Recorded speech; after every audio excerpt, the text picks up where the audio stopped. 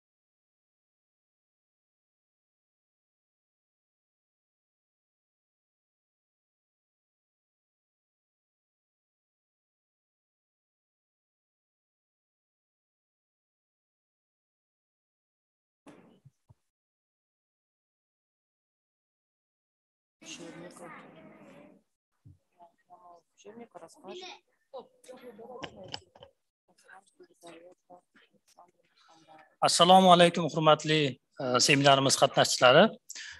Seminarimiz 2 minutdan keyin boshlanadi. Marhamat qilib joylarga o'tib olishlarini so'raymiz. Rahmat.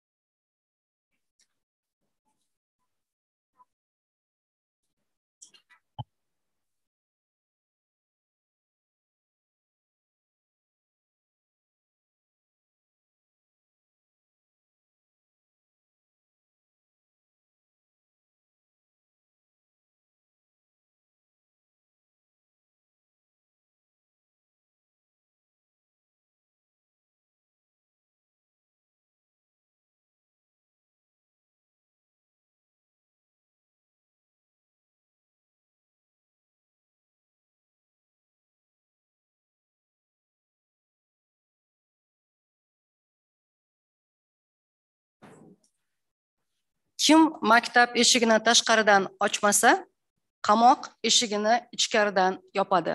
Viktor Hugo. Assalomu alaykum hurmatli tadbir ishtirokchilari. Bugun bu yerda ta'limning turli spektrlaridan eshik ocha olgan, hayotini ta'lim bilan bog'lagan insonlar jam bo'lishgan. Vazirlik xodimlari, xalqaro tashkilot vakillari, o'qituvchilar biz bilan birga bo'lib turishibdi. o'quvchilarda hayotiy ko'nikmalarni shakllantirish deb nomlangan xalqaro ilmiy amaliy seminarimizga barchangiz xush kelibsiz. Bugungi o'qituvchilarga zamon juda ko'p qulayliklarni taqdim etmoqda. Biroq men baribir o'qituvchilarimizga hozir ham qiyin deb o'ylayman, Javlonbek. Chunki zamon shiddat bilan o'zgarmoqda.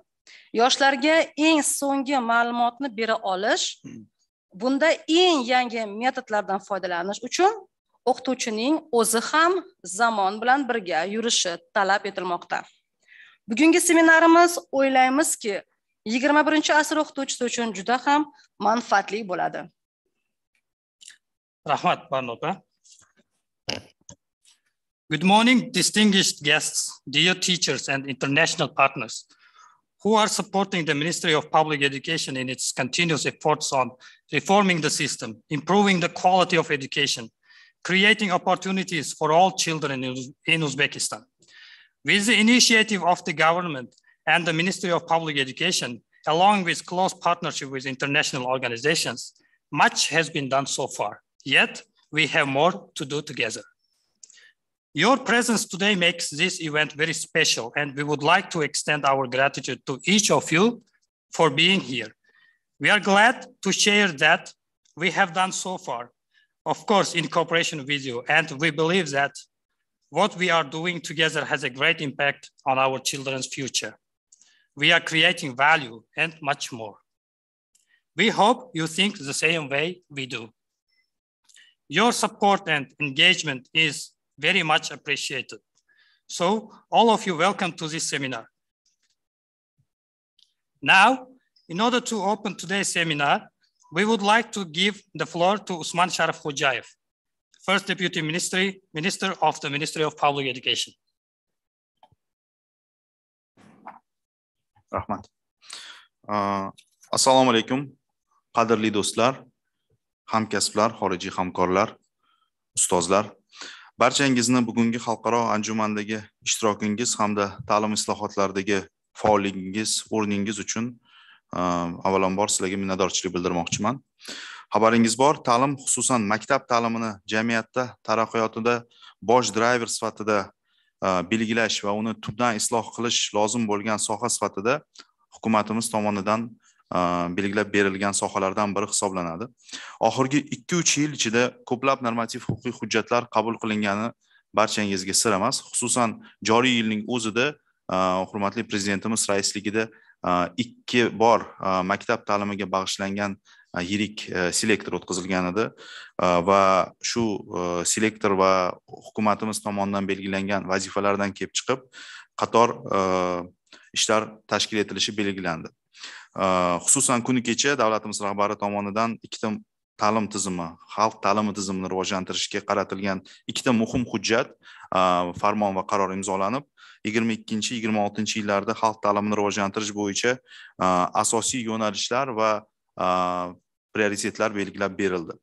Mazkur hujjatlar asosida Xalq ta'limi vazirligi bir qator tashkilotlar oldiga maktab ta'limini yangi bosqichga ko'tarish, ayniqsa ta'lim sifati, o'qitiladigan metodikalar, darsliklarni takomillashtirish bo'yicha aniq vazifalar belgilab berildi.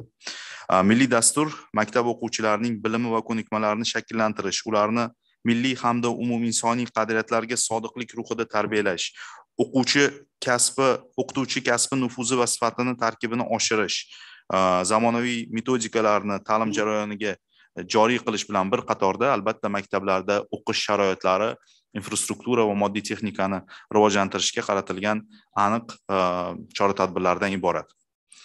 Ta'lim mazmuni haqida gapiradigan bo'lsak, bugun milliy o'quv dasturi asosida maktablarda darsliklar, mashq daftarlari hamda pedagoglar uchun o'quv qo'llanmalar yaratilishini yangicha modeli shakllandi desak mubolag'a bo'lmaydi.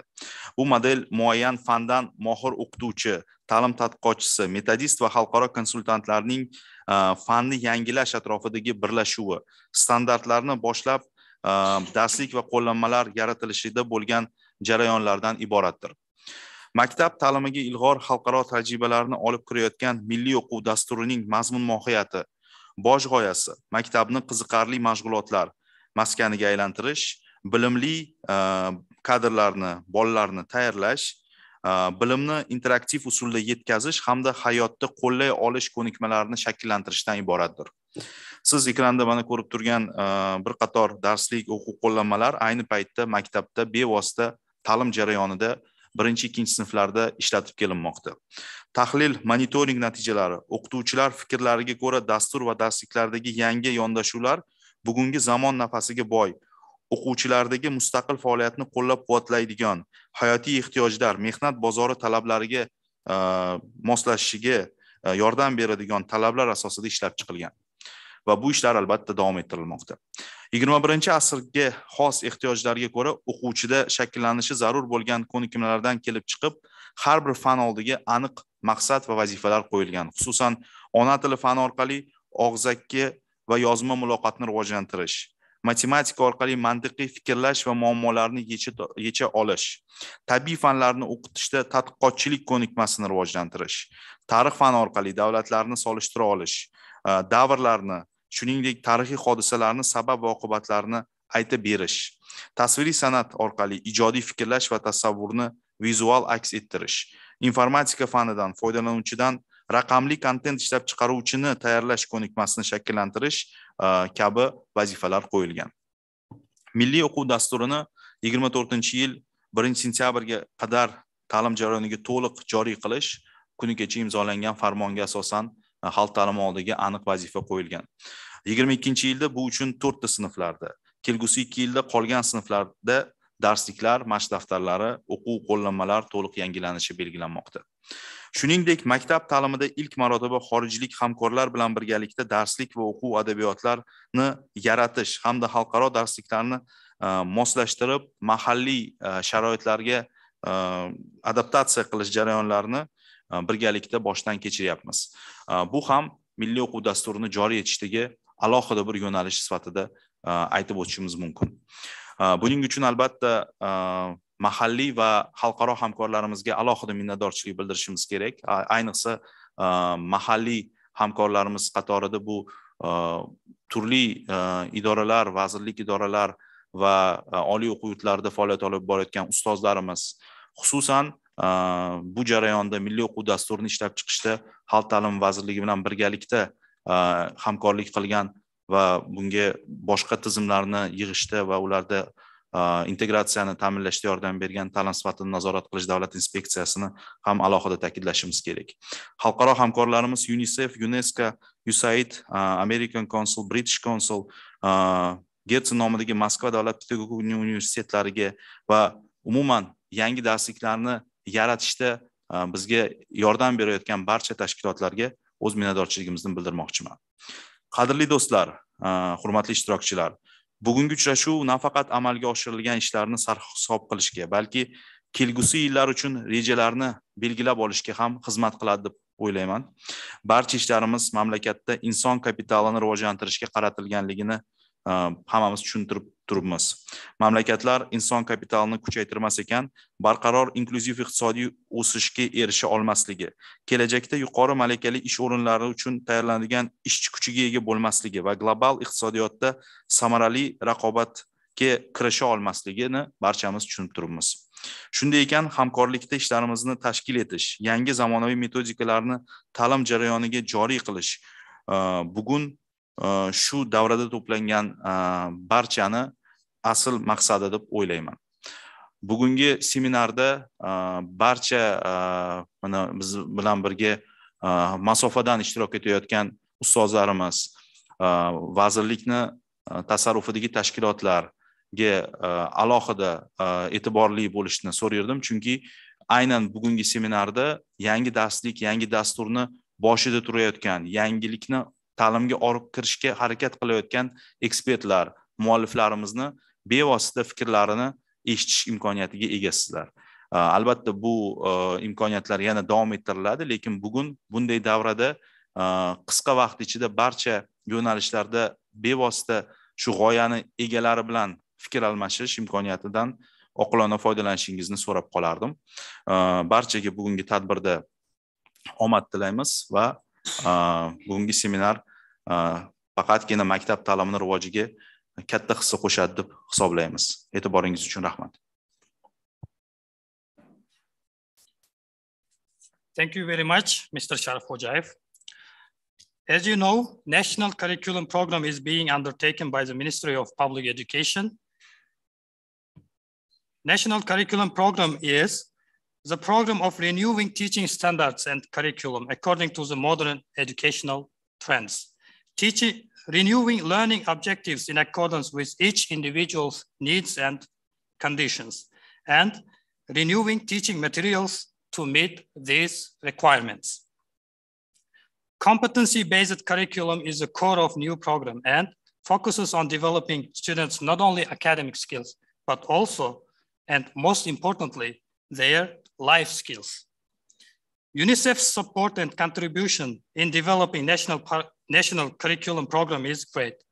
Today's seminar was also organized in cooperation with UNICEF. At this point, we would like to give the floor to Dr. Deepa Shankar, Chief of Education of the UNICEF office in Uzbekistan, to welcome all of you. Rahmat, Dobre Utro, and good morning, everyone. It's my great pleasure to invite all of you to this international seminar to look at, curriculum and the importance of life skills in enriching our curriculum.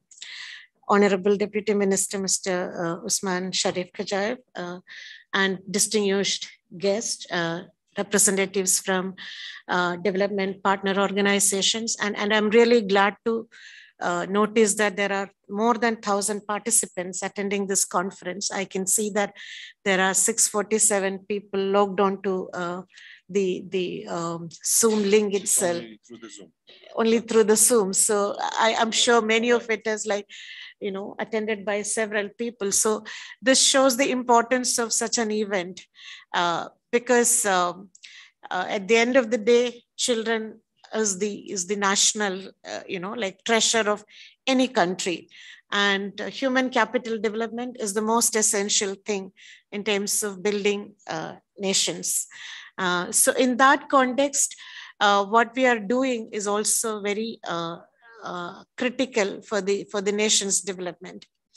I remember in late 2017, when we started this discussion with the Ministry of Public Education about developing competency-based curriculum, it was quite new. I mean, even we were really looking at how we can support ministry.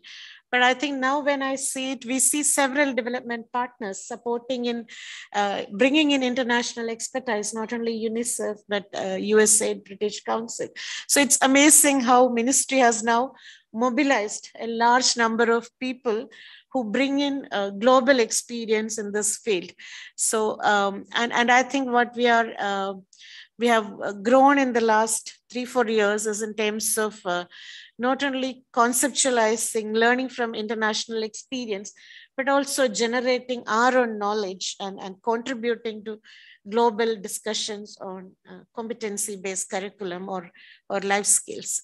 So on behalf of UNICEF, I'm really glad that I have a great team of national officers as well as international expertise, international experts who come, work very closely with the Republican Education Center and the experts there, and also large consultations with a large number of people. And it's not like, we are bringing something and saying that, okay, this is the thing, but it's a true collaboration. It's something owned by government. It is something led by government. We are basically contributing to the whole process. So in that sense, it's a very true national movement, national effort. So I'm really glad that it is not something which we just look at other countries and select. So it takes a lot of time. I know hundreds of experts have been working in the last 4 years in different working groups, discussing each and every aspect. And I know in this process, what I've learned is also how cultural aspects are also taken into account in this whole development, cultural mapping, of how things could be developed. So what I see is also not just developing curriculums or textbooks, but also huge capacity in this country. And I'm sure this is going to benefit not only Uzbekistan, but also even, say, for example, Central Asian countries, where we can actually share our experience, because these are all similar countries with similar experience. So given that, what I thought is unique about the work done so far in the last few years is, when I look at this, the major shift in how we look at education. And I would like to share with you that when I first started working here, one of the things which I heard from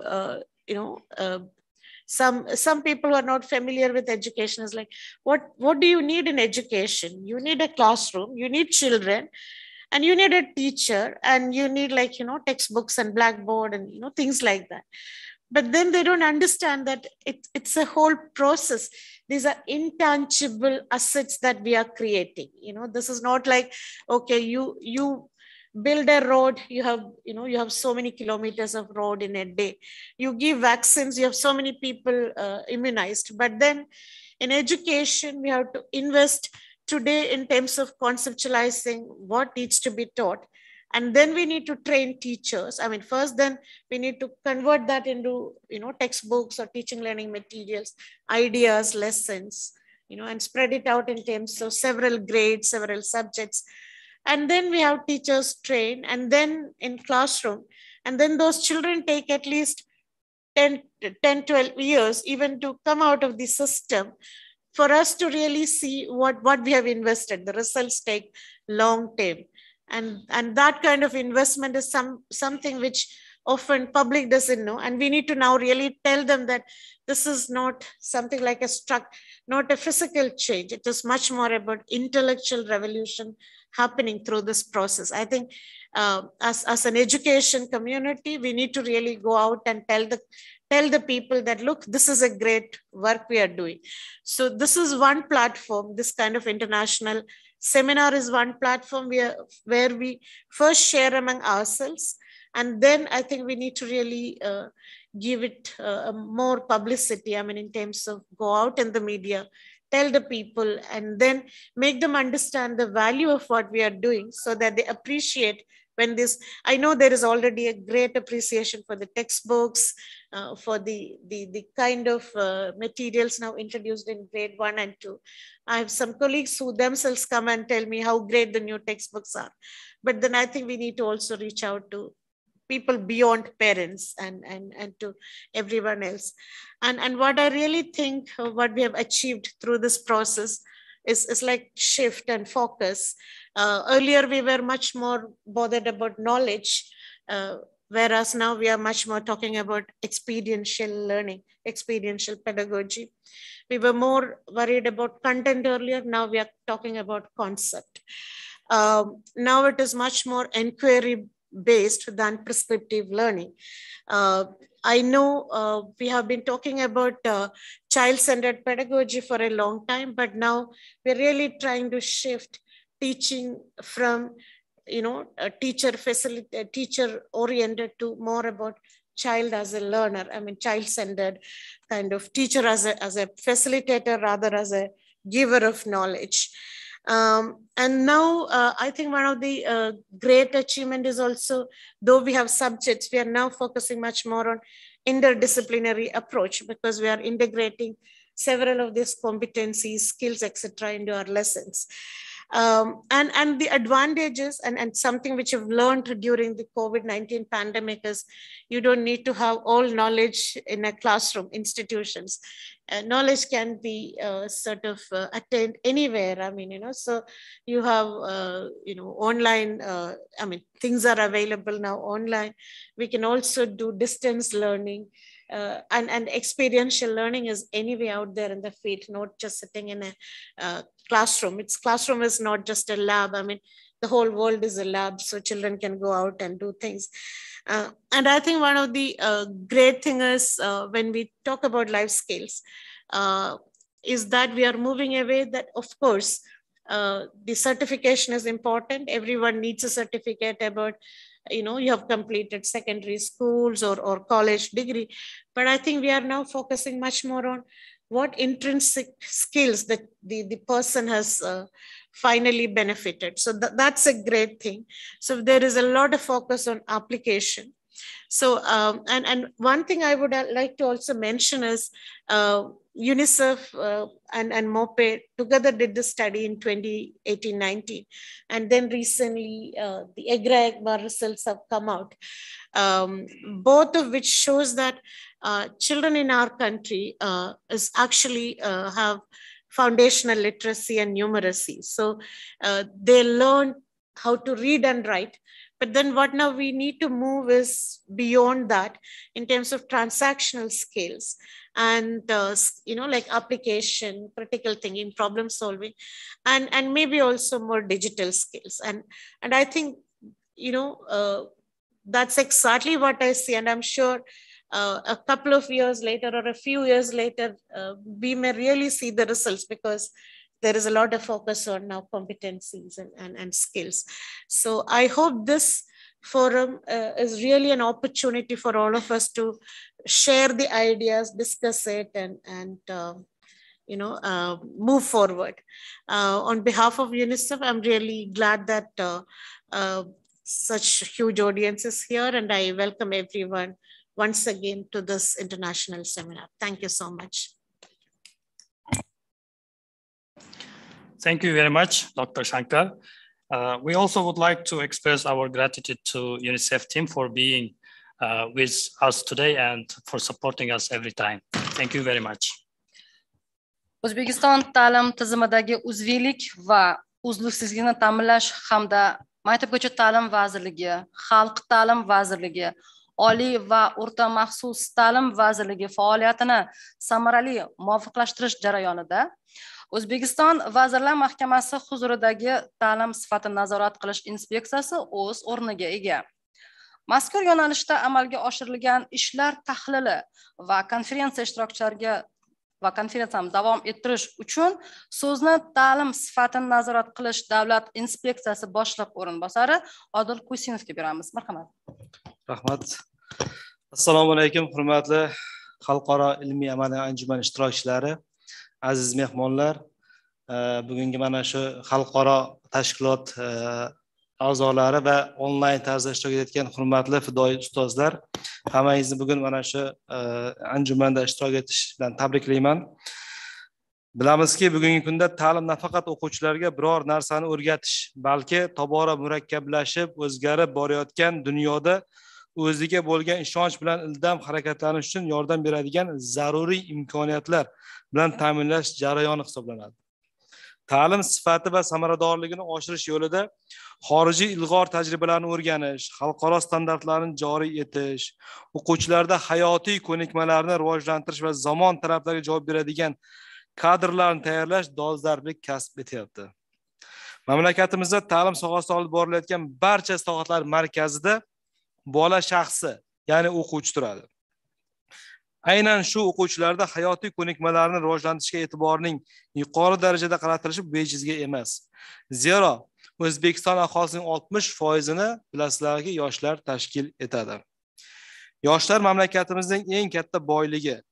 Biz hozirda ta'lim orqali yoshlarni hayotga tayyorlash, ularda hayotda muvaffaqiyatga erishish uchun kerak bo'lgan hayotiy ko'nikmalarni shakllantirish va bu orqali O'zbekiston, yangi O'zbekiston bunyodkorlar, ya'ni mana zamonaviy tilda aytganimizda inson kapitalini rivojlantirishga katta e'tibor qaratyapmiz. O'quv dasturlari, darsliklar, o'qitish metodikasi va o'qituvchilarning malaka oshirish tizimini zamonaviy talablar asosida takomillashtirib borish bugungi davr talabidir. Mana hozir Usmon Qodir aytib o'tganlaridek, yaqinda kechagina qabul qilingan farmon va qarori asosiy mazmun mohiyatiga e'tibor beradigan bo'lsak, shu o'quvchilarga nimani o'rgatamiz deganda o'sha milliy dasturni, milliy o'quv dasturini tatbiq etilayotganligi, qanday o'qitamiz deganda o'sha malaka oshirish qayta tayyorlash markazlarini, yangi metodikalarni joriy qilish markazlari sifatida qayta tashkil etilayotganligi va kim o'qitadigan savolimizga pedagogika universiteti bir yaxlit tizim sifatida xalq ta'limiga o'sha tasarrufiga o'tish natijasida yaxlit bir tizim, ya'ni pedagog kadrlar tayyorlash tizimini yaratilganligini bir asosiy omil sifatida keltirishimiz mumkin.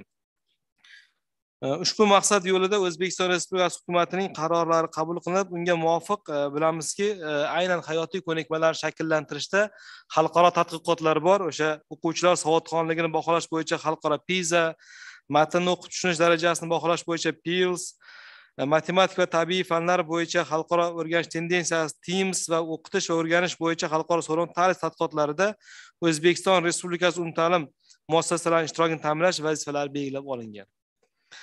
Xususan prezidentimizning topshiriqlariga muvofiq mana shu oldimizda O'zbekistonni 2030-yilda O'zbekistondagi o'sha PISA bo'yicha xalqaro tadqiqotlar natijasiga ko'ra kuchli 30 talik ilg'or mamlakatlar qatoriga kirish vazifasi qo'yilgan. Ushbu ambitsioz maqsadlarga betalofat yetib borish, ya'ni erishish maqsadida ta'lim sifatini nazorat qilish davlat inspeksiyasi huzurida 2018-yilda xalqaro tadqiqotlarni amalga oshirish milliy markazi tashkil qilinib, unga umumta'lim muassasalarining xalqaro tadqiqotlar ishtirokini ta'minlash vazifasi yuklandi. Bugungi kunda o'quvchilarda hayotiy ko'nikmalarni rivojlantirish borasida ta'lim inspeksiyasi va xalq ta'limi vazirligi bu borada qo'lni qo'lga berib, xalqaro hamkorliklarni amalga oshirib boryapti. Mana yaqinda bo'lib o'tgan o'sha PISA 2022 tadqiqotlarida mana juda katta bir konferensiyada ishtirok etdik. Aynan o'sha PISA xalqaro tadqiqotini tashabbuskori Andreas Schlecher tashrif buyurib, o'sha PISA 22 xalqaro tanlovida biz o'quvchilarimizga omadlar tilab ketdi. Men o'ylaymanki, bu ham bir ramziy ma'noda mana shu kelajakda biz o'quvchilarimizni hayotiy ko'nikmalar rivojlantirishga bir dasturlamar bo'ladigan tadqiqot deb hisoblashimiz mumkin.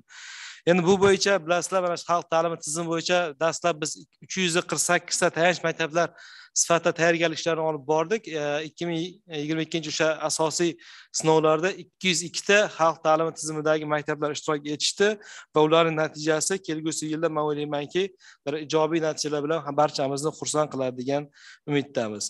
Albatta, o'quvchilarning hayotiy ko'nikmalarini rivojlantirish bo'yicha juda katta ishlar amalga oshirilyapti. O'sha xalqaro tadqiqotlarga tayyorgarlik nuqtai nazaridan shu bilan bir qatorda o'qituvchi va o'quvchilar uchun shu 300 ga yaqin o'quv uslubiy hamda video materiallar ishlab chiqilganligi ham bir so'zimizning isboti bo'ladi deb o'ylayman. Albatta, bu kabi mana shu xalqaro tadqiqotlarning tashkil etilishi, qolaversa mana shu xalqaro tadqiqotlarda xorijiy hamkorlarning ishtirok etishi bu aynan mana shu ta'lim tizimini rivojlantirish, qolaversa o'quvchilarda hayotiy ko'nikmalarni rivojlantirishga juda katta hissa qo'shadigan bir jarayon deb hisoblaymiz. Mana hozir aytib o'tilgandek, uzluksiz ta'lim tizimida uzviylikni ta'minlash bo'yicha biz mana 3 ta ta'lim vazirligi bilan qariyb 1,5 yil davomida aynan mazmundagi uzviylikni ta'minlash, qolaversa mana shu uzviylik ta'minlangan holda milliy o'quv dasturlarini yangi bir yondashuv asosida tayyorlagan holda yangi avlod darsliklarini yaratib, ana endi ularni o'qitish metodikalarini yangicha yondashuvlar asosida demak tatbiq etish jarayoni amalga oshirilyapti. Bularning barchasi asosiy boya aytganimdek urg'u beradiganimiz o'sha o'quvchilarda hayotiy ko'nikmalarni rivojlantirishga qaratilganligini ta'kidlab o'tishimiz kerak bo'ladi. Albatta, bu jarayonda avvallari biz bilamizki, o'quvchilarimiz o'sha bilim ko'nikma malakalarini, ya'ni o'sha asosiy urg'u o'sha bilimga qaratilgan bo'lsa, bugungi kunda barcha me'yoriy hujjatlarimiz, dasturlarimiz, darsliklarimizda o'sha hayotiy ko'nikmalarni rivojlantirish, ya'ni ertangi kunda hayotdagi turli vaziyatlar yoki murakkab vaziyatlarda o'zini pozitsiyasiga ega bo'lish, qolaversa nafaqat o'ziga, yon atrofdagi jamiyatga foyda keltiradigan darajadagi ko'nikmalarga ega bo'lish va uni rivojlantirish vazifalarini birgalikda amalga oshirishimiz kerak deb o'ylayman. Fursatdan foydalanib ilmiy amaliy seminar ishiga muvaffaqiyat tilayman. Ta'lim sifatini nazorat qilish davlat inspeksiyasi bu borada barchangiz bilan ochiq hamkorlik qilishga tayyor ekanligini ma'lum qilaman. Rahmat.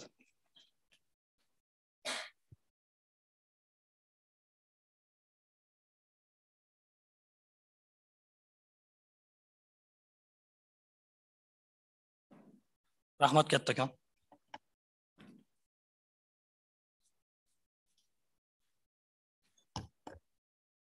UNICEF supported the Republican Education Center by inviting internationally acknowledged experts to work on national curriculum program. We are very proud to work with Philippa Gardom-Hulme, one of those experts. She's an author of books, teaching and learning resources for students and teachers on science and pedagogy at Oxford University Press since 2004. Science as a subject is a new concept for the public education in Uzbekistan. The first and second grade science textbooks were delivered to the schools in current academic year. And now students are learning science as an integration of several subjects. At this point, we would like to give the floor to Philippa Gardom, who surely can speak about science curriculum and textbooks more thoroughly. She will be presenting online. Thank you.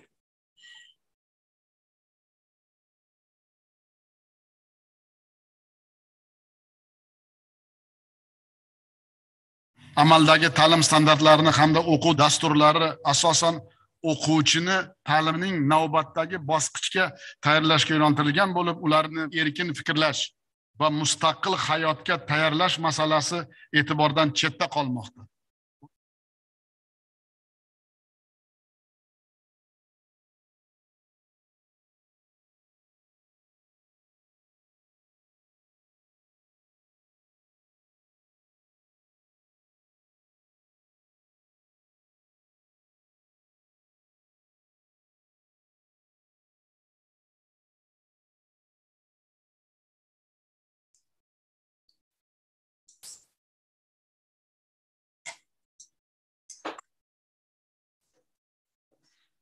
Assalamu alaikum.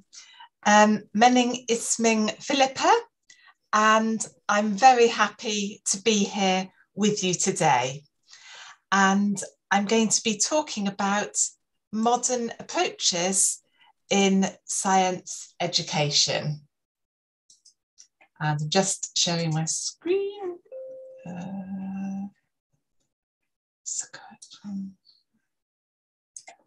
Can I just confirm that you can see the correct screen, please?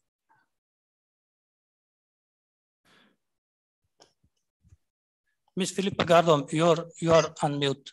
We cannot hear you.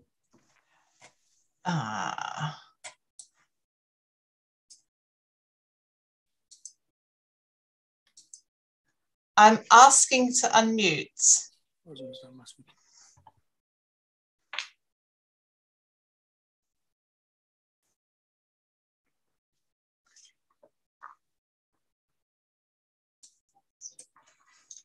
Hi, I can't unmute.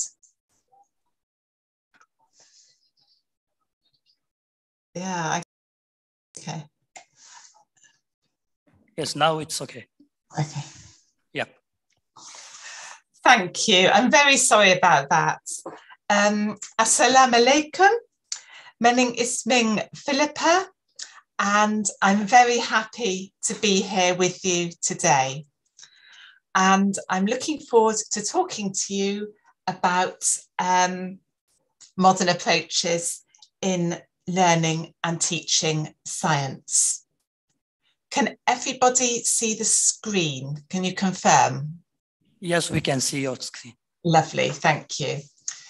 So, to start with, I want to think about what scientists do. And as we know, scientists ask questions. They do not memorize a lot of facts. The main thing they do is ask and answer questions. And here are some questions that scientists in Uzbekistan are answering.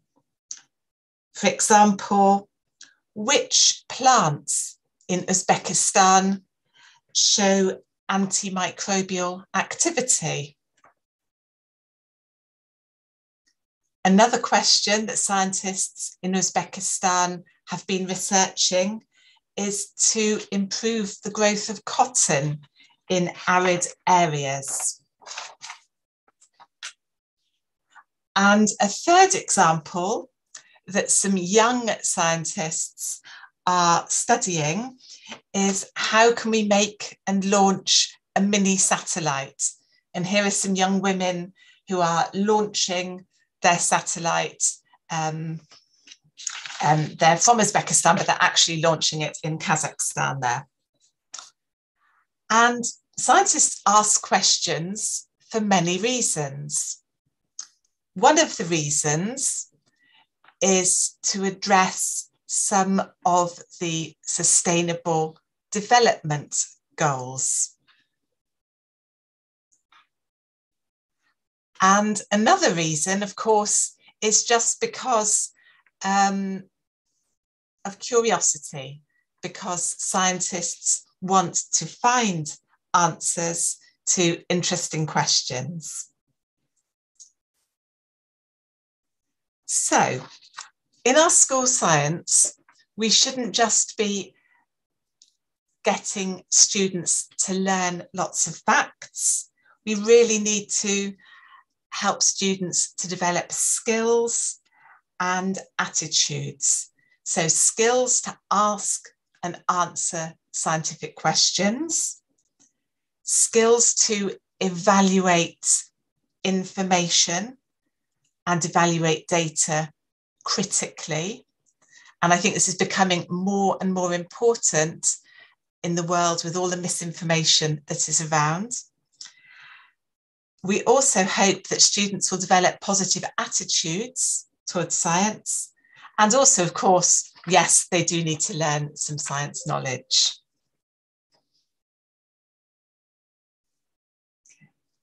So can you please, in the chat, if you're watching remotely, or if you're in the hall, can you spend 2 minutes writing or discussing, listing some skills that students learn through science? I'll give 2 minutes to write in the chat or to talk to people in the room with you. Thank you.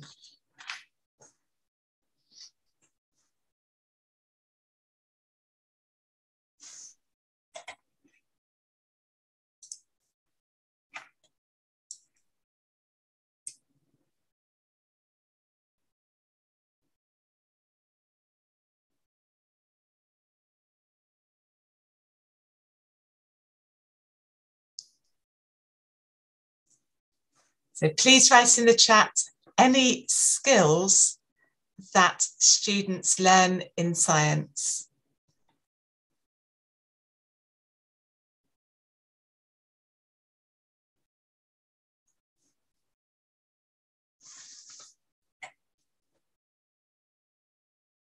Thank you. I can see some there. Thank you. Okay. So some of the skills, I think, are doing experiments, like this very fun experiment with the balloon, and collecting data. And you can see pictures of students measuring and collecting data in some experiments there. Another skill that students will learn through science is analysing that data. So in these activities, for example, they're counting the tree rings and using that to work out how old the tree is. And we also, through school science, get students to make conclusions, as in the activity shown here. And of course, a really key part of science is that it is fun, that children will enjoy it, and that it's really relevant as well. Now, some of these changes are probably quite big compared to the traditional ways that students have been learning science in the past in Uzbekistan and many other countries. And we've got some really excellent new resources that will support teachers every step of the way. And the resources have been led by the team here with Zamira Sangarova of the Republican Education Centre, and from really excellent support from UNICEF, in particular, led by Jana Ciccerena. And the team are absolutely brilliant. And I think you're really, really lucky to have such an amazing team working on creating and supporting the development of all the new resources. So one of the resources, as you all know, is these really engaging and beautifully presented textbooks. And the textbooks not only look beautiful, but they have some fantastic activities to engage students and help them to develop their skills. You can see some of these here, and I'm sure some of the teachers, you've actually done some of these experiments, which is fantastic. As well as the student textbooks, there is the daftar, and you can see some of the activities, like the one on the left, reinforce learning from the lesson. They get students to apply what they've learned to different situations. And then other parts of the daftar, they get students, they help you in the classroom. So for example, the table is all written out there so that teachers and children don't have to spend a lot of time using their ruler and writing their own table. So that will really support both students and teachers in the classroom. We also have the Metodica, which suggests lesson plans and ways that teachers can teach the lesson. And a really new important part of this are these parts with the red circles. So we've suggested to teachers how they can help students who are finding the content difficult.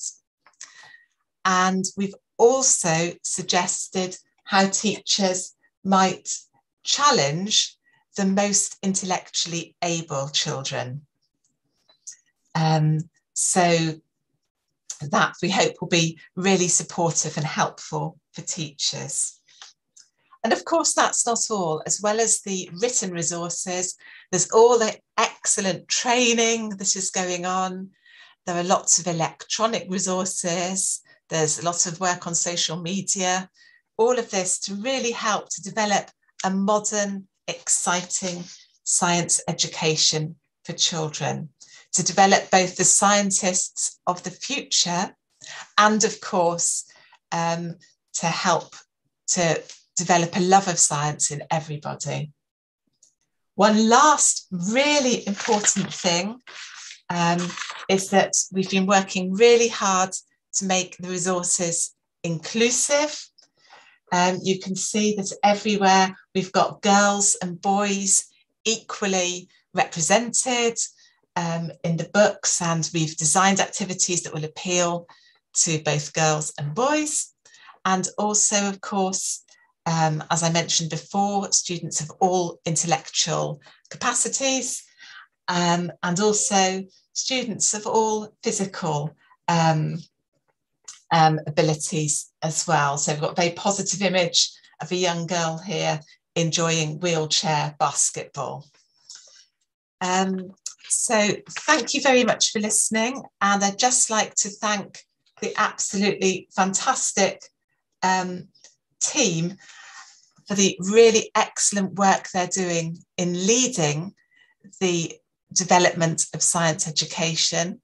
And I'd like to thank all the amazing teachers out there who are working so hard to bring a world-class science education to the young people of Uzbekistan.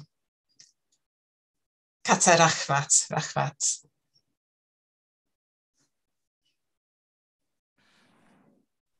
Thank you very much, Professor Gardom. It was very pleasure to have you in our seminar today. And our science department always appreciates your help and your support in the development of science curriculum and textbooks. Thank you very much. Katta rahmat. Milliy o'quv dasturi doirasida yaratilgan ona tili va o'qish savodxonligi fanining 1 va 2 sinflar uchun dasturi hamda darsligi maktablarimizda o'qitilmoqda. Hozirgi ona tili va o'qish savodxonligi dasturi o'quvchilarda 4 ta til ko'nikmalarini rivojlantirishga yo'naltirilgan holda ishlab chiqilgan. Bugungi kunda o'quvchilarimiz ona tili va o'qish savodxonligi darslarida qo'shiqlar kuylamoqda. Birinchi marta darslarda tinglab tushunishga doir audiolar, video materiallar tayyorlanib, ular orqali mashg'ulotlar olib borilmoqda. Hozir Toshkent shahar Yashnobod tumani 67 umumiy o'rta ta'lim maktabi boshlang'ich sinf o'qituvchisi Bahriddinova Nodira hamda uning o'quvchilari ushbu dars davomida o'rgangan mashg'ulotlardan parcha namoyish etadilar. Marhamat.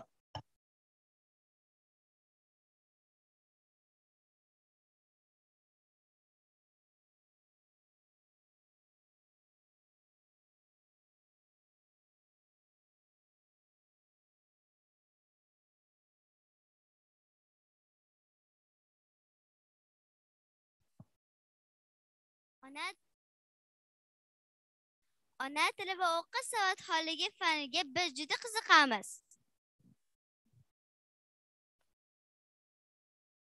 Bu fanda biz juda ko'p avju matnlar tingladik va eshitganlarimiz asosida topshiriqlar bajardik. Bundan tashqari qiziqarli ma'lumotlar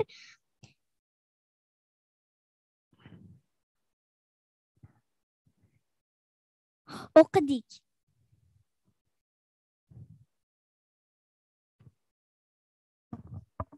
Bu tadbirga ham biz darsda o'tgan doktor o'yini audio matnini tayyorlab keldik. Marhamat, tomosha qiling.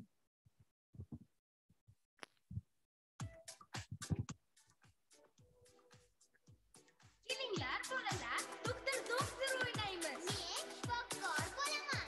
Senchi? Hamshira. Doktor o'ynaylik. Sen bo'l hamshira. Sog'lom bo'lib hech kasal bo'lmaylik sira. Doktor o'ynaylik. Sen bo'l hamshira. Sog'lom bo'lib hech bedob bo'lmaylik sira. Men quruvchiman. Doktor, yuragim urishini eshitib ko'ring. Yuragimiz aytayotir duk duk duk. Duk duk duk. Duk duk duk. Mahallada doktor bo'lsa qanday soz. Qanday soz. Qanday soz. Men militsionerman. Men ham tekshirib ko'ring. Bas bolalar, shifokorlardan qo'rqishadi. Men esa yo'q. Shifokorga borishdan qo'rqar ba'zi bolalar. Qo'rqmang chunki mehribon bo'lar doktor xolalar. Shifokorga borishdan qo'rqar ba'zi bolalar. Qo'rqmang chunki mehribon bo'lar doktor xolalar. Doktor o'ynaylik. Sen bo'l hamshira. Sog'lom bo'lib hech kasal bo'lmaylik sira. Doktor o'ynaylik. Sen bo'l hamshira. Sog'lom bo'lib hech bedob bo'lmaylik sira.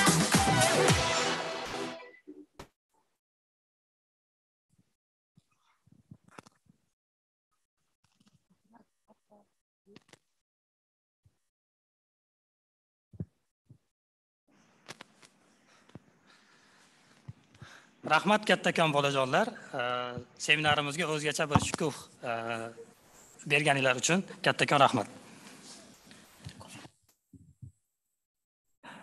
Endi Respublika ta'lim markazi tomonidan shu vaqtgacha amalga oshirilgan ishlar haqida qisqacha video roligimizni namoyish etamiz. Marhamat. Amaldagi ta'lim standartlarini hamda o'quv dasturlari asosan o'quvchini ta'limning navbatdagi bosqichga tayyorlashga yo'naltirilgan bo'lib, ularni erkin fikrlash va mustaqil hayotga tayyorlash masalasi e'tibordan chetda qolmoqda. Bunday holatlarga barham berish uchun xorijiy ekspertlar va tajribali o'qituvchilarni keng jalb qilgan holda umumiy ta'limning milliy o'quv dasturi loyihasini ishlab chiqish va joriy o'quv yili davomida uni ilmiy tadqiqot va ta'lim muassasalarida sinovdan o'tkazish lozim.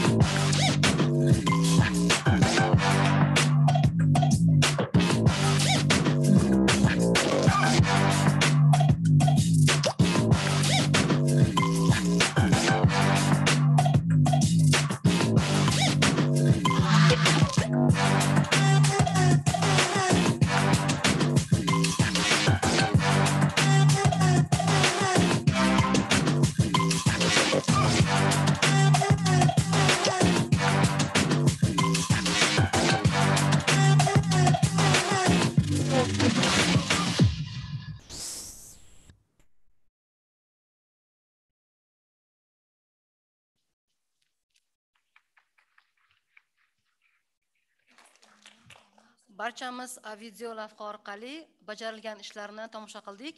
Albatta, ushbu ishlarni amalga oshirishda boshida turgan Xalq ta'lim vazirligi va Respublika ta'lim markazi rahbariyatiga o'z minnatdorchiligimizni bildirib qolamiz. Va shu o'rinda so'z navbatini Respublika ta'lim markazi direktori Shuhrat Shavkatovich Sattorovga beramiz. Marhamat. Assalomu alaykum, hurmatli ishtirokchilar, hurmatli hamkorlar, avvalambor tashrif uchun va hamkorlik uchun minnatdorchilik bildiramiz va o'z navbatida mana shu umuman ta'lim mazmunidagi o'zgarishlar va tashabbuslarni qo'llab-quvvatlash bevosita boshda turib rahbarlik qilayotgan Xalq ta'limi vazirligi rahbariyatiga minnatdorchilik bildirmoqchiman va vazirimizga, xususan Usmon Fatovichga. Eng muhimi bu tashabbuslarning qo'llab-quvvatlanayotgani va tashabbuslarning rag'batlantirilayotgani deb o'ylayman. Bu yangiliklarni sababi va imkon qadar hozir qisqaroq qilishga harakat qilaman, chunki tartibdan biroz o'tib ketyapti, kech qolyapmiz. Xalqaro mana bugun bir necha marotaba inson kapitalini rivojlantirish haqida fikr ketdi. Jahon banki esa inson kapitaliga odamga umri davomida to'playdigan hamda jamiyatning teng a'zosi sifatida salohiyatini ro'yobga chiqarishga imkon beradigan bilim va ko'nikmalar hosilasi deb ta'rif bergan. Va milliy o'quv dasturini amalga oshirish 2026-yilga qadar 699 nomdagi o'quv adabiyotlarini amaliyotga joriy qilish vazifasi bugun oldimizga qo'yilgan. Mana shu vazifaning asosida bu inson omilini yangilash. Demakki, fikr o'zgaradi. Demakki, inson xarakteri o'zgaradi, qarorlar o'zgaradi. Ya'ni insonni deylik kelajakda aynan inson omili bilan birgalikda dunyoqarash o'zgaradi. Milliy o'quv dasturi bilan o'ziga xos bo'lgan 7 jihatni aytishni ma'qul ko'rgan bo'lardim. Birinchi navbatda bu standartlar har bir sinf kesimida belgilab berilishi va savodxonlik turlarini oshishi. Ya'ni va undan tashqari standartlar sinfdan sinfga uzviy bog'langani va progressiv xususiyatga egalik, ya'ni takomillashib borishi va mavzularning 50% amaliyotga yo'naltirilgani, zamonaviy yondashuvlar, STEM, CLIL, Peerless Teams bir qator yondashuvlarning kiritilishi. Shuningdek, fanlararo integratsiya hisobga olinayotgani, o'quvchida borliq haqida yaxlit tasavvur shakllanishiga xizmat qiladi va o'qitishning spiralsimon yondashuviga o'tilayotgani bugungi kunda. Shuningdek, yangi metodika asosida ishlash, ya'ni ko'nikma shakllantiruvchi metodika, jamoaviy o'rganish va bir qator o'sha loyiha boshqaruvi deymiz, boshqa metodikalarni kirib kelayotgani va baholashning yangicha tizimi, ya'ni endi bilimning hajmini emas, balkim o'quvchidagi ko'nikmalarni baholanishi. Va bu o'qituvchilar uchun bilish ayni muddao. Ko'nikmalar haqida gapiryapmiz. Butun dunyoda qanday ko'nikmalar bugun ko'p e'tirof etilmoqda. Bu o'quvchilarda mustaqil va baxtli hayot uchun zarur ijtimoiy ko'nikma hamda fazilatlarni shakllantirish bugungi ta'limning asosiy maqsadi. Bu ko'proq butun dunyoda ijodkorlik va ilg'or g'oyalarni ilgari surish, tanqidiy fikrlash va muammolarni hal qilish, raqamli savodxonlik, o'rganishni o'rganish, muloqot qilish, hamkorlik qilish va jamoaviylik, hissiy aql, ijtimoiy majburiyatlar butun dunyoda bugun aynan rivojlantirishga e'tibor qaratilayotgan ta'limda, maktabda asosiy ko'nikmalar va bizdagi bugun mana hozir tahlil qilib chiqdik fanlar aro o'sha integratsiyadan kelib chiqib ko'nikmalarni 20 ta asosiy ko'nikma bugun aniqlandi. Milliy o'quv dasturida singdirilayotgan va o'quvchida shakllantirilishi lozim bo'lgan. Bular vatanparvarlik, milliy qadriyatlar, ijodkorlik, tanqidiy va mantiqiy fikrlash, faol fuqarolik va tashabbuskorlik, muloqot ko'nikmalari, tolerantlik va xayrixohlik, axborot texnologiyalari ko'nikmalari va media savodxonlik. Aytganimdek, savodxonlik turlari endi oshyapti. Faqat o'qish yozishni emas, balkim qo'shimcha savodxonlik turlari bugun aynan ko'rinishlari o'quvchida shakllanishini monitoring qilgan maqsadga muvofiq. Va tadbirkorlik va moliyaviy savodxonlik, jamoada ishlash ko'nikmalari, mehnatsevarlik va liderlik, hayot xavfsizligi, ekologik madaniyat, tadqiqotchilik, qaror qabul qilish. Umuman mana bu yerda ko'rishimiz mumkin, misol uchun birgina matematika fanini oladigan bo'lsak, texnologiya fanini oladigan bo'lsak yoki ona tili va adabiyot fanlarini oladigan bo'lsak, bir qator o'sha qanday qilib ko'nikmalarni shakllanishiga e'tibor qaratishimiz mumkin. Misol uchun shu tabiiy fanlarda deylik vatanparvarlik bilan bog'liq ko'nikmalarni ko'rishimiz mumkin yoki faol fuqarolik va tashabbuskorlik yoki bo'lmasam jamoada ishlash ko'nikmalari va shuningdek mehnatsevarlik va liderlik. Ya'ni bular fanlar kesimida aynan o'quvchida shakllanadigan ko'nikmalar. Va qanday o'qitish kerak degan muhim bugun savol mavjud, ya'ni metodika, u qanday o'zgarish kerak degan savol. Bu birinchi navbatda qilinayotgan eng katta yangilik bu o'quvchiga yo'naltirilgan ta'lim va o'quvchining mustaqil faoliyatini qo'llab-quvvatlash va aynan o'sha o'quvchi va o'qituvchi o'rtasidagi interaktiv yondashuvlarga asoslangan ta'lim. Bunda mana hozir Filippa xonim ham ko'rsatib o'tdilar, savolga tutish, ko'rsatib berish, tushuntirish, amaliy hamkorlik. metodikalari va fenomenal ta'lim. Ya'ni biz endi sinfxonadagi ta'limni, sinfxonadagi jarayonni tashqarida sodir bo'layotgan voqea hodisalar bilan bog'lashimiz kerak. Shundagina ta'lim o'quvchi uchun qiziq va ahamiyatli bo'ladi. Va vazifa topshiriqqa yo'naltirilgan, loyiha boshqaruvi asosida o'qitish, case study, ya'ni qo'shimcha resurslar, qo'shimcha misollar, dalillar va o'yinlar orqali o'qitish. Bu o'z navbatda kognitiv fikrlash qobiliyatlarini rivojlantirishi, bilimni hayotga tatbiq qila olish ko'nikmasining shakllanishi, yangiliklarni tadqiq qilish, ta'limning noyob yondashuvlarini ishlab chiqish va shuningdek o'sha bugun axborot texnologiyalari orqali o'rganishni tashkil qilish va ehtiyojga mos ravishda o'rganishni tashkil qilishga aynan xizmat qiladi. Bugun 50% amaliyotga yo'naltirilgan milliy o'quv dasturi aynan fanlar va yo'naltirilmoqda va bu takomillashtirilmoqda va eng muhimi biz sinfxonada o'quvchiga tajriba qilishiga yordam berish, nimadir qilib ko'rishiga sharoit yaratib berish. Chunki tajriba qilgan o'quvchi tavakkal qilishga botinadi. Tavakkal qilishdan qo'rqqan o'quvchi esa bir umr xato qilishdan qo'rqib yashaydi. Ya'ni biz sinfxonada unga mayli xato qilishga yo'l qo'yib berishimiz kerak. O'quvchi xatolar ustida ishlash ko'nikmasini egallashi lozim. Natijada aynan tafakkur qilish qobiliyati rivojlanadi. Aks holda esa bu susayib borishi mumkin. Va xatolar past bahoga sabab bo'lishi kerak emas. Bugungi bizni asosiy baholash bo'yicha asosiy yondashuvimiz shundan iborat. Ya'ni u monitoringga, uni rivojlanishini kuzatib borishga va aynan bo'shliqlarni to'ldirishga xizmat qilishi kerak. Va ko'nikmalar, ya'ni yangi moddiy qiymat ishlab chiqaradigan bilim, tajriba va aynan bu tanqidiy fikrlash, ijodiy fikrlash, ijtimoiy hissiy qiziquvchanlik, xayrixohlik, jamoaviylik, jasurlik, liderlik kabi o'sha qo'shimcha ko'nikmalar o'quvchida shakllanib borishini monitoring qilishdan iborat. Ular asosan bu o'qituvchini bugun biz fasilitator deb aytamiz, ya'ni yo'naltirib turuvchi. Asosiy aytganimizdek diqqat markazida bu o'quvchining bo'lishi maqsadga muvofiq. Va tasavvurning rivojlanishi va bu ko'proq amaliyot bilan bog'liq bo'lishi o'z navbatida Usmon Fatovich aytganlaridek maktablarni qiziqarli ta'lim maskanlariga aylantirishga xizmat qiladi. Ya'ni o'quvchi maktabga borishga shoshadi. Maktabga borishda o'quvchida rag'bat paydo bo'ladi. Endi bir qator ijtimoiy ko'nikmalarni biz mana misol uchun o'qituvchilar hozir asosiy auditoriya bo'lish munosabati bilan aytishim kerak. Mana liderlik xususiyati misol uchun u maktabda qanday namoyon bo'ladi, maktabgacha ta'limda, boshlang'ich ta'limda qanday namoyon bo'ladi. Misol uchun o'sha kichkinagina bir omillari qanday mashg'ulotlar bilan band bo'lishni bola maktabgacha ta'lim muassasasida o'zi hal qila oladi. Ya'ni o'sha liderlik xususiyatlari paydo bo'lishining ilk ko'rinishlari.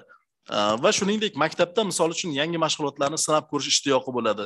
Mas'uliyatni o'z zimmasiga olish hissi bo'ladi va guruhlarda tashabbuskorlik ko'rsatish yoki bu keyinchalik maktab yuqori sinflarda guruh ishlarida asosiy qarorlarni qabul qilish, boshqalarning loyihalarida ishtirok etishga va hissa qo'shishga undash, vazifani hal qilish strategiyasi va rejalarini belgilab beradi. Endi bu bitta bir ko'nikma misolida o'sha ko'nikmani maktabgacha ta'lim muassasasidan hayotgacha jamiyatning a'zosiga aylanguncha insonda qanday namoyon bo'lishi ko'rsatib berilgan. Ya'ni endi o'qituvchilar asosan mana shu jihatlarni o'quvchida shakllanayotgani, o'quvchida shakllantirish uchun zarur bo'lgan sharoitni yaratib berish, muhitni yaratib berish o'qituvchidan talab qilinadi. Va bu o'z navbatida juda katta ilm, juda katta tajriba degani, bu yangi o'tilayotgan deylik, yangi ta'lim mazmuni mana shu jihatlari bilan o'ziga xos va bugun biz birgalikda xalq ta'lim tizimida o'qituvchilarni aynan tayyorlash bo'yicha ham mana Abdulla Avloniy nomidagi ilmiy tadqiqot instituti bilan birgalikda mana shu jihatlarga o'qituvchiga ya'ni yangi bir ta'lim tizimiga moslashishiga yordam beradigan tizimlar qilinmoqda. Testing platformalarini aytamizmi, qo'shimcha kurslarni aytamizmi? Mana shu jihatlarni o'qituvchilar ko'proq egallab olishlari bu maqsadga muvofiq. Xuddi shunaqa biz keyingi tanqidiy fikrlashni ko'rishimiz ham mumkin. Misol tabiiy fanlar misolida ko'rdik tanqidiy fikrlashni. Xuddi mana shunaqa har bir ko'nikmani rivojlanib borishini endi o'qituvchi alohida diqqat e'tiboriga olishi maqsadga muvofiq. Bu demak taqdimotlarni biz tashlab beramiz, yana batafsil uni ko'rib o'qituvchilar batafsil ma'lumot olish imkoniyatiga ega bo'lishadi. Bu yerda endi bir qator ko'nikmalar mavjud va eng muhimi bu o'qituvchilarga aytmoqchi bo'lganim, bu o'zgarishlar qarshisida shoshib qolish kerak emas yoki qo'rqish kerak emas. Eng muhimi bu yo'nalishda biz izlanyapmiz. Mana kun kecha qabul qilingan farmonda, qarorda ham vazifalar belgilab berildi va umid qilamanki, barchamiz bu urinishlar bular. Hech narsani biz mukammal demoqchi emasmiz. Bu urinishlar ilk o'sha qadam qo'yilayotgani va bu yo'lda bizni qo'llab-quvvatlayotgan xalqaro tashkilotlarga, xalqaro hamkorlarga, mahalliy ekspertlarimizga, hurmatli mualliflarimizga, o'zimizning safdoshlarimizga minnatdorchilik bildirmoqchiman. E'tiboringiz uchun rahmat.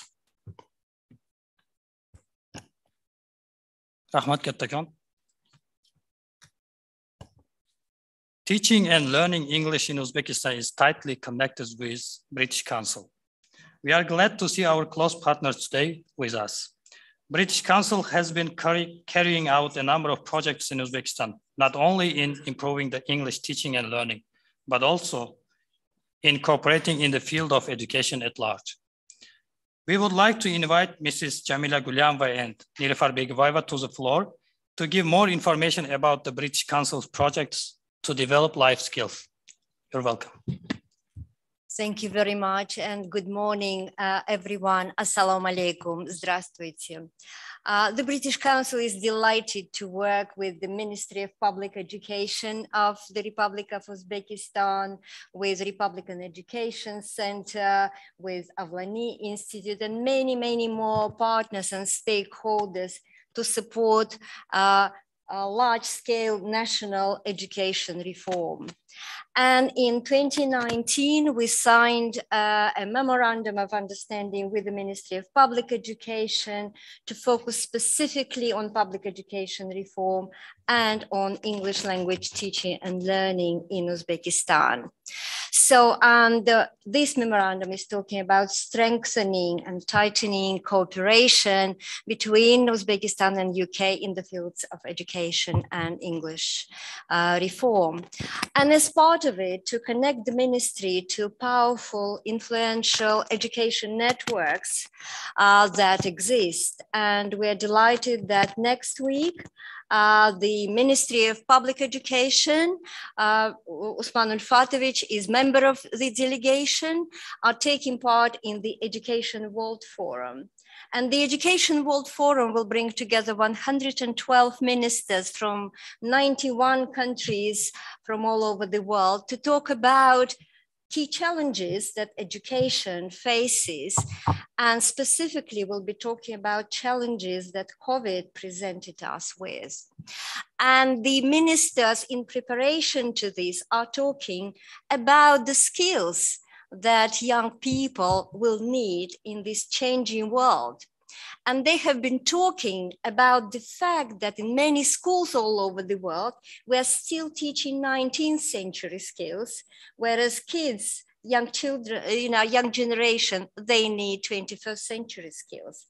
And among those, the ministers are talking about digital. They are talking about critical entrepreneurial thinking. They're talking about English in a mix of skills and many, many other skills that young people will need. And one of the things that many educators are talking about is that the world has changed. And of course, teaching in the classroom needs to change and learning habits need to change. And that's why we really need to revisit our thinking about all of those and to think about new learning pathways for young generation all over the world. And that includes Uzbekistan. So the other thing that we have been doing with the Ministry of Public Education is that we are proud to co-chair English Reform Steering Committee that aims to bring together all stakeholders, many of you, to talk about more holistic approaches to English reform in Uzbekistan and some interdisciplinary approaches that we need to take in order to coordinate all this important work that is taking place in the area of English teaching, English learning, and assessment, and how English fits this big mix of 21st century skills. And the other important thing that we have been doing with the Ministry of Public Education recently is that we launched a new project which is called Future English. And the key element of this project is research. And we have been talking about the need for reliable, up-to-date data for all of us to inform all further decisions. And as part of Future English project, we have done English impact research, and we have worked closely with the Ministry of Public Education, and we provided learners of English with UPTIS tests in 121 schools, and we tested around 3,000 learners of English who are 15, 16-year-olds, and that is linked to PISA agendas that the Ministry of Public Education has got. And very soon we will publish the outcomes of this research for us to understand where the gaps are and where our kids are demonstrating very good results. This, in fact, will inform all the work that colleagues have been talking about around standards, around curriculum, around textbooks, and around teaching and assessment. So that will be a very important piece of research. And the other important research work that we have done, again in collaboration with the Ministry of Public Education, in partnership with the University of Leicester, we looked at teaching practices in schools in Uzbekistan. And again, we worked closely with the Ministry of Public Education in all divisions, and we went to schools and we spoke with teachers and many other stakeholders, including parents, to understand where we are in terms of English language teaching in schools in Uzbekistan. And as a result of this research, we developed a new approach to teaching and learning. And that was in parallel or in collaboration with Avlani Institute and their new approach to continuing professional development of teachers in public education sector. So that was a very important development, and Nilufar will be talking to you about the outcome of this research and what we have done in order to support more than 2,000 English teachers in Uzbekistan in the first year. Thank you very much, Jamila.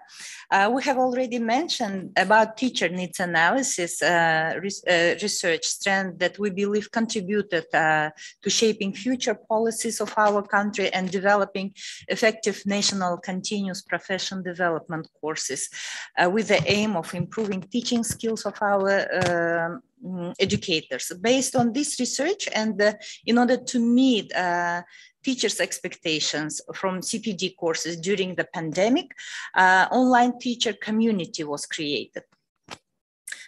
This platform is a unique, borderless digital home for thousands of English language teachers across regions in wider Europe, which includes Armenia, Azerbaijan, Kazakhstan, Ukraine, and Uzbekistan, where our teachers can meet each other, share experiences and knowledge, access synchronous and asynchronous learning, and document and keep their development in a safe space and assisted by trained facilitators. The platform also enabled our more than 2,000 teachers to gain integrated access to relevant British Council and other UK ELT sector reliable resources and discuss and share innovation and issues through small and larger communities of practice. There are also special interest groups on the platform, which allow the teachers to connect with the teachers from all participating countries to deepen their knowledge of a particular area. Additionally to OTC platform, we offered one more advanced course. This is assessment literacy course for English language teachers on this platform. It was developed by the University of Bedfordshire and includes combination of webinars, readings, and resources to equip the participating teachers with the basics of assessing English skills in the classroom. And in addition, English, this course enables participants to share and discuss their understanding and reflect on their classroom practice through forum discussions and get support from international moderators on the ATC platform. This combination of input, the direct application and community support ensure a course is highly effective and will ensure teachers can apply their new experience of assessment to their classroom practice. Now, everybody agrees that assessment is a crucial element of teaching and learning. And in order to eliminate the discrepancies between curriculum, textbooks, and assessment and teaching, the British Council initiated another short-term project with the aim, which is aimed at improving assessment skills. And we supposed to the university administrations to include assessment module into the preset curriculum. Now we are working on its curriculum as well. We should state that our teachers using this OTC platform develop such skills that are required by the 21st century skills and life skills as well, which of course will contribute to better teaching of our students as well. So our teachers' motivation and willingness for experimenting are drastically increased during this course completion. And I believe the approach of lesson development and delivery shifted even to more student-focused teaching. And as a result of this project, the most successful our teachers and facilitators were awarded attending ITEFL conference in Belfast next week. So they will be gaining new knowledge there and share their experience in the ITEFL conference, which will unite more than 6,000 English language teachers. And maybe they will share the most successful stories of whatever they did here in Uzbekistan.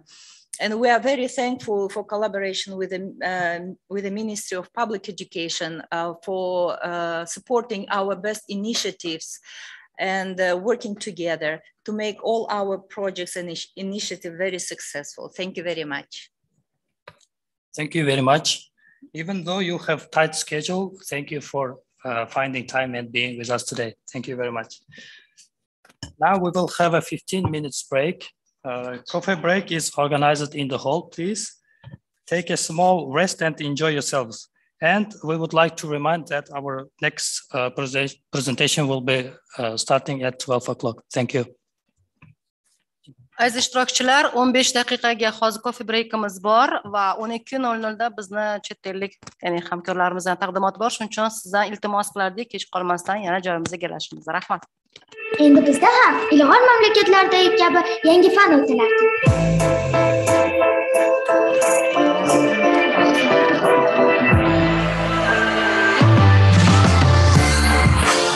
Endi kimyo, geografiya, biologiya va fizika fanlarini o'zaro bog'liqlikda o'rganamiz. Bu esa ularda atrof olam haqidagi yaxlit tasavvurlarni shakllantiradi.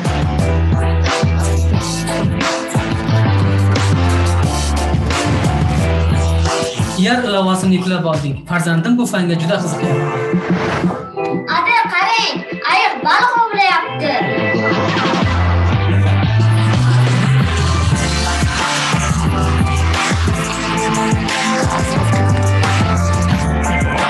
Biz endi kichik tadqiqotlar ham o'tkazamiz.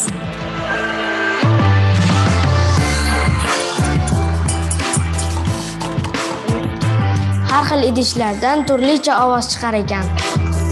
Bu esa ularda ijodkorlik, muammolarga yechim topa olish va ixtirochilik ko'nikmalarini shakllantiradi.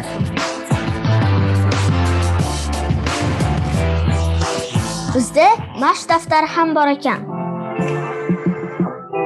Gulni kuzatib, natijalarni daftarga yozib boryapman.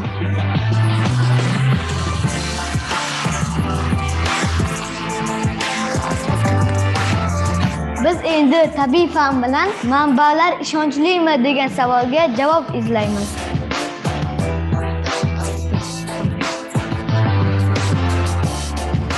Centimetr. Axborotlarni taqqoslaymiz. Olamni bir butunlikda tasavvur etamiz. tabiiy fanlar.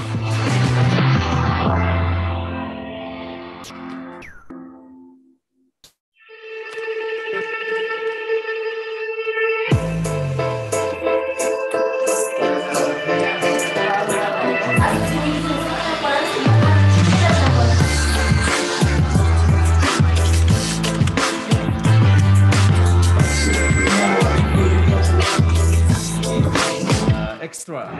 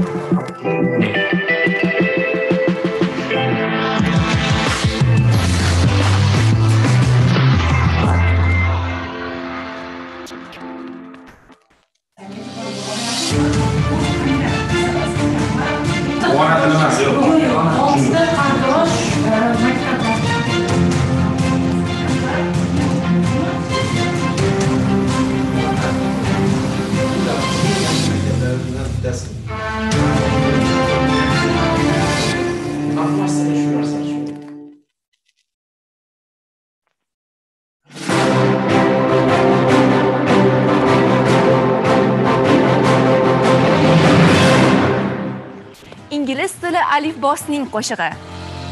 A B C D E F G H I J K L M N O P Q R S T U V W. Nemis tili alifbosining qo'shig'i. A B C D E F G H I J K. O'zbek tili alifbosining qo'shig'i. O'zbek tili alifbosining qo'shig'i. Endi o'zbek tilining ham o'z alifbo qo'shig'i bor.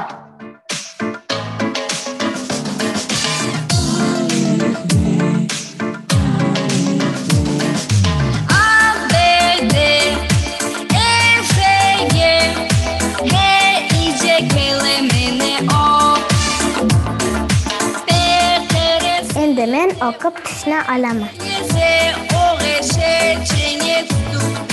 Endi men tinab china olaman. o'zimni o'zaklarda yoza olaman.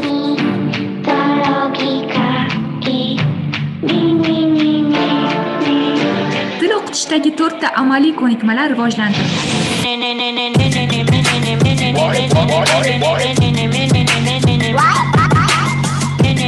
O'quv darsligi asosida o'quvchi mashq daftari joriy etildi.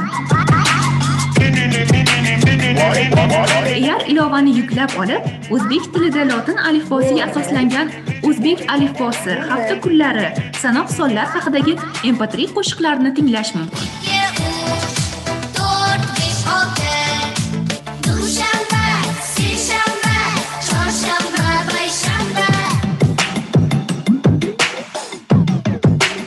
Ilgari o'zbek tili darsliklarida lug'at tarjimalar odatda 2 tilda havola qilingan bo'lsa, endilikda ular keng auditoriyani hisobga olib, qozoq, qirg'iz, qoraqalpoq, turkman, tojik, rus va ingliz tillarida ham tayyorlandi.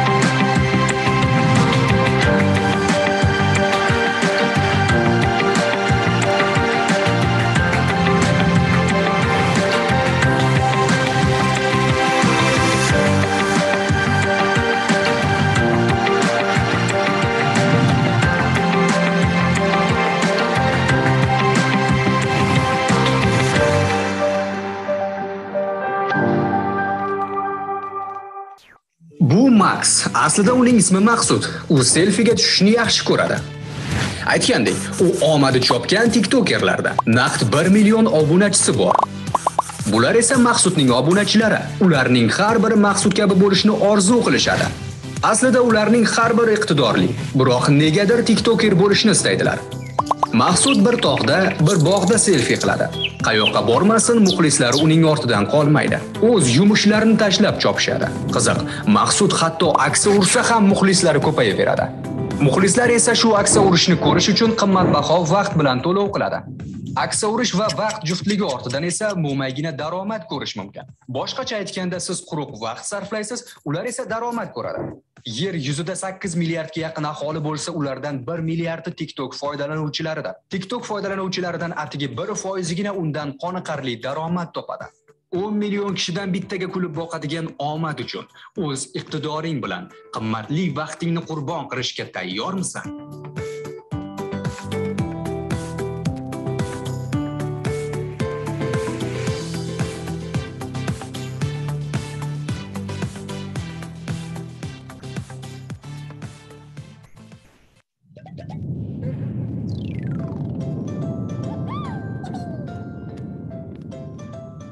Biznesingiz bormi?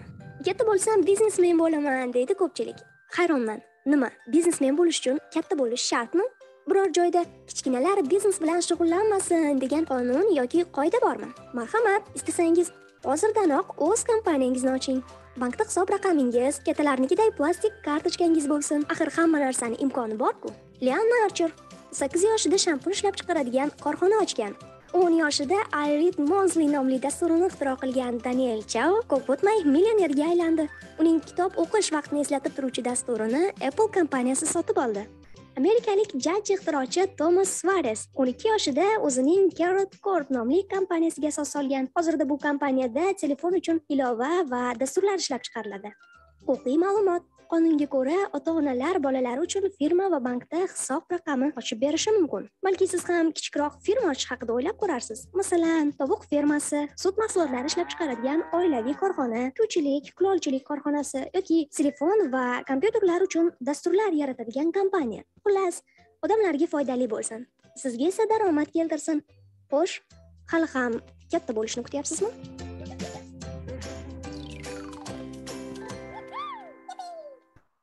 Kommunal to'lovlarni qisqartiring.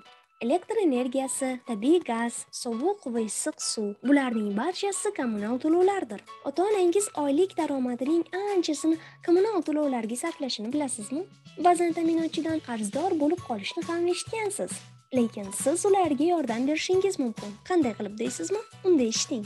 Ishlatilmayotgan chiroqlarni, televizor va kompyuterlarni o'chirib yuring. Rozetkadan keraksiz narsalarni sug'urib qo'ying. Tish yuvishingiz uchun 1 stakan suv yetarli. Suvni ochib qo'yib tish yuvsangiz 10 litrcha suvni bekor oqizgan bo'lasiz. Bu bir oyda 300 litr degani. Jo'mrakni mahkam yopilganligiga e'tibor bering. Tomchilab turgan suv ham bir kunda 10-20 litr bo'lib qolishi mumkin. Yuvinayotganingizda jo'mrakni oxirigacha ochib qo'ymang. Sababsiz yonib turgan tabiiy gazni o'chirishga aslo urinmang. Albatta, kattalarga murojaat qiling. Yuqorida berib o'tgan tavsiyalarimizga amal qilib, kommunal to'lovlarni qisqartirishga siz ham ko'maklashing.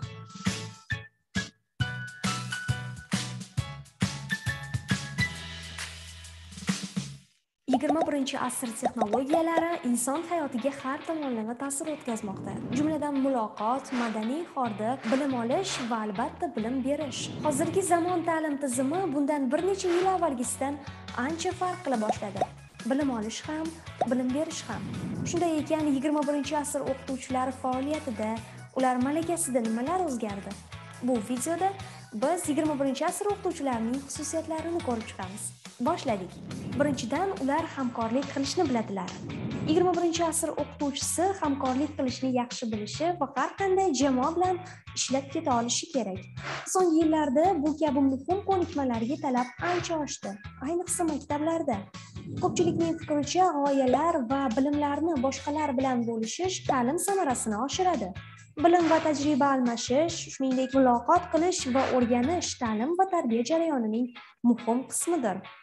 Ikkinchidan, ular moslashuvchan. Ular har qanday holatdagi vaziyatga moslasha oladilar. Zamonaviy dunyoda o'qituvchi bo'lish maktablarda joriy qilinayotgan turli yangi vositalarga va o'zgarishlarga moslashishni anglatadi. Sinflardagi doskalarning o'rnini smart doskalar, darsliklar o'rnini planshetlar egallamoqda. 21-asr o'qituvchisi ushbu o'zgarishlar jarayonida o'zini yaxshi va qulay his qilishi kerak. Uchinchidan, ular uzoqni ko'ra biladilar.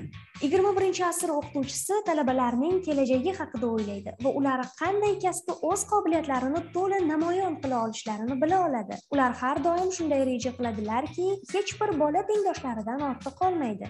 Shunday qilib, ular hozirgi kun bolalarini kelajak hayotga tayyorlashga e'tibor qaratishadi. To'rtinchidan, ular zamonaviy texnologiyalardan mohirona foydalanadilar. Texnologiya tez sur'atlar bilan o'zgarib bormoqda. Bu degani 21-asr o'qituvchisi doim o'zgarishlarga shay turishi kerak. Ya'ni har doim ishga tayyor bo'lishi kerak. Eng so'nggi texnologiyalar dars yoki baho bo'lsin. O'qituvchilar va o'quvchilarga yaxshiroq va tezroq o'rganishga imkon beradi. 21-asr o'qituvchisi biladiki, eng yangi gadjetlarni o'zlashtirish o'quvchilarning bilim olishini tubdan o'zgartirish mumkin. Shuning uchun ular nafaqat yangi tendensiyalarni kuzatibgina qolmay, balki ularni qanday qo'llashni ham bilishadi. 5-dan, ular umri davomida bilim olishdan to'xtamaydilar. 21-asr o'qituvchilari nafaqat o'z o'quvchilaridan doimiy ravishda bilim olishlarini kutishadi, balki ular ham shunday qilishadi. Ular har doim ta'limning zamonaviy tendensiyalari va texnologiyalardan xabardor bo'lib turishadi. Dars rejalarini zamon talabiga moslab o'zgartirishni ham bilishadi. Mazkur video sizga foydali ma'lumotlar taqdim etdi deb umid qilamiz.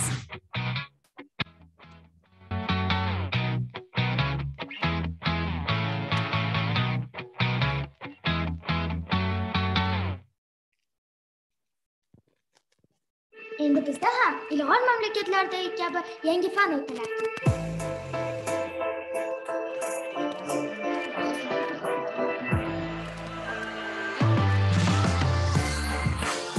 Endi kimyo, geografiya, biologiya va fizika fanlarini o'zaro bog'liqlikda o'rganamiz. Bu esa ularda atrof olam haqidagi yaxlit tasavvurlarni shakllantiradi.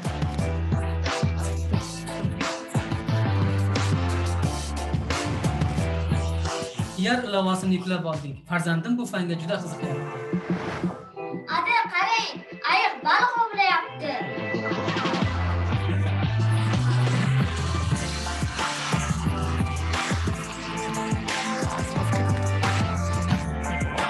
Biz endi kichik tadqiqotlar ham o'tkazamiz.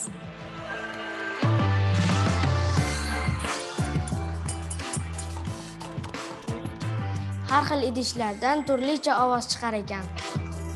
Bu esa ularda ijodkorlik, muammolarga yechim topa olish va ixtirochilik ko'nikmalarini shakllantiradi.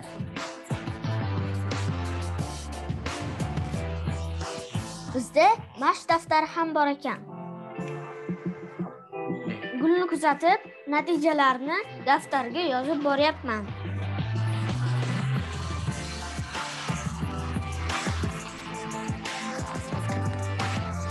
Biz endi tabiiy fan bilan manbalar ishonchlimi degan savolga javob izlaymiz.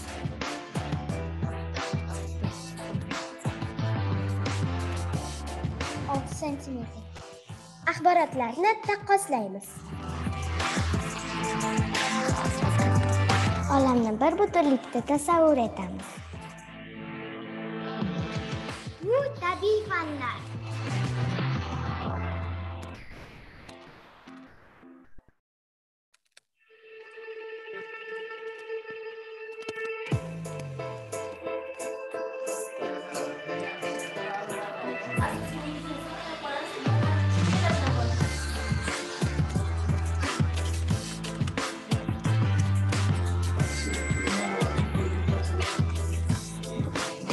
Extra.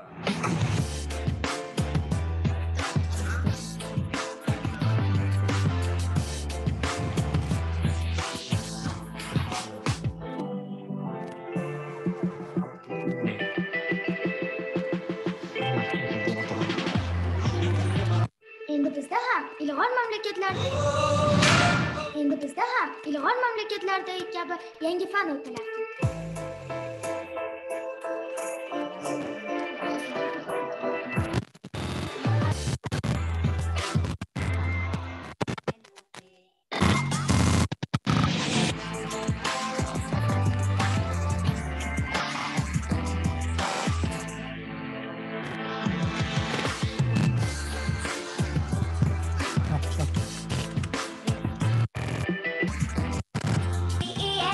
Hurmatli seminarimiz qatnashchilari, navbatdagi taqdimotni tayyorlayapmiz. A, B, D, E, F, G, H, I, J, K.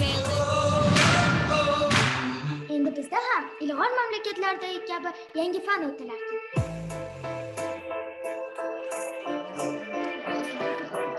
Anjuman ishtirokchilari hamyuzi ma'muriyat bilan taklif etamiz. Endi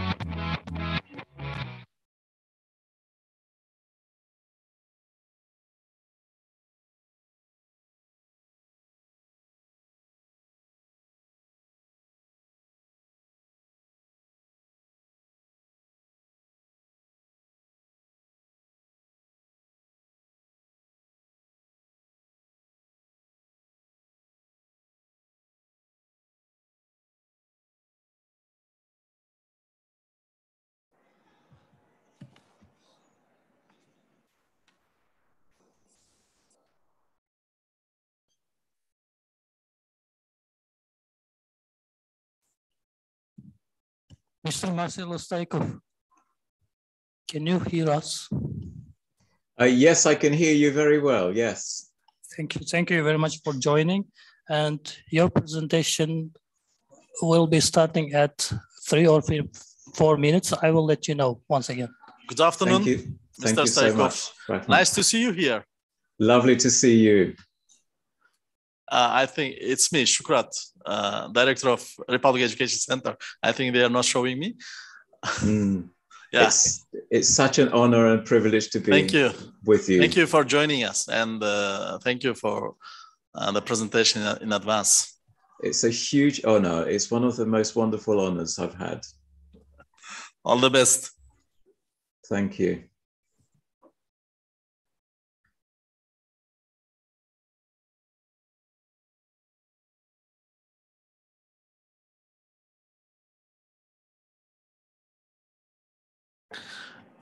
And as well, Miss Philippa, thank you for the presentation. It was very lovely and full of information. That's a pleasure, thank you. And again, it's a real privilege to be here and to work with you and all the team. So thank you so much. Thank you. We feel powerful together with you, and both mathematics and science. This full of inspiration for us, and your working style and your efforts. Thank you. I think we've got such brilliant teams. I think that's what it is. You know, they work so hard and they're so brilliant. So thank you. How the weather in the UK? I think you are in the UK, right? Yes, it's lovely. It's lovely today. Very sunny. It's lovely. Spring already. Yes, we're just launching into summer. Yes. Summer. Yes, it's lovely. Marcelo, here in my part of England, it's raining. Oh, really? Oh, you need to come to Brighton. I heard that you are coming in June, I think. Yes. And at least that we will have chance to see in life and to share some point of views. And I hope that as well, Mr. Starikov as well will come soon. Yes, and, it would be a dream come true to come over and meet you all. Yes.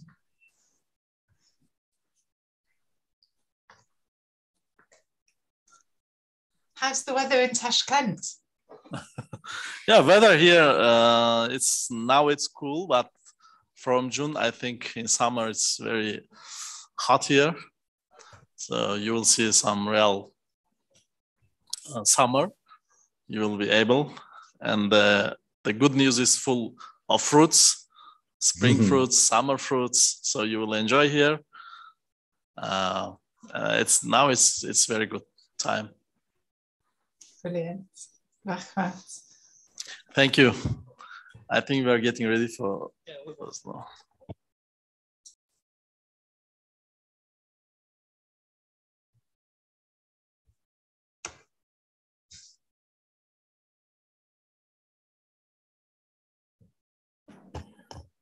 Hurmatli seminarimiz qatnashchilari, seminarimiz davom etadi. Navbatdagi taqdimotchimiz Sussex, Buyuk Britaniyaning Sussex Universiteti professori Dr. Marcelo Starikov bo'ladilar. Marcelo Starikov is lecturer at the University of Sussex and also teacher training course. He will be presenting about new math curriculum and math textbooks. Marcelo Starikov, you're welcome. Assalamu alaikum. And it's a really great honor, really great pleasure to be with you all. And thank you so much for inviting me and giving me the opportunity to share some of the amazing work that I have been able to do on behalf of UNICEF with the really fabulous team that I'm very privileged to be working with. So I really hope that you enjoy the presentation and that you get a flavor of the type of new initiatives that we are trying to include in the textbooks and the teachers' guides and the teacher training of the theme of mathematics. And I guess the main thing that we're very excited about is that we're trying to develop a way of presenting the mathematical curriculum to the students in a way that promotes their creative thinking, in particular, their curiosity and their philosophical thinking. We're trying to make sure that they regard mathematics as something that is fascinating, relevant to their lives, and not always something to be feared or something that has a right and wrong answer. So we're doing a lot of philosophical thinking through mathematics and making it very personalized to their lives. I just want to share with yourselves some of the principles that we're using. We are starting with this amazing quote from Albert Einstein, who said that he never taught his students, but he just created the conditions in which they could learn. And that's the principle that's the whole team that we're working with, we're following, but we've added a little extra as well, that we think that it's not only necessary to create the conditions in which students are able to learn, but what we're trying to do is to present the learning in a way that they will be able to learn, but want to learn. And that's what's so fascinating. Every meeting that we have, this is what's driving us, presenting something in a way that enthuses the children so that they will want to engage with the curriculum intrinsically. And through engaging with the curriculum intrinsically, to develop those thinking skills that a mathematician needs, but also thinking skills and lifelong learning skills that will help them become amazing citizens of the future. So we are also very much relating the relationship of the learning between the school, the child, the family, and the world that they live in. So it's a really comprehensive view of the curriculum that we are taking, and always linking everything together. And you can see here how exciting it is that we are linking, we're focusing on teaching the children how to learn as well as what to learn. And what happens then is that when we have a values-based approach to learning within the classroom that enables the students to learn, to be together, to work together in a values-based approach, that enables their rights to be met. So we're focusing very much on the children's rights, which then enables the learning to happen. And when the learning happens in this way, it happens in a way that promotes their lifelong learning skills, as the educational system in Uzbekistan is promoting so wonderfully. Children that are resilient in their learning, reflective in their learning, resourceful, they know which strategies to use, they are able to think creatively, work collaboratively, and most of all, be really curious about what they're learning and how that enables them to apply the knowledge and understanding into real life scenarios. And once we're developing children that are lifelong learners, then that makes them be able to contribute positively to society and to all the communities that they belong. So their own self, how confident they are, their high level self-esteem within their family, within the school, their local, their national and global communities. So it's all encompassing an approach that is very much based on an approach that I have developed actually, that's called the joy of not knowing, and which is based upon the idea that we start in life and with a learning objective here, and if we know the answer, we can jump across. If we don't know the answer, we come into here to do all our learning. And when we find the answer to the problem, the solution, we're able to climb out and go onto this side again. But what is really interesting is that if we know the answer and jump across, then we're getting the students to realize that knowing the answer doesn't lead to any new learning. So the only way to learn something new, because they already knew it, the only way to learn something new is to not know it first. So it's going through this path. So what we're trying to do is to make, particularly mathematics, to make the not knowing a really exciting place to be, rather than a place full of anxiety and worry. So not knowing is embraced, uncertainty is embraced, a love of learning is embraced through knowing that in order to learn something new, we have to start in a position of not knowing it first. So it's really, really fascinating. And we're working, the book that's just been published, we're working with the department to try and translate it into Uzbekistan and offer it to all the teachers in Uzbekistan, which would be an absolute wonderful dream full of ideas. And these are just some examples of the work that we have been doing, just to give you a flavor of how when we start the work, it then develops and increases in, as we have all our discussions, increases in the depth and breadth of what we offer the students, and links to creative thinking, to mathematical skills, to a skills-based curriculum. So you can see that before and after scenarios of the textbook pages that we're working on, how we start and then how it finishes. This is an example from grade 1. And I just wanted to show you how, we're using the Olympic ring, so we're linking everything to real life scenarios. And I just want to show you, for example, how then that translates to the teacher's guides that we're then promoting. So for example, if we're doing an exercise of learning about being shorter and longer, we then link that first of all to a thinking skill starter. So it starts to, the lesson launches with a way that enables the children to think and really enjoy their thinking before they do the lesson. And then, for example, with this one, once they realize that there's a concept of smaller and larger, we then show them, for example, a map of Uzbekistan. We get them to say which regions in Uzbekistan are smaller or larger. So it just makes it so exciting and so relevant to their lives. And then we are working very much, most of the lessons then have also a relationship to this, the Sustainable Development Goals. And then we also make them feel that they are citizens of the world. And again, they can link the map of the world and look at countries and see which ones are smaller and larger. So just from a very small concept, we're getting a huge amount of really interesting learning, and always related to the competencies that makes them mathematicians, but also related to the competencies that makes them lifelong learners and creative thinkers, and able to function and problem solve very interestingly. And then we also are doing a lot to create math investigations through these concepts, open-ended investigations, so there's no right and wrong answer, and also linking it to things that are particularly vital. And this is the national tree of Uzbekistan, and we're looking at how using geometry we can measure the height of a tree just by looking at it through a right angle triangle made out of paper. So all sorts of, really bringing mathematics alive.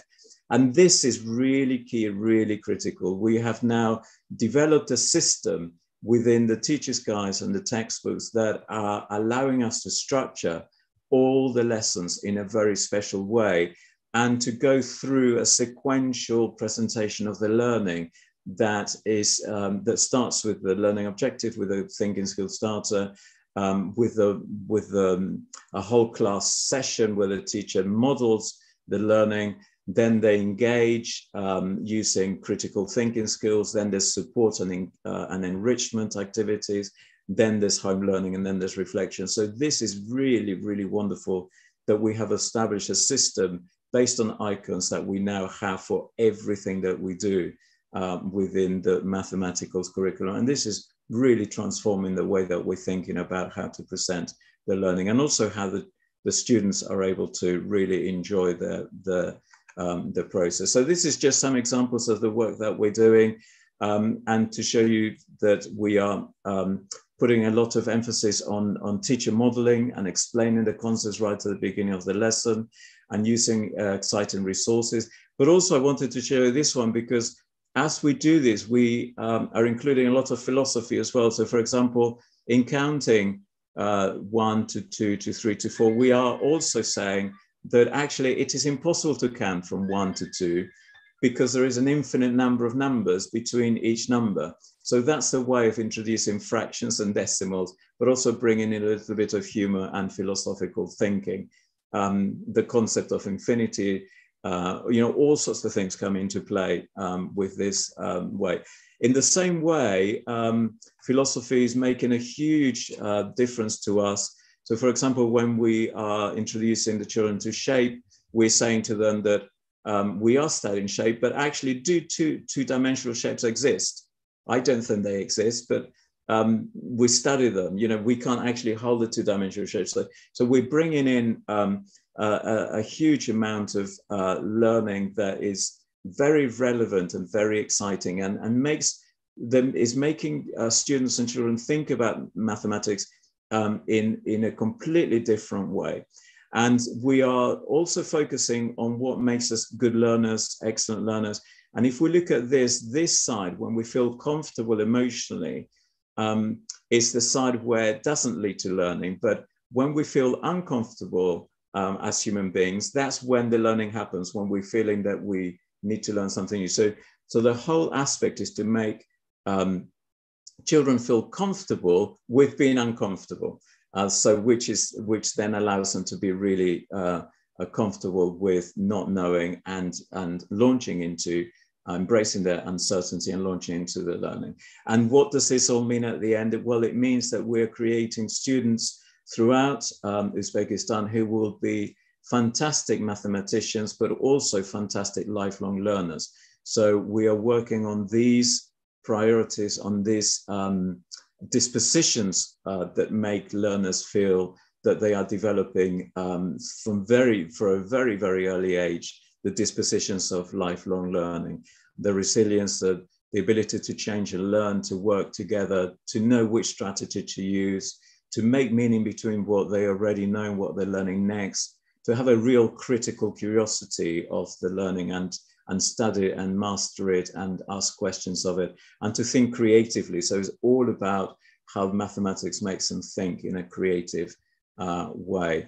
And then I wanted to show you this, because this is an outcome of what this approach that we are taking leads to, where children, this is a child that's interpreted this in Spanish, where it leads to children feeling, it says, I don't know, but very happily saying that they don't know.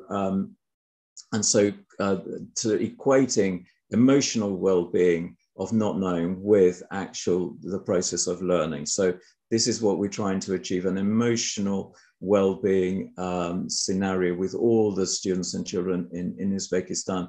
And very interestingly, we're working with the team to try and see if we can develop what's called a learning to learn week or learning to learn process, where we actually specifically teach the children how to learn before we then teach the children what to learn. So we're embedding the learning to learn approaches and developing ways that children learn to be mathematicians from the outset of the academic year and the outset of all the lessons that we have with them. And I wanted to finish with a wonderful quote from Nelson Mandela that is so dear to what we're doing. And if we can get children to feel that the learning touches them emotionally and reaches their heart, then they will be at their very best. So that's just hopefully giving you a really lovely flavor of the approach that we're taking and the way that we're trying to make mathematics come alive for the children and the source of inspiration for them all. Thank you. Thank you very much, Mr. Starikov. We would like once again to extend our gratitude for your hard work with us. Thank you. It's an enormous pleasure to work every second with yourselves. Thank you. Thank you. Now, USAID, United States Agency for International Development, is one of key partners of the Ministry of Public Education. In cooperation with USAID, Uzbekistan Education for Excellence program is being carried out. The program aims to improve teaching and learning of math, ULA in elementary schools, English in grades 1 to 11, and ICT in grades 5 to 11. This includes development of student standards, scope and sequence documents, production of teaching materials, customization of international series on EFL and ICT, teacher professional development, digital platform, and so on. We would like to thank Ms. Luan Gronholt, Education Office Director of USAID in Uzbekistan. And we would like to give floor to her to welcome all of you. Thank you. Good afternoon. Thank you so much for the introduction and for just a couple of minutes to introduce to the group USAID and our work. I want to start by just thanking again and congratulating the Ministry of Public Education and the Republican Education Center for organizing this event. It's an extraordinary opportunity to share our work and how we can come together under the vision and leadership of the Ministry of Public Education to produce skills and skilled learners. USAID and the US government works closely with the government of Uzbekistan and primarily with the Ministry of Public Education in the education sector under a bilateral agreement, which is focused on the ministry's goal of improving human capital in the country and ultimately improving learning outcomes and the skills of children and youth. Our work is implemented through two primary partners who are here with us today. And so I will give them time to describe the projects that we are supporting. But I'll just say that the Uzbekistan Education for Excellence program implemented by RTI International and the Uzbekistan YES, or Youth Employment Skills program implemented by the American Councils for International Education really highlight our shared commitment with the government of Uzbekistan to the next generation of youth in this country who will really contribute to the country's development as well as to their own prosperity and that of their families and communities. So with that, thank you again to the organizers of this event and to all of the educators and education stakeholders online. And I'm happy to pass the discussion over to our implementing partners. Thank you. Thank you very much. Now from RTI International Group, Gulnaza Najmuddinova and Azima Tayirova will be presenting about teaching life skills to students with Cambridge English textbooks. Welcome. Thank you very much. Okay. The Uzbekistan Education for Excellence program is funded by USAID and implemented by RTI International together with Florida State University and Mississippi State University as partners. As Javlon Bek already mentioned, there are three overarching results of the program, which are improved outcomes for Uzbek language arts and mathematics in grades 1 to 4, improved instruction for ICT in grades 5 to 11, and improved instruction for English language, for English as a foreign language for grades 1 to 11. So today we're going to talk about English language. So, yeah, there are two of us, you can skip it. Yeah, so how life skills are reflected in our textbooks. Let's have a quick look. That's a quick background. Cambridge University Press, both series that we have customized are developed by Cambridge University Press. So Cambridge University Press have identified some of the competencies, and they call them life competencies, which are reflected throughout the courses, like critical thinking, and you can see them here, social responsibility, collaboration, communication, and learning to learn. Next. So where can students use creative thinking in English lesson, you would think, where it can be? This is one of the great examples, which I personally love. It's from grade 5, and this is a lesson about the food chain. So it's a great example of how creative thinking can be developed with kids. So what is critical thinking? This is another skill that is reflected. So this is a Bloom's taxonomy, which many of you should probably know. It's ability to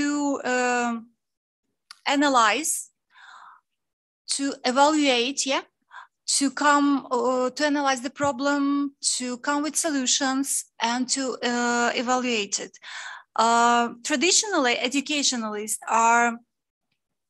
tend to concentrate more on remembering and sometimes understanding. But to be successful in life, students need to develop other skills like analyzing, evaluating, creating, and applying. So where can students use critical thinking in English lesson?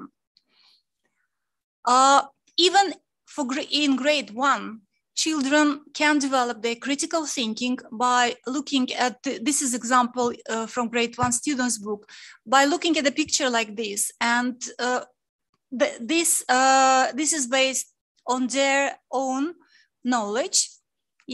And the first response will not be, and their response will not be in English language. Their response will be born in their brains, because this is based on their knowledge. So what's wrong with that picture? King-san, you can skip it over. Okay, one of the important skills that was mentioned many times today is learning to learn. It is very important for children because it helps to be successful at all subjects, not just English. And it helps them to be aware of how they learn best and what and where they need help. Collaboration is another skill. So when children help each other during the lesson, they develop their language skill. And in its turn, working together, it helps to build them confidence. Social responsibility. Let me explain why we have the onion here. Can you go back? Yes. The onion here is not a surprise why we have it here. Because when we talk about social responsibility, we first talk about our responsibility, personal responsibility. And when we apply it to class, we talk about our responsibility for our learning results in the class. Then we talk about how we work in a group, in a class. The next layer is about leadership, culture, and global issues. So it grows like the circles in the onion. Thank you. Assalamu alaikum. Thank you, Gulnoz-opa. So where do we see life skills practiced in Guess What series for grades 1 to 6? In Guess What, in each unit, you can see a series of stories that develop lesson by lesson and that are related to students' lives. The picture on the left is taken from students' book, and this gives a story where students playing together skills will be developed. And the picture on the right is taken from Teacher's Guide, which gives teachers step-by-step detailed instructions on how to use these stories effectively in their lessons. Stories in textbooks and fairy tales help to develop students' social values, where they teach students how to behave well in society, and students can discuss and apply these stories to their own behavior. For example, in grade 2, they will develop social values such as sharing things, eating healthy food, and being neat. Life skills are everywhere in Cambridge series. For example, in these activities, doing these activities, students develop their critical thinking, they have communication skills developed, and creative thinking as well. What life skills do students develop in a project? So we have projects from early grades.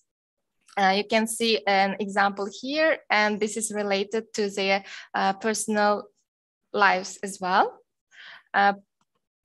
Through these projects, students can learning to learn, as many times have been mentioned in this conference, social responsibility. They will be able to make their own choices, and they learn how to ask for help.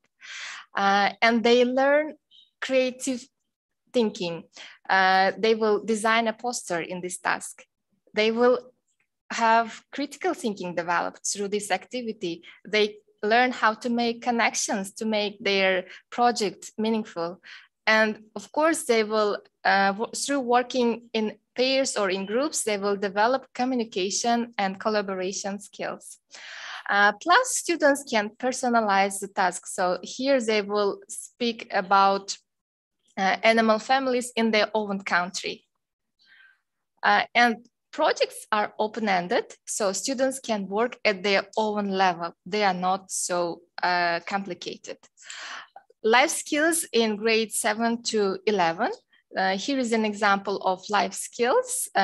For prepared lessons, we have separate pages, separate lessons to develop life skills, most of which includes projects in the end. And in teacher's guide, it's given like life skills lessons, how students develop important skills for their everyday lives, and projects in the life skills and culture lessons encourage students to work together and to create something fun and expand their learning. So thank you for your attention. We are not going to do the quiz. Thank you. Thank you very much. We always appreciate RTI team's involvement and support in carrying out this program. Thank you. Now the floor will be given to American Council representatives, Mr. Shuhrat Amanov and Maxim Kim, please. Good afternoon, dear colleagues. Thank you very much. Before start, we would like to extend our sincere gratitude to the Republican Education Center, Avalon Research Institute, UNICEF, Ministry of Public Education, of course, and our partners who have made this event today possible. If you can on the presentation, thank you very much.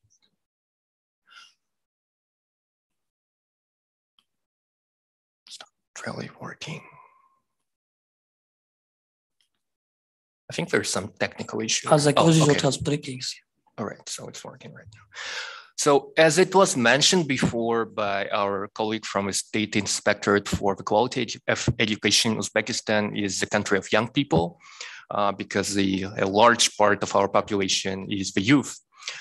Therefore, we, in our activity, one of the vision of our activity, as it's written here, is empowerment of youth to take charge of their career paths and equipping them with the knowledge and skills they need to successfully contribute to Uzbekistan's social and economic development. And I forgot to mention that our activity is called Uzbekistan Youth Employment Skills, or YES program. So a little bit of basics about our activity. We have started in January 3, 2022 this year, and this activity will last until December 31, 2026. The USAID has awarded $10 million for the implementation of this activity, and the prime partner in the implementation of this activity is American Council for International Education. The chief of party is Dr. Lisa Kaplan-Nunes, on whose behalf we are presenting this activity today. Our main goal of this activity is to equip the youth of Uzbekistan in grades 8 to 11 with the necessary skills and tools to participate in Uzbekistan's labor market as competent employees and entrepreneurs through the improvement of the quality and relevance of the curricula and teaching practices in school-based and after-school programs. And of course, through practical and experience-based learning, which our colleagues have mentioned today. In our activity, Youth Employment Skills activity, we have three main objectives, which you can see on the screen. The first one is improved quality of school-based economics and entrepreneurship programs. The second objective is the improvement of quality of after-school, entrepreneurship, soft skills, and work readiness programs. And the final objective is a strengthened enabling environment to support and engage youth of Uzbekistan. And we'll talk a little bit more in details about each activities. And now I'm giving the floor to my colleague, Mr. Shuhrat Amanov. Thank you, Maxim. Yeah. Can you hear me? Under objective 1, we are aiming to look into school-based economics and entrepreneurship programs, where we are going to update the curricula and teaching learning materials for grades 8 and 11. First of all, we are going to review in-school curricula. Based on the review, we are going to develop a new in-school curriculum and teaching and learning materials. Of course, project will also design an online versions of those materials for the courses. The next area would be around the teacher training, where we are aiming to start with teacher assessment, teacher training and retraining courses, teacher training curriculums and materials, and the teacher support and mentoring mechanisms. Lastly, we are going to look into assessing the revised curricula in target pilot regions in schools, and we want to see the effectiveness of our intervention. Under objective 2, we will look into the quality of the after-school entrepreneurship, soft skills, and work readiness programs. We are going to improve the quality of after-school entrepreneurship, soft skill, and work readiness programs by developing a new after-school curriculum and teaching and learning materials. We are going to integrate private sector perspectives into the curricula, aiming to strengthen the partnership between Ministry of Public Education and private sector stakeholders. But most importantly, we want to cultivate and leverage the private sector partnership to create opportunities for the training use, job shadowing, and mentoring opportunities. We want to create private sector mentorship ecosystem, but also private sector job shadowing programs in schools. And the third objective of our activity is strengthen enabling environment to support and engage with youth. I'll tell you more about this. First one is, of course, to support the behavior change among the target audience. To be precise, the youth, young participants in grades 8 to 11, their parents, teachers, and mentors, as well as various private sector employers. The second one is engage private sector from diverse group of businesses so that they have their input into the curriculum development, into the development of new teaching and learning materials, as well as in general have their practical experience contribution into the activity. And the final one, what we will focus on is the forging sustainable relationships between the Ministry of Public Education and our governmental institutions, as well as the private sector of Uzbekistan, so that there is a dialogue between them. And as I have mentioned previously, so that private sector has their actual input, their practical experience, their know-how of the Uzbekistan labor market. If we are talking about the focus areas and the groups will be working with, so first and foremost are the women and females. Secondly, youth with disabilities. Of course, it's, as I said before, private sector engagement. And finally, it's the community engagement in the piloting region. The contacts, if you have any questions to us, you can always contact our Chief of Party, Dr. Lisa Kaplan-Nunes, our technical lead, Mr. Shuhrat Amanov, or myself, Maxim Kim, Communication and Engagement Officer. Thank you, colleagues. Thank you very much, Misters. American Council is implementing ESN, English Speaking Nation project, which we can say one of the mega projects in the field of public education. And now they're launching a new project, which we believe that is going to be very fruitful project. Thank you very much. Ma'lumki, o'quvchilarda ijodiy fikrlash ko'nikmasini rivojlantirishda tasviriy san'at fanining o'rni beqiyos.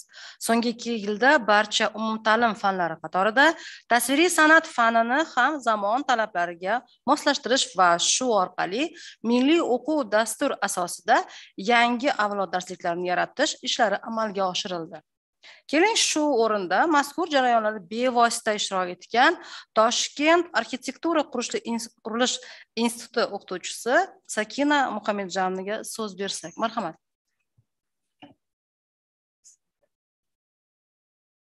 Assalomu alaykum, hurmatli anjuman qatnashchilari. Iltimos slayd qo'yib bersanglar. Avvalambor sizlarni shunday anjumanda ko'rib turganimizdan juda ham xursandmiz. Bunday anjumanlar bizga ko'p tajriba almashish imkoniyatini beradi. Demak, bugungi mavzuda shu narsani ta'kidlab o'tmoqchi edimki, ya'ni o'quvchilarda ijodiy fikrlash ko'nikmasini rivojlantirish tasviriy san'at misolida qanday yechimlarga ega bo'lib bormoqda va tasviriy san'at maktab dasturlarida qanaqa o'zgarishlarga ega bo'lib borayotgani haqida ozmuncha gapirib o'tmoqchi edim biz birmuncha. Demak, o'quvchilarda ijodiy fikrlash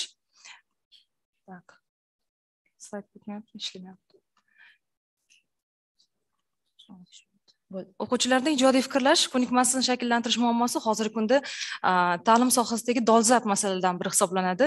Chunki biz bilamizki, maktab yoshidagi o'quvchilar asosan dunyoni tasvir, ranglar orqali vizual qabul qilishadi. Demakki, tasviriy san'at fanining aynan maktab yoshidagi bolalar uchun ahamiyati juda ham yuqori. Hattoki bundan oldingi ma'ruza bilan chiqqanlarni slaydlarda ham ko'rishimiz mumkin. Barcha muammoning yechimida, barcha fikr izohida ham aynan shu tasviriy san'at nima derdi, dan foydalanilgan rasmlarni ko'rib o'tdik. Demak, jamiyatdagi ijtimoiy-iqtisodiy o'zgarishlar yuzaga kelayotgan hayotiy muammolarga nostandart yechim topish qobiliyatiga ega ijodkor shaxsni tarbiyalash zaruratining ahamiyati kun sayin ortib bormoqda. Bu esa o'z navbatida zamonaviy xalq ta'limi tizimidagi maktablarda o'sib kelayotgan yosh avlodning ijodiy imkoniyatlarini rivojlantirish kabi muhim vazifalarni bajarish zaruratini anglatadi. Tasviriy san'atning eng muhim vazifalaridan biri bu borliqqa estetik va konstruktiv idrok etish kompetensiyalarini shakllantirishdir.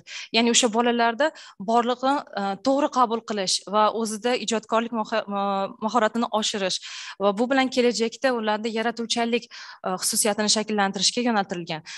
Demak, san'at insoniyat hamda dunyoning ijodiy taraqqiyoti kaliti hisoblanadi. Shunday ekan, tasviriy san'at vositalarini takomillashtirish o'quvchilarda idrok etish va umuman shaxsni rivojlantirish uchun muhim ahamiyatga ega. Demak, tasviriy san'atni maktab dasturlarida o'rgatishda bir necha o'rgatish asosi qilib bir necha sifatlarni shakllantirish maqsad qilib qo'yilgan. Bulardan asosiylari tasviriy san'at fani o'quvchilarda quyidagi sifatlarni shakllantirish hamda rivojlantirishga yo'naltirilgan. Ya'ni emotsional his etish sohalarini rivojlantirish. Ya'ni barchamiz bilamizki, bolalar asosan jamiyatni, borliqni, muhitni emotsional qabul qilishadi. Demak, ularni emotsional tarbiyalash va emotsional his etishlarini to'g'ri yo'naltirishda shakllantirish ham tasviriy san'at fanining asosiy maqsadlaridandir. Fantaziya va ijodiy dunyoqarashni shakllantirish. Bu ham o'z o'rnida bilamiz, barcha bolalarning qanchalik dunyoqarashi, fantaziyasi yuqoriligini, uni keyinchalikda rivojlantirish, bir sohaga yo'naltirish ham aynan tasviriy san'at fanining vazifalaridan biri hisoblanadi. Intellektual hamda ijodiy fikrlashni rivojlantirish. Bu esa zamon talabi, ya'ni har bir fan kabi tasviriy san'atda ham aynan intellektual hamda ijodiy fikrlash rivojlantirish maqsad qilib olingan. Axloqiy estetik norma va ideallarni shakllantirish, dunyoni individual tasavvur qilish. Ya'ni har bir bola biz bilamizki, o'zini individual xususiyatlariga ega va o'zining dunyosiga ega. Shunday ekan, tasviriy san'at orqali uni qobiliyati, uning dunyosini rivojlantirish, o'ylaymanki, o'qituvchini va qolaversa xalq ta'limi nima deydi, sistemasida, ya'ni tizimidagi barcha o'qituvchilarning vazifalaridan biri hisoblanadi. Yana bir narsani ta'kidlab o'tmoqchi edimki, aynan shu milliy o'quv dasturi asosida yaratib kelayotgan darsliklarimizda aynan asosiy maqsadlar shu ijodiy fikrlash, mantiqiy fikrlash, ijodkorlik amaliyoti asos vazifalar qilib olinganligi sababli aynan shu tasviriy san'at fanini 1-sinfdan 7-sinfga qadar bosqichma-bosqich tasviriy san'atda yo'nalishlari, turlari, janrlari va asarlar haqida kengroq ma'lumotlar berib o'tilgan. Ya'ni o'sha bolani qabul qilish yoshiga xos xususiyatidan kelib chiqqan holda. Misol uchun 3-sinflarda asta-sekinlik bilan amaliy san'at haqida ma'lumotlar berilgan bo'lsa, yuqori sinflarda kelib, ya'ni 7-sinfda oxirgi shu fan o'tiladigan sinfda ularni kasbga yo'naltirish maqsad qilib olingan. Yana yangi yaratilgan tasviriy san'at darsligining asosiy maqsad vazifalaridan biri o'quvchilarda ijodiy faoliyat bilan bog'liq sohalar haqida tushuncha berish. Bu ta'kidlab o'tganimdek, arxitektor, interyer dizayneri, grafik dizayner, fotograf, rassomlik kabi kasblarga yo'naltirish. Buni biz qanday qilib yo'naltirishimiz mumkin? Bularni fanda o'tilayotgan mavzular orqali yo'naltirishimiz mumkin. Ya'ni shu mavzularni asos ma'lumotlarini berib, keyinchalik sohalar bilan tanishtirish, dunyoqarashini kengaytirish. Masalan, 7-sinf darsligida bizda kollaj texnikasida tasvir ishlash mavzusi berilgan. Bunda biz bilamizki, tasviriy san'at deganda hammaning xayolida mo'y qalam, ma'lum bir nima deydi, bo'yoqlar, rangli qalamlar yoki flomasterlar tushiriladi, ammo ularni yanada kengroq vizual tasavvurini kengaytirish uchun biz ularga shu fanni qo'shgan edik, ya'ni kollaj texnikasida tasvir ishlash. Bunda nostandart usulda, ya'ni o'sha jurnalmi, gazetami yoki boshqa qog'ozlardagi ranglarni ko'ra olib, o'sha o'zi yaratmoqchi bo'lgan asarida joyida ranglarni, tuslarini bera olish qobiliyatini shakllantirishdir. Bunda ham mana ko'rib turganinglarda har xil nima deydi, o'qib bo'lingan jurnallardan kerakli ranglarni, tonlarni tanlab naturmort hosil qilingan yoki bo'lmasa mana peyzaj janridagi asarlar. Barchasi bu mana matnlar keltirilganligi ham shu jurnallardan olinganini dalolat beradi. Bu esa ularni yana vizual dunyoqarashini, ranglar ko'rish gammasini kengaytirish ko'nikmasini shakllantiradi. Yana kiritilgan faollardan biri xalqaro san'at festivali, sport musobaqalari uchun logotip ishlash. Bu esa zamon talab. Barchamiz bilamizki, hozir maktab o'quvchilarida smartfon bor, texnikalar bilan qo'llash nima deydi, naviki bor. Shunday ekan, nima uchun buni foydali maqsadlarda qo'llamasligimiz kerak? Ya'ni bunda aynan shu biron bir berilgan mavzuda logotip yaratish va uni firma stilida qo'llab ko'rish vazifasi beriladi. Buning murakkab joyi yo'q, chunki hozirgi kunda bir qancha prilojeniyalar bor, ilovalar bor. Uni har bitta o'quvchi o'zini smartfoniga yuklab olib, u yerda berilgan mavzu bo'yicha aynan logotip firma stilini yaratishi mumkin. Bu yerda o'sha programmalardan, ya'ni ilovalardan biri turbo logo keltirib o'tilgan misol tariqasida. Bu yerda mana mavzu kiritilib, ranglar gammasi va ikonalar tanlab, o'sha mavzu yuzasida yaratiladi logotip. Logotipni keyinchalik o'sha programmani o'zi, ya'ni ilovani o'zi turli xil identikalarda ko'rsatib qo'llanganini ko'rishimiz mumkin. Bu o'quvchilarni ko'proq tadbirkorlikka ham yo'naltiradi deb aytishimiz mumkin, chunki tasviriy san'at hozirgi kunda barcha sohalar bilan bog'lanib ketgani sababli даже shu nima deydi, tadbirkorlikni ham shakllantirishga yo'naltirilgan. Yana bir mavzulardan biri fotografiyada kompozitsiya. Fotografiyani qo'yishimizdan maqsadi ham aynan shu. Barchada fotoaparat bor, to есть telefon bor, smartfon bor va ular doimiy yoshlarni bu ko'nikmasi selfie olish yo suratga tushirish. Shunday ekan, nima uchun bu narsani professional darajada o'rgatmasligimiz kerak? Demak, shunday ekan, biz ularga aynan shu mavzuni berdik. Bunda asosan fotografiya san'atida kompozitsiya yaratish, ya'ni qanaqa kompozitsionniy qiziqarli kadrlarni olish mumkinligi berib o'tilgan. Ya'ni bu yerda kompozitsiyani qonun qoidalari, ya'ni vertikal, mana diagonal kompozitsiya tuzish va unga ko'rsatilgan misollarda qanaqadir xarakterlarni yoritib berish vazifalari yuklatilgan. Yoki bo'lmasa, mana qiziqarli kadr va syujetlar. Ya'ni buni uy vazifasi sifatida berilib, bolalarda aynan shu qiziqarli kadr, qiziqarli syujet yoki bo'lmasa fotoetyudlar olishi, ularga o'rgatish. Bu ham san'at bilan to'g'ridan-to'g'ri bog'liq. Keyingi mavzuyimiz shriftli grafik kompozitsiya. Bunda esa dunyoni primitiv ko'rishdan kengroq qiladi ularning dunyoqarashini. Ya'ni shriftlar orqali, turli xil matnlar orqali tasvir hosil qilish va nafaqat tasvir hosil, tasvir o'sha matnni ma'nosini tasvirda ifodalash. Ya'ni mana yomg'ir yog'ib ko'lmak hosil bo'ldi degan yozuvni o'zini ko'lmak shaklida berish. Bu ham aynan kreativ fikrlashga undaydi bolalarni. Kreativ dunyoqarashini kengaytiradi. Yoki bo'lmasam mana rus tilida ta'lim olayotgan bolalar uchun lisa, krokodil so'zlarini ham aynan o'sha hayvonni obrazida yozish. Yoki bo'lmasam prototip berilgan biron bir tasvirni keyinchalik shriftli kompozitsiyaga aylantirish. Bu ham yangi kiritilgan mavzulardan hisoblanadi. Hozirgi kunda prezidentimiz ham ta'kidlab o'tdilar, shahar muhitini estetik bezatish yoki bo'lmasam ko'rimsiz hududlarni chiroyli qilish maqsadida ko'proq murallar, grafiti rasmlar chizish ham hozir dolzarb mavzulardan aylanadi. Shuni ham mavzu qilib olganmiz. Nima uchun shu mavzularni 7 sinfda berayotganmiz? 7 sinf bolalari уже dunyoqarashi ancha yuqori va ularni ko'nikmalari ham juda yaxshi shakllangan chizishga. Demak, bunda ham bosqichma-bosqich qaynan shu nima deydi, arxitektura inshootiga ma'noli qaysidir mavzudagi murallarni ishlash, kompozitsiyani yaratish berilgan. Keyingi mavzuda yana boyga aytgandek soha bilan bog'langan, ya'ni eksteryer dizayner dizaynni yaratish. Bu keyinchalik balkim o'sha yoshlarni arxitektura qurilish institutimi yoki bo'lmasam yo'ji yoki bir qancha arxitektura sohasi bilan bog'liq bo'lgan institutlarga kirishga qiziqishi uchun qanaqadir bazaviy ma'lumotlar beradi. Yoki bo'lmasam interyer dizayni mana mavzusi, bu yerda ham bosqichma-bosqich ishlanish prinsiplari berib o'tiladi va o'sha mavzu o'qituvchi tomonidan qanaqadir nima deydi, bolalar xonasi yoki tamadi qiladigan xona mavzularida interyer ishlash ko'nikmasini shakllantirish berilgan. Qisqacha ma'lumotlar shulardan iborat edi. Hozirgi kunda tasviriy san'at darsligini yaratish bo'yicha yangi mavzular, yangi qarashlar, shulardan g'oyalar shulardan iborat edi. E'tiboringiz uchun rahmat. Katta rahmat. Ta'lim rus va qardosh tillarida olib boriladigan umumta'lim maktablarda o'zbek tili fanini o'qitilishini tubdan o'zgargan desak mubolag'a bo'lmaydi. Konferensiya ishtirokchilariga mazkur o'zgarishlar bo'yicha so'zni Alisher Navoiy nomidagi Toshkent davlat o'zbek tili va adabiyoti universiteti o'qituvchisi Dilafruz Hidoyatovaga bersak, marhamat. Avvalambor, assalomu alaykum, hurmatli ilmiy amaliy seminar qatnashchilari. Demak,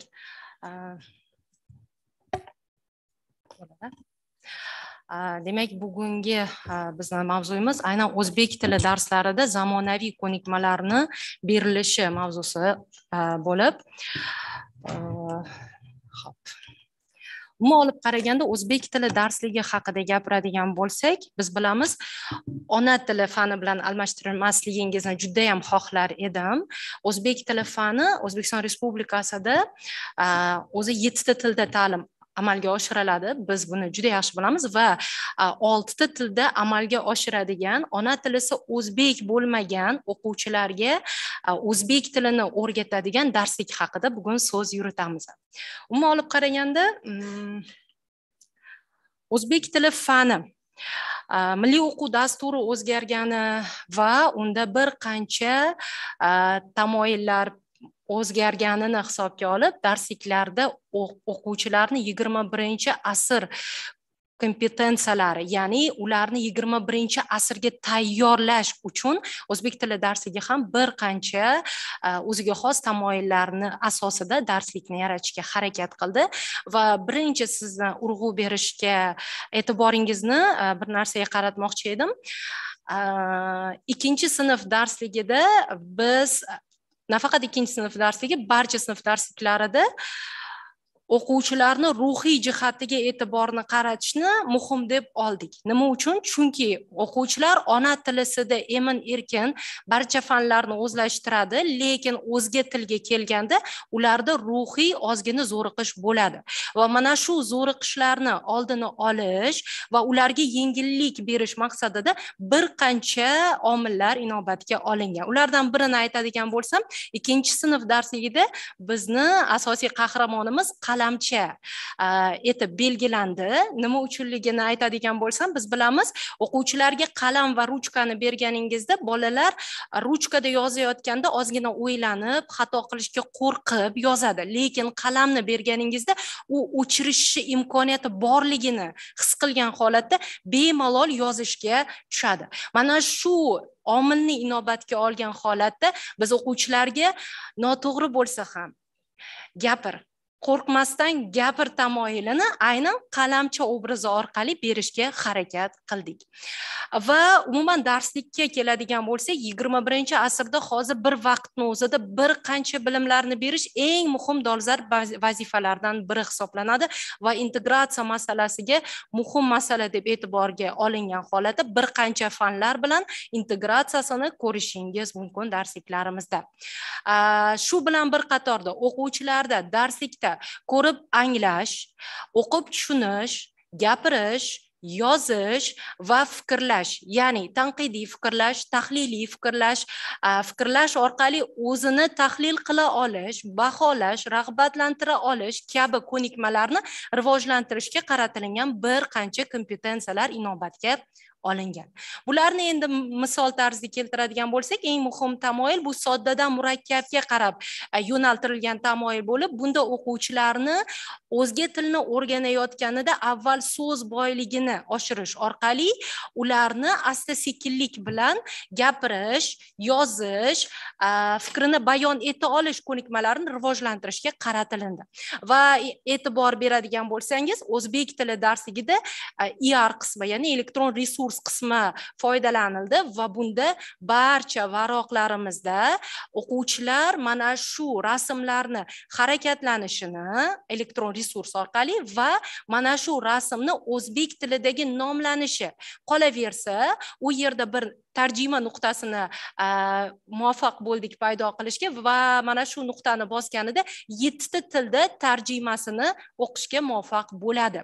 Demak, bola ham rasmni harakatda, ham u rasmni o'zbek tilidagi nomlanishini eshitadi, qanday aytilishini va 7 ta tildagi tarjimasini ko'rishi mumkin. Shu bilan bir qatorda biz bolalarni ijodiy fikrlash, o'z fikrini bayon eta olishga yo'naltirilgan bir qancha usullardan foydalanganmiz. Bu yerda e'tibor bergan bo'lsangiz, bir vazifa, ya'ni she'rni mazmunli o'qish, ya'ni tinglash, qo'shiqni tinglash va shu orqali labirint usulidan foydalangan holatda o'quvchilarni so'zlashga yo'naltirilgan topshiriqlar berilgan. Bu topshiriqlar o'qituvchi kitobida maxsus o'qituvchilar uchun yo'llanmalar tarzida taqdim etilganini ko'rishimiz mumkin. Yana bir misol keltiradigan bo'lsak, shmuts usulidan juda ham keng foydalanilgan. Masalan, mazkur shmuts shu darsgacha o'tilgan 50 ga yaqin detallar. E'tibor bering, mana shu darsgacha o'quvchilar shu darsda aks ettirilgan 50 ga yaqin detallarni o'rganishgan, ko'rishgan, nomlanishini anglashgan va amaliy vazifalar bajarishgan. Bu shmuts metodida bir oila timsolida mana shu 50 ga yaqin detallarni ular takrorlab, gapirib, mustahkamlab, kichik bir gaplar tuzib, og'zaki aytishlarini vazifa qilib berilgan va mashq daftarida bu oq-qora fonda berilgan bo'lib, o'quvchilarga bo'yash orqali estetik didni rivojlantirish va aynan o'sha so'zlarni, topgan so'zlarni bo'yaganlarida qay darajada o'zbek tilidagi so'z boyliklarini oshganligini foiz ko'rsatkichida ko'rib, baholashga ham muvaffaq bo'lishlarini ko'rishingiz mumkin. Davom etadigan bo'lsak, shu bilan bir qatorda darslikda muammoli ta'limga juda ham urg'u berilgan. Bu yerda o'sha qani ketdik tartibidagi shaklidagi usul, bu usuldan 3-sinfda ham foydalandik, chunki tajriba sinovida o'quvchilar bu usulni juda ham yaxshi qabul qilishdi. Shu bilan bir qatorda crossword, sxema metodlari orqali o'quvchilarni tanqidiy, tahliliy fikrlash, o'zlarining fikrlarini mustaqil bayon eta olish kabi ko'nikmalarga e'tibor qaratganimizni ko'rishimiz ko'rishingiz mumkin. Shu bilan bir qatorda STEAM texnologiyasiga e'tibor qaratilgan, aynan o'quvchilarni umuman hozirgi paytda dolzarb masalalardan biri bo'lgan ko'nikmalarni rivojlantirish, ya'ni bir vaqtning o'zida bir qancha yo'nalishlarni hamda amaliy o'z bajarib ko'ra olish ko'nikmasini rivojlantirishga qaratilgan mashg'ulotlar ham berilganini ko'rishimiz mumkin. Bu yo'nalish nafaqat 2-sinfda, o'sha 11-sinfgacha bo'lgan darsliklarda o'zlarini yoshlariga mos tarzda taqdim etilganini ko'rishimiz mumkin. Bunda mana e'tibor bering, mevali salat o'quvchilarga uyga vazifa qilib berilgan. Ishoning, uyga vazifa deb berganimizda ota-onalar hattoki qo'ng'iroq qilib, juda ham shirin mevali salatni o'rgatdingiz. Biz oilada bu narsani juda ham keng foydalanyapmiz deb ham feedbacklar berishdi, ya'ni qayta aloqaga chiqishdi. Biz bundan juda xursand bo'ldik. Qolaversa, qo'lbola ratsiyasi orqali o'quvchilarni dialog tuza olish ko'nikmalarini rivojlantirishga qaratilgan bir qancha topshiriqlarni berganligimizni va bu orqali o'quvchilar ham amaliyotda qo'llay olish va uni fanga bog'lay olish ko'nikmasini rivojlantirishga qaratilganini ko'rishimiz mumkin. Qolaversa, differensial yondashuv masalasiga, ya'ni biz bilamiz, o'quvchilarimiz ayrimlari kinestetik, ayrimlari audial, ayrimlari vizual. Shu bilan bir qatorda o'quvchilarimizni bilamiz, kimlardir analitik, kimlardir gumanitar. Demak, aynan differensial yondashuv asosida o'quvchilarga qo'shimcha topshiriqlar, ya'ni o'zlashtirishi tez bo'lgan o'quvchilarga mashq daftarida qo'shimcha topshiriqlar berib, differensial yondashuvga ham e'tibor qaratilganini ko'rishimiz mumkin. Shu bilan bir qatorda bir qancha yana metodlardan foydalanildi. Bularni slaydlarda ko'rishingiz mumkin va bu metodlardan to'liq foydalana olish borasida mashq metodik qo'llanmada batafsil o'qituvchilar uchun ko'rsatmalar berib o'tilgan. Umuman olib qaraganda, o'quvchilarni endi 21-asrga tayyorlash hozir dolzarb masalalardan biri bo'lib bormoqda va har bir jarayon ta'limdagi, hattoki vositalar, buni o'rnida shu darslik ham bu o'rinda yuqori darajada ishlashi muhim. Va bu muhimlikni anglagan holda mualliflar jamoasi bir qancha ko'nikmalarni rivojlantirishga qaratilgan darslikdagi topshiriqlarni berishga muvaffaq bo'ldi. Va shu o'rinda yana bir maqtanadigan joyimiz bor. Darslikda aynan o'zbek tili fani uchun maxsus 3 ta qo'shiq yaratilindi va ishoning, hozirda maktabda 2-sinf o'quvchilar orasida bu qo'shiqlarimiz juda ham hitga aylangan qo'shiqlar. O'quvchilarimiz bu ashulalarni boshqa fanlarda ham aytib yurishganini o'qituvchilar aytib, bizni quvontirishyapti. Umuman olib qaraganda, e'tiboringiz uchun rahmat va o'ylaymanki, o'zbek tili fanidagi o'zgarishlar sizga manfaatli va ma'lumotlar kerakli bo'ldi degan umiddaman. Sog' bo'ling. Rahmat kattakon. Mavzudan uzoqlashmagan holda endi xuddi shunday ona tili va o'qish savodxonligi fani doirasida qilingan ishlar, darslik va dasturdagi o'zgarishlar haqida Respublika ta'lim markazi metodistlari Sa'dulloh Qur'onov hamda Shokir Tursun taqdimot qiladilar. Marhamat. Assalomu alaykum. Ona tili darsligining yangi avlodini yaratar ekanmiz. Oldimizdagi eng katta bir davom bu darsning maqsadini aniqlab olishda bo'ldi. Aslida keng jamoatchilik bilan kelishmagan joyimiz ham shunda edi. Biz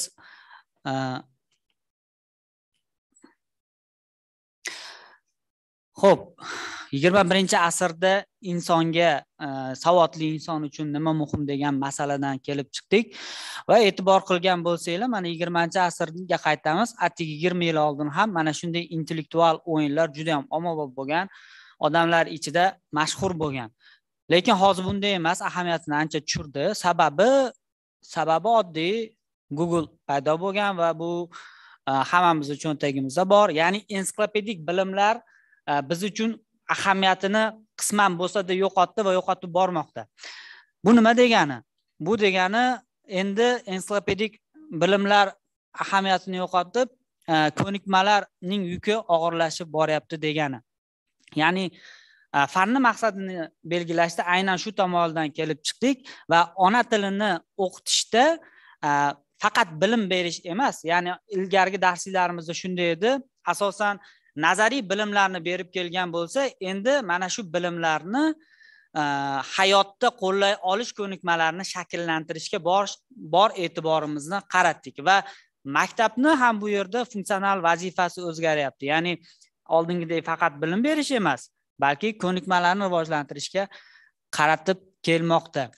Xo'p, keyingisi. Endi ko'nikmalari juda ko'p sanaldi va bir narsani aytib o'tish kerak. Barcha ko'nikmalarning onasi ijodkorlik. Xuddi fanlarning onasi, otasi ona tili bo'lgani kabi. Xo'p, endi ijodkorlik ko'nikmasi shakllansagina inson deylik hayotda o'z o'rnini topa oladi. Bu nima degani? Bu she'r yozish yoki rasm chizish emas albatta. Bu hayotiy ijodkorlik haqida gap ketyapti. Va biz birinchi urg'uni ijodkorlikka berdik hamma masalada.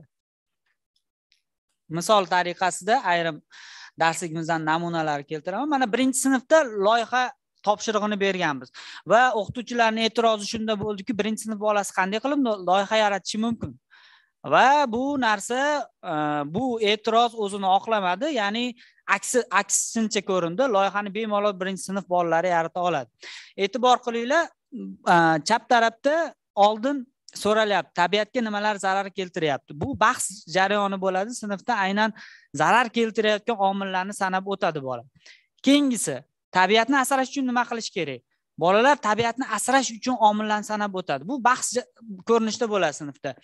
Va bolada mana shu tushuncha paydo bo'ladiki, tabiatga nimalar zarar keltiryapti va uni qanday asrash mumkin degan miyasida, ongida tushunchalar paydo bo'ladi va undan keyingina u loyihaga tayyor bo'ladi va loyihani bemalol yoza oladi.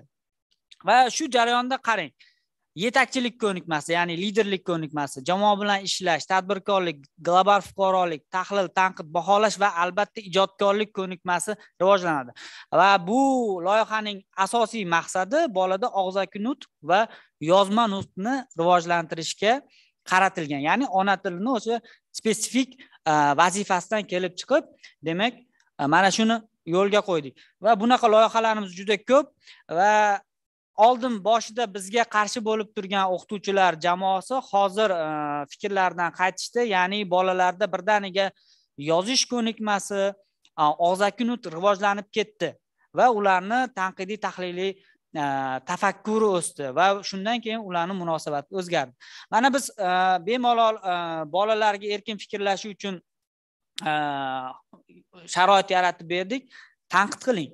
Maktabni kerak bo'lsa tanqid qiling, kerak bo'lsa o'qituvchini, kerak bo'lsa darsligimizni tanqid qiling degan topshiriq berganmiz. Va faqat tanqid qiluvchi shaxs kerak emas bugungi kun uchun. Tanqiddan keyin yechim izlovchi shaxs kerak. Va u mana shu jarayonda maktab direktori bo'lib o'zini tasavvur qiladi va direktor bo'lib mana shu muammolarga yechim izlash yo'llarini qidiradi va buni yozib beradi. Bu ham bir qancha ko'nikmalarni birdaniga rivojlantirish uchun muhim. Va yana biz biznes loyihalar tuzish, ya'ni bu ham o'zi aslida ona tilining vazifasi, ya'ni loyihani til vositasida bajarar ekanmi, biz ona tiliga buni kiritishimiz kerak. Ya'ni bolalarning birinchi biznes loyihasi. Va keyingisi mana fantastik hikoya yozish. Biz oldin fantastika borasida uni butun mavzu davomida tafakkurni chaqlab olamiz, fantastika haqida ma'lumot beramiz, Marsga sayohat, Marsning tabiati, umuman shunga bog'liq fantastik ma'lumotlarni beramiz va shundan keyin bola fantastik hikoya yozishga tayyor bo'ladi va fantastik hikoya yozadi. Demak, so'zni Shokir Tursunovga beraman. Assalomu alaykum. Rahmat Sadulla aka. Hozir men qisqacha sizlarga ta'lim standartlari nima uchun kerakligi haqida ma'lumotlarni yetkazib o'tmoqchi edim, chunki shu paytgacha bizda ta'lim standartlariga, ya'ni bizni ta'lim kontekstimizda ta'lim standartlariga hozirgidek ko'p e'tibor qaratilmagan edi. Mana bu rasmda ko'rishimiz mumkin. Standartlar yaratish jarayoni qanday kechdi? Birinchi navbatda maktab bitiruvchisining, ya'ni jamiyatning to'laqonli a'zosi bo'ladigan shaxsning portreti yaratildi va o'sha portretning qaysi qismini, qaysi vaqtda, qaysi fan, qanday o'zini hissasi bilan to'ldira oladi degan savol qo'yildi va bu savolga javob izlash asnosida milliy o'quv dasturi tarkibidagi ta'lim standartlari ishlab chiqildi. Hozirgi kunda milliy o'quv dasturi tarkibida e'lon qilinayotgan standartlarni o'quv dasturi sifatida qabul qilmasligingizni iltimos qilardim. O'quv dasturi yoki o'quv rejasi emas, bu ta'limning barcha ishtirokchilari uchun natijalar haqidagi eslatma hisoblanadi. Ya'ni bir o'quvchi ta'lim jarayonining ma'lum bosqichida qanday ko'nikmalarga ega bo'lishi, nimalarga qodir bo'lishi haqidagi eslatma hisoblanadi. O'quv rejasi, o'quv dasturi va darsliklar aynan mana shu standartlarga tayanib yaratiladi. Umuman ta'lim standartlarining biz ko'rayotgan 5 samarasi bor. Bular haqida qisqacha. Birinchi navbatda u ta'lim jarayonini strukturaga soladi, ma'lum bir strukturaga, ya'ni ta'lim qatnashchilarining barchasi o'quvchi, ham o'qituvchi ham, maktab direktori ham, vazirlik ham, hattoki hukumat ham qaysi vaqtda nima ishni amalga oshirish kerakligi to'g'risida tayyor yo'llanmaga, ko'rsatmaga ega bo'ladi va shu oqibatida ta'lim ham ma'lum bir chiziqqa tushib, aynan barcha bir yo'nalishda harakatlanishni boshlaydi. Ikkinchisi, ta'lim standartlari bu barcha ta'lim muassasalarini bir xillashtirishga olib keladi. Bir xillashtirish degani bu shakliy jihatdan emas, mazmuniy jihatdan bir xillashtirish nazarda tutiladi. Ya'ni barcha tumanlarda o'ziga xosligini unutmagan holda ma'lum bir umumiy maqsadlar ortidan ergashiladi. Uchinchisi, baholashni obyektivlashtiradi. Buni tan olib aytishimiz kerak. Shu paytgacha bizni ta'lim jarayonimizda baholash anchagina subyektiv edi.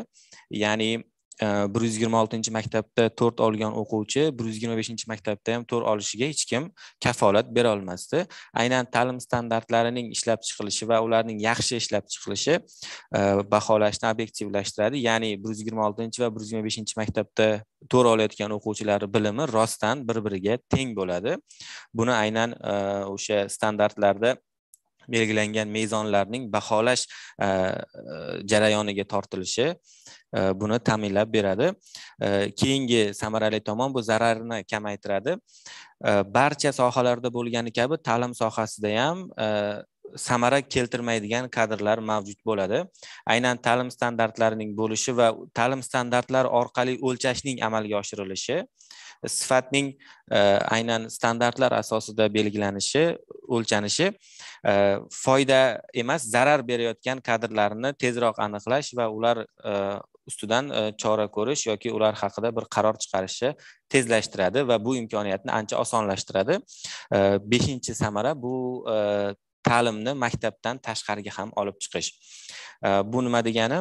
Hozir yuqorida hayotiy ko'nikmalar haqida ko'p ma'lumotlar berildi. Aynan o'sha ko'nikmalarning ta'lim standartlariga joriy etilishi o'z-o'zidan maktabga barcha sohani yo'naltirishni talab etadi. Buni yana bir tomoni bor. Aytaylik, jamiyatdagi barcha mahalla raisi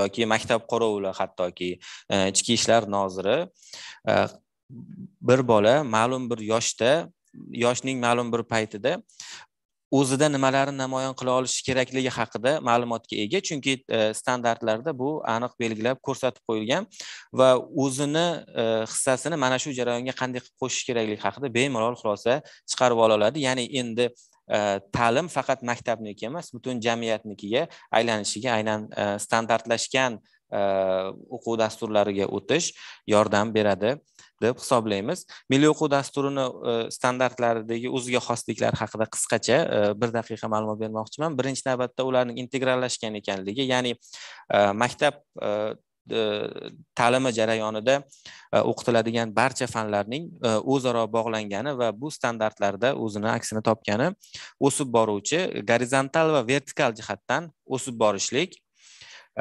Ya'ni bir ko'nikma ham sinfdan sinfga o'tganda o'sadi va sinfni o'zida ham o'sib borishi, sinfni ichida ham. iyerarxik ma'lum taksonomiya doirasida deyilgan. Bunda ko'proq biz barcha pedagoglar yaxshi ko'radigan, butun dunyo sevib ishlatadigan Bloom taksonomiyasi iyerarxiyasidan foydalanishga harakat qilganmiz. Milliy o'quv dasturidagi ishlab chiqilgan standartlar aynan Bloom taksonomiyasi talablari asosida ishlab chiqilgan. Shuning uchun bu o'lchashga qulay tarzda namoyon bo'ladi. Ya'ni endi bizda baholash uchun tayyor mezonlarimiz mavjud. Aynan o'sha mezonlarni qaysi instrument bilan o'lchash hal qilib olishgina qolgan. Xolos, mana namuna sifatida ko'rishlaring mumkin. Bu o'quvchilardagi umuman standartlarda hayotiy ko'nikmalarni aks etishi deganda bu o'quvchilarda media savodxonlik rivojlantiriladi deb yozib qo'yish emas, yoki o'quvchilarda liderlik rivojlantiriladi deb yozib qo'yish emas. Mana bunday ko'nikmalar tarzida ishlab chiqilgani ahamiyatga molik va yuqorida aytganimiz, ko'rib turibsizlar ushbu rasmda 1-sinfdan 4-sinfgacha bo'lgan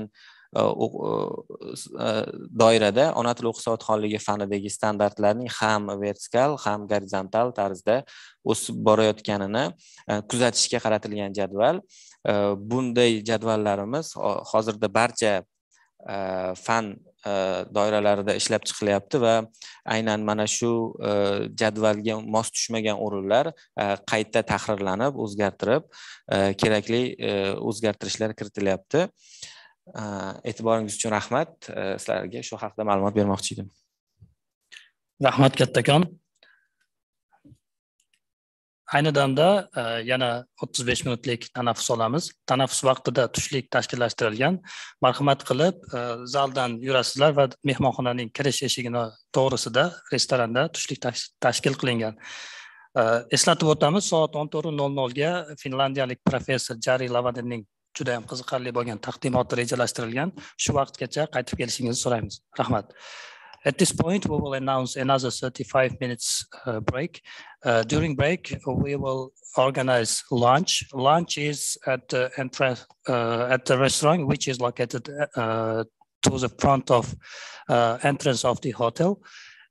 So we would like to remind that to be back here at 14:00. At that point, Finnish Professor Jari Lavanen's very interesting presentation will be beginning. Thank you.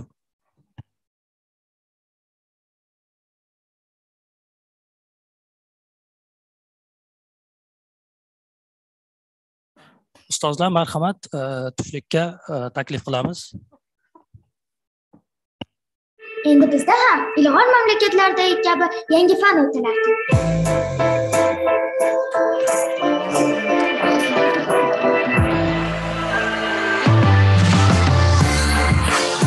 Endi kimyo, geografiya, biologiya va fizika fanlarini o'zaro bog'liqlikda o'rganamiz.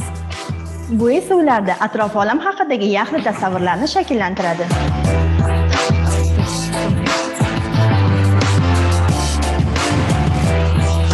Yer ilovasini yuklab oldik. Farzandim bu fanga juda qiziqyapti. Ada, qarang, ayiq baliq ovlayapti.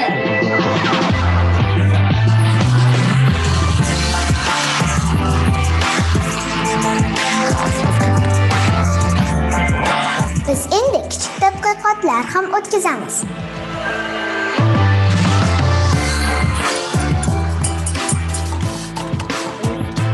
Har xil idishlardan turlicha ovoz chiqar ekan. Bu esa ularda ijodkorlik, muammolarga yechim topa olish va ixtirochilik ko'nikmalarini shakllantiradi.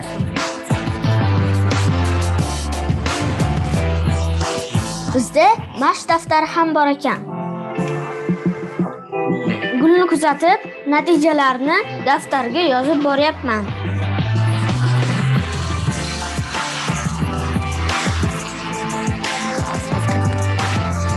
Biz endi tabiiy fan bilan manbalar ishonchlimi degan savolga javob izlaymiz.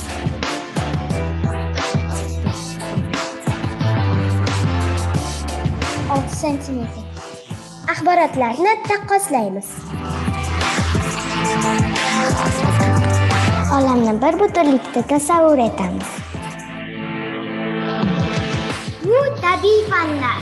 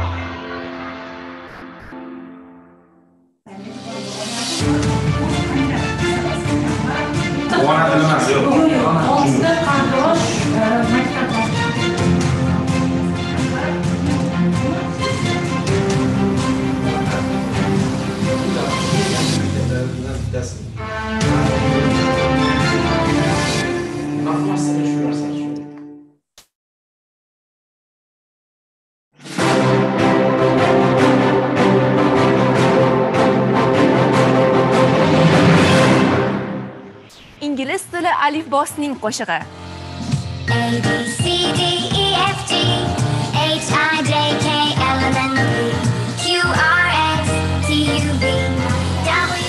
Nemis tili alifbosining qo'shig'i. A B C D E F G H I J K. O'zbek tili alifbosining qo'shig'i. O'zbek tili alifbosining qo'shig'i? Endi o'zbek tilining ham o'z alifbo qo'shig'i bor.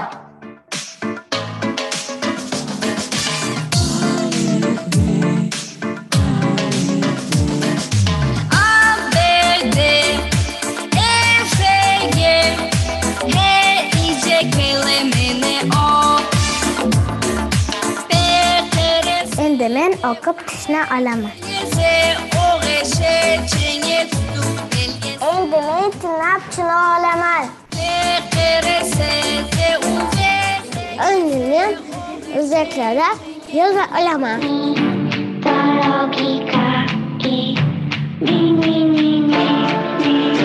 Til o'qitishdagi 4 ta amaliy ko'nikmalar rivojlantiriladi.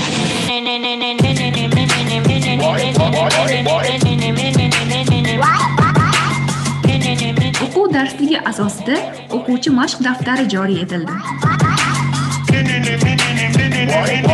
Agar ilovani yuklab olib, o'zbek tilida lotin alifbosiga asoslangan o'zbek alifbosi hafta kunlari sanoq sonlar haqidagi MP3 qo'shiqlarini tinglash mumkin.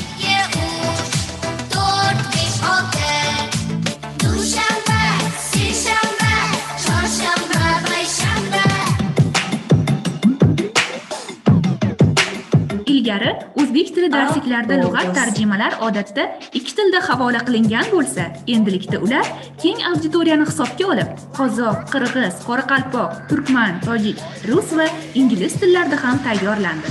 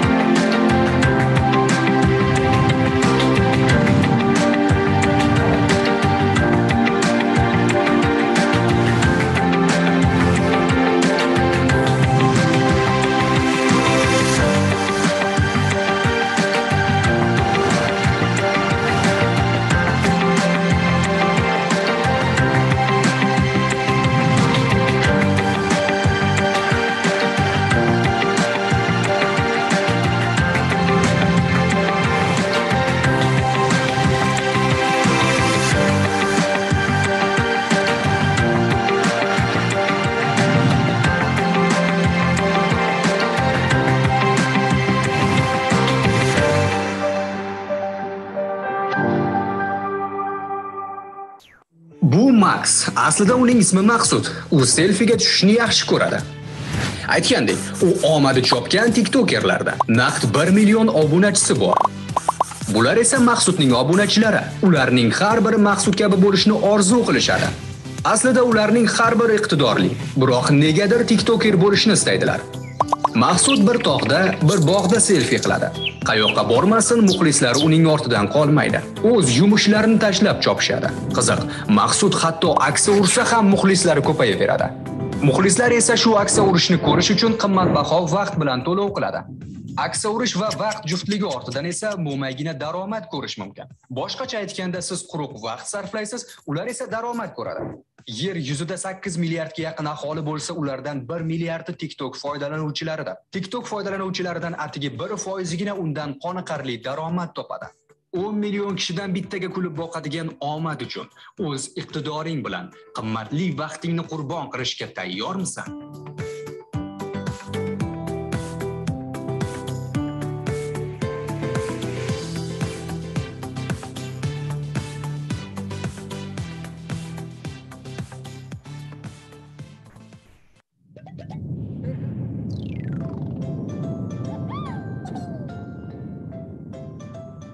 Biznesingiz bormi? Katta bo'lsam biznesmen bo'laman deydi ko'pchilik. Hayronman. Nima? Biznesmen bo'lish uchun katta bo'lish shartmi? Biror joyda kichkinalar biznes bilan shug'ullanmasin degan qonun yoki qoida bormi? Marhamat, istasangiz hozirdanoq o'z kompaniyangizni oching. Bankda hisob raqamingiz kattalarnikiday plastik kartochkangiz bo'lsin. Axir hamma narsaning imkoni bor-ku.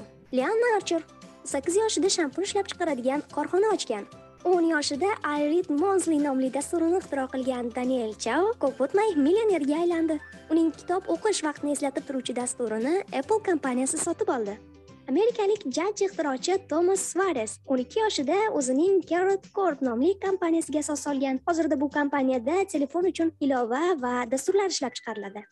Huquqiy ma'lumot. Qonunga ko'ra, ota-onalar bolalari uchun firma va bankda hisob raqami ochib berishi mumkin. Balki siz ham kichikroq firma ochish haqida o'ylab ko'rarsiz. Masalan, tovuq fermasi, sut mahsulotlari ishlab chiqaradigan oilaviy korxona, kuychilik, kulolchilik korxonasi yoki telefon va kompyuterlar uchun dasturlar yaratadigan kompaniya. Xullas, odamlarga foydali bo'lsin, sizga esa daromad keltirsin. Xo'sh, hali ham katta bo'lishni kutyapsizmi?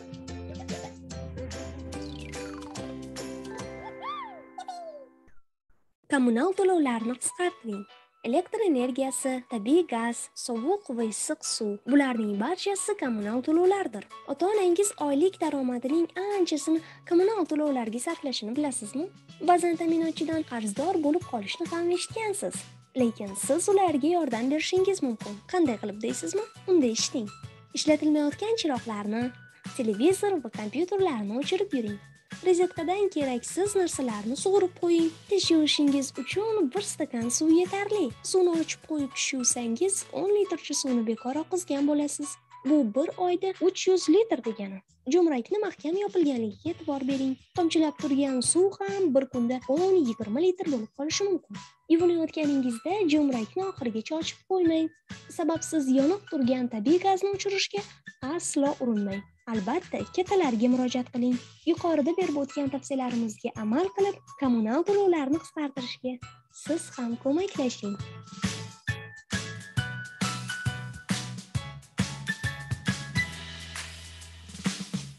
21-asr texnologiyalari inson hayotiga har tomonlama ta'sir o'tkazmoqda. Jumladan muloqot, madaniy hordiq, bilim olish va albatta bilim berish. Hozirgi zamon ta'lim tizimi bundan bir necha yil avvalgisidan ancha farq qila boshladi.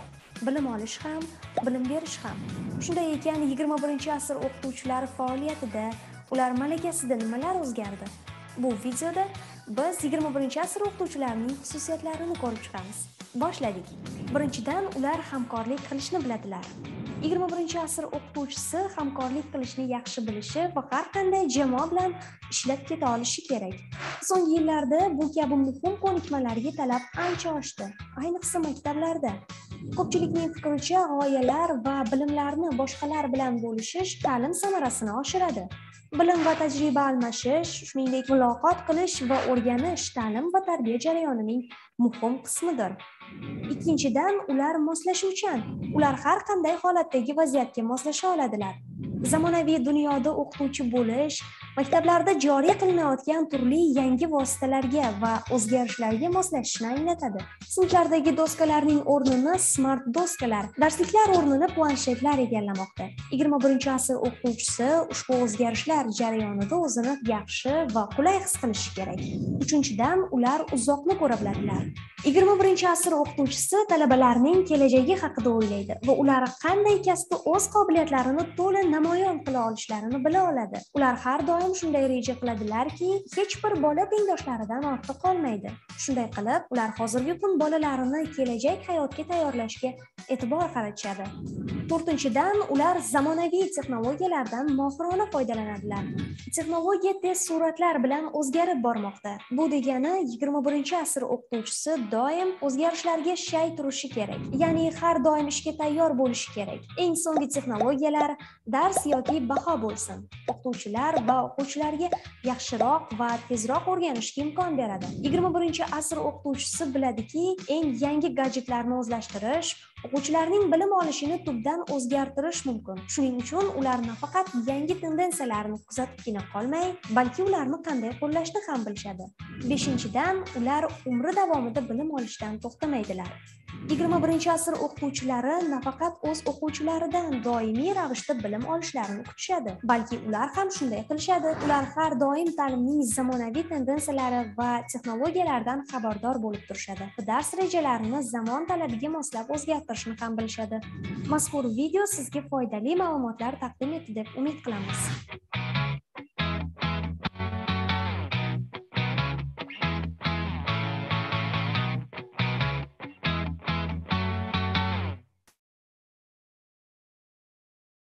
Endi bizda ham ilg'or mamlakatlardagi kabi yangi fan o'tilarkan.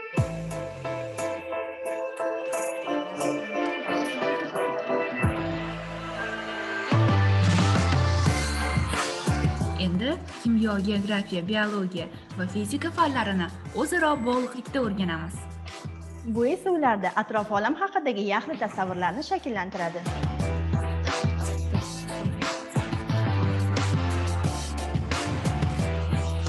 Yer ilovasini yuklab oldik. Farzandim bu fanga juda qiziqadi. Ada, qarang, ayiq baliq ovlayapti.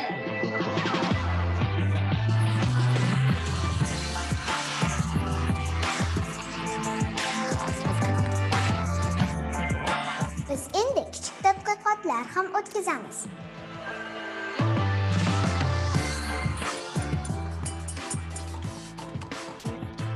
Har xil idishlardan turlicha ovoz chiqar ekan. Bu esa ularda ijodkorlik, muammolarga yechim topa olish va ixtirochilik ko'nikmalarini shakllantiradi.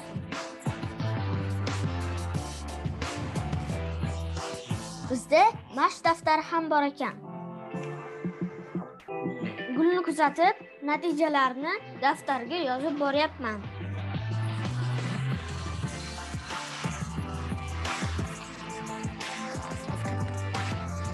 Biz endi tabiiy fan bilan manbalar ishonchlimi degan savolga javob izlaymiz.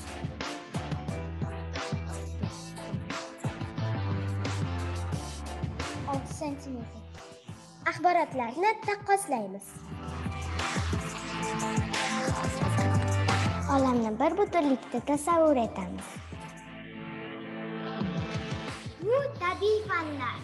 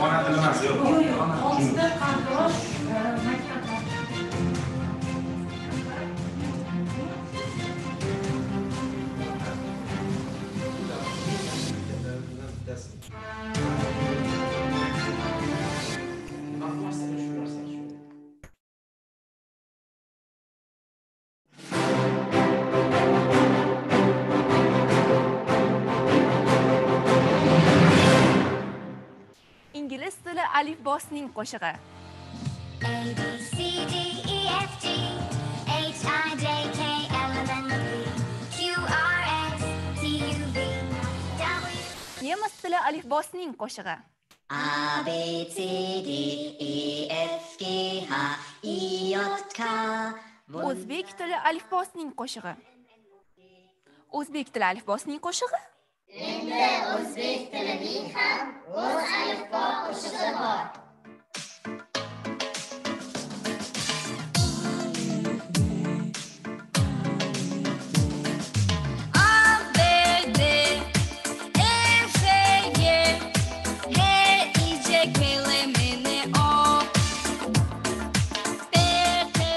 Endi men o'qib qishni olaman.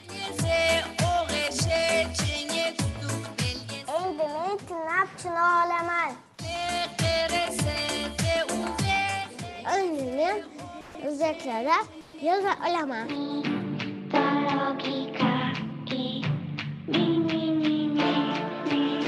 Til o'qitishdagi 4 ta amaliy ko'nikmalar rivojlantiriladi.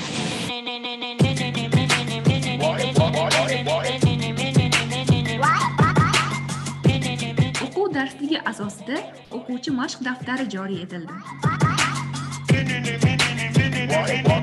Agar ilovani yuklab olib, o'zbek tilida lotin alifbosiga asoslangan o'zbek alifbosi hafta kunlari sanoq sonlar haqidagi MP3 qo'shiqlarini tinglash mumkin.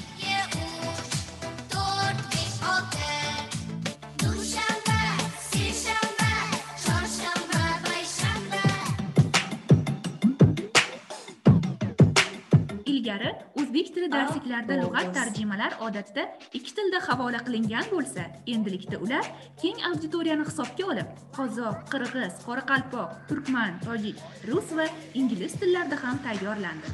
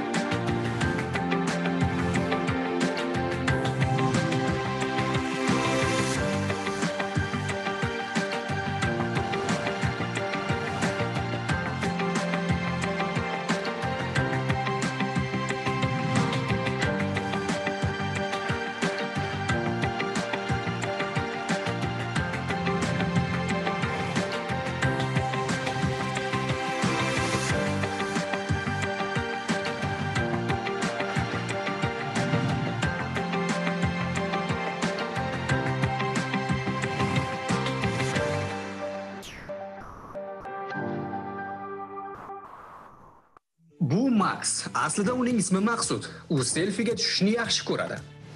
Aytgandek, u omadi chopgan TikTokerlarda naqd 1 million obunachisi bor. Bular esa Maqsudning obunachilari. Ularning har biri Maqsud kabi bo'lishni orzu qilishadi. Aslida ularning har biri iqtidorli, biroq negadir TikToker bo'lishni istaydilar. Maqsud bir tog'da, bir bog'da selfie qiladi. Qayoqqa bormasin, muxlislari uning ortidan qolmaydi. O'z yumushlarini tashlab chopishadi. Qiziq, Maqsud hatto aksa ursa ham muxlislari ko'payaveradi. Muxlislar esa shu aksa urishni ko'rish uchun qimmatbaho vaqt bilan to'lov qiladi. Aksa urish va vaqt juftligi ortidan esa mo'maygina daromad ko'rish mumkin. Boshqacha aytganda, siz quruq vaqt sarflaysiz, ular esa daromad ko'radi. Yer yuzida 8 milliardga yaqin aholi bo'lsa, ulardan 1 milliardi TikTok foydalanuvchilaridir. TikTok foydalanuvchilaridan atigi 1%gina undan qoniqarli daromad topadi. 10 million kishidan bittaga kulib boqadigan omad uchun o'z iqtidoring bilan qimmatli vaqtingni qurbon qilishga tayyormisan?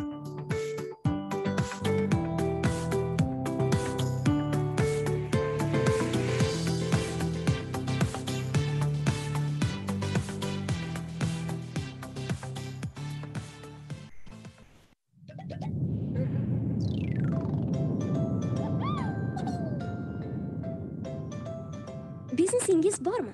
Katta bo'lsam biznesmen bo'laman deydi ko'pchilik. Hayronman. Nima? Biznesmen bo'lish uchun katta bo'lish shartmi? Biror joyda kichkinalar biznes bilan shug'ullanmasin degan qonun yoki qoida bormi? Marhamat, istasangiz hozirdanoq o'z kompaniyangizni oching. Bankda hisob raqamingiz kattalarnikiday plastik kartochkangiz bo'lsin. Axir hamma narsaning imkoni bor-ku. Leon Marcher 8 yoshida shampun ishlab chiqaradigan korxona ochgan. 10 yoshida iRead Monthly nomli dasturini ixtiro qilgan Daniel Chao ko'p o'tmay millionerga aylandi. Uning kitob o'qish vaqtini eslatib turuvchi dasturini Apple kompaniyasi sotib oldi. Amerikalik jajji ixtirochi Thomas Suarez 12 yoshida o'zining Carrot Corp nomli kompaniyasiga asos solgan. Hozirda bu kompaniyada telefon uchun ilova va dasturlar ishlab chiqariladi. Huquqiy ma'lumot. Qonunga ko'ra, ota-onalar bolalari uchun firma va bankda hisob raqami ochib berishi mumkin. Balki siz ham kichikroq firma ochish haqida o'ylab ko'rarsiz. Masalan, tovuq fermasi, sut mahsulotlari ishlab chiqaradigan oilaviy korxona, ko'chilik, kulolchilik korxonasi yoki telefon va kompyuterlar uchun dasturlar yaratadigan kompaniya. Xullas, odamlarga foydali bo'lsin. Sizga esa daromad keltirsin. Xo'sh, hali ham katta bo'lishni kutyapsizmi?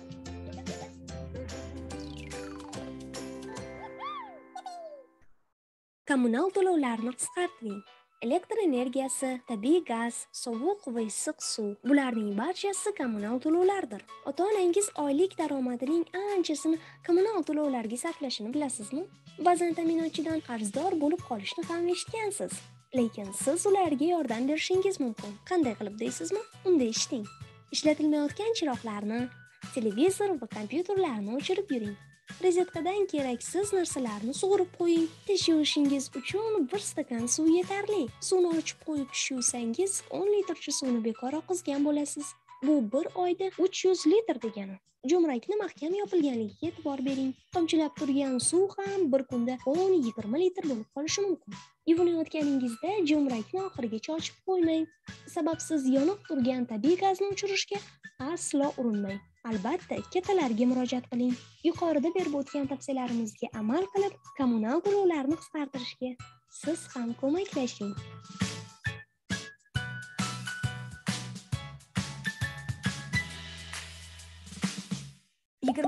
Asr texnologiyalari inson hayotiga har tomonlama ta'sir o'tkazmoqda. Jumladan muloqot, madaniy hordiq, bilim olish va albatta bilim berish. Hozirgi zamon ta'lim tizimi bundan bir necha yil avvalgisidan ancha farq qila boshladi. Bilim olish ham, bilim berish ham. Shunday ekan, 21-asr o'qituvchilari faoliyatida, ular malakasida nimalar o'zgardi? Bu videoda biz 21-asr o'qituvchilarining xususiyatlarini ko'rib chiqamiz. Boshladik. Birinchidan, ular hamkorlik qilishni biladilar. 21-asr o'qituvchisi hamkorlik qilishni yaxshi bilishi va har qanday jamoa bilan ishlab keta olishi kerak. So'nggi yillarda bu kabi muhim ko'nikmalarga talab ancha oshdi, ayniqsa maktablarda. Ko'pchilikning fikricha, g'oyalar va bilimlarni boshqalar bilan bo'lishish ta'lim samarasini oshiradi. Bilim va tajriba almashish, shuningdek muloqot qilish va o'rganish ta'lim va tarbiya jarayonining muhim qismidir. Ikkinchidan, ular moslashuvchan. Ular har qanday holatdagi vaziyatga moslasha oladilar. Zamonaviy dunyoda o'qituvchi bo'lish Maktablarda joriy qilinayotgan turli yangi vositalarga va o'zgarishlarga moslashishni anglatadi. Sinflardagi doskalarning o'rnini smart doskalar, darsliklar o'rnini planshetlar egallamoqda. 21-asr o'qituvchisi ushbu o'zgarishlar jarayonida o'zini yaxshi va qulay his qilishi kerak. Uchinchidan, ular uzoqni ko'ra biladilar. 21-asr o'qituvchisi talabalarning kelajagi haqida o'ylaydi va ular qanday kasbda o'z qobiliyatlarini to'la namoyon qila olishlarini bila oladi. Ular har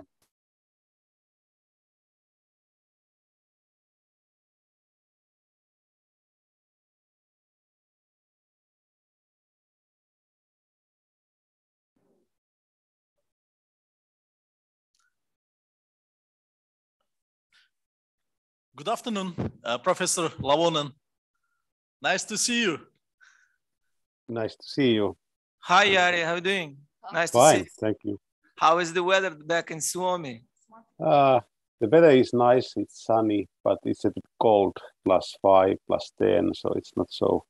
Oh, is it still cold? Yeah, it's still cold, unfortunately, here. I see, I see. At least here where I am. If it's cold in Helsinki, I can imagine how is it like in Lapland, in Rovaniemi or somewhere like. I'm actually in the very eastern part of Finland, so, and I do not know exactly what is the weather in Helsinki. I can imagine that. Yeah. I think we'll start in a few minutes, right? We're just waiting for our colleagues to join from the lunch because we were like a bit late to lunch. So yeah, you had a lunch time. Can I try the sharing of my presentation? Thank you. Kiitos. Okay, I will. Let me introduce our another international experts. So Miss Philippa Gardon from the UK. She's the science expert, so which you have already reviewed the standards curriculum. So Philippa, Mr. Lavonen, he's from the Helsinki University, professor, and he's one of the leader experts in Finland in education. And here another our expert, Mr. Starikov. He's a mathematician, and he is our math expert, which these both experts are involved by the help of UNICEF. And we are working together almost this, maybe we have been working since 2 years. And as well, so now today we will listen to Mr. Professor Lavonen about the Finland experience. When I was in Finland, we had very fruitful so talking together in Helsinki and meetings. And anyway, thank you, Professor Lavonen, for the help, for the support, and for the speech in advance. Okay. Thank you for nice invitation and introduction of me. So I was asked to outline how we have been emphasizing the competence. Professor, can we wait 5 minutes? Of course, we can wait 5 minutes. Yeah. It's fine for me.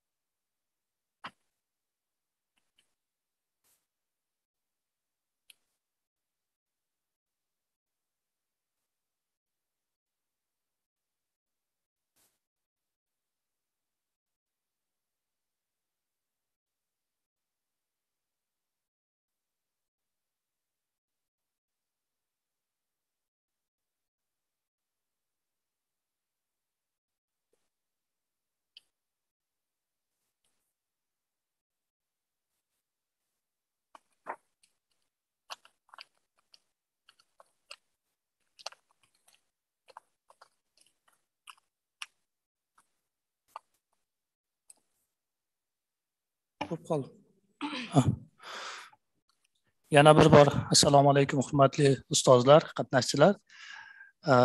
Keyingi taqdimotimiz oldin aytganimizdek Finlandiya ta'limi, Finlandiya o'quvchilarini 21-asrga tayyorlash bo'yicha juda ham qiziqarli taqdimot finlandiyalik olim Jari Lavanen tomonidan olib boriladi.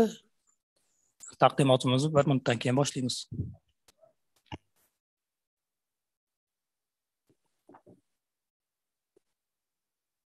Okay, can I start now? Just a minute. Okay. Dr. Lavanen. Just a minute.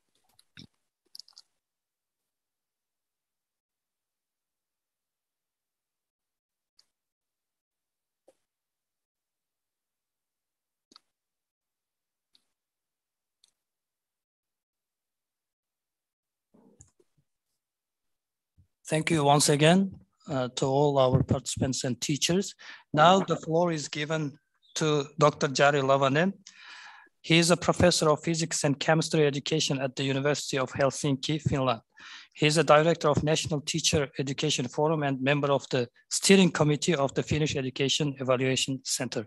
He will be presenting about preparing Finnish students for the 21st century. Thank you. Dr. Lavanen, you're welcome. Okay, good afternoon, ladies and gentlemen. We're in Uzbekistan. I'm very happy to share some of ideas we have had in our discussions while we were discussing how to support teachers to educate young generation to 21st century. And I was asked to give a very short presentation, so I have prepared some 10 minutes presentation. So it happens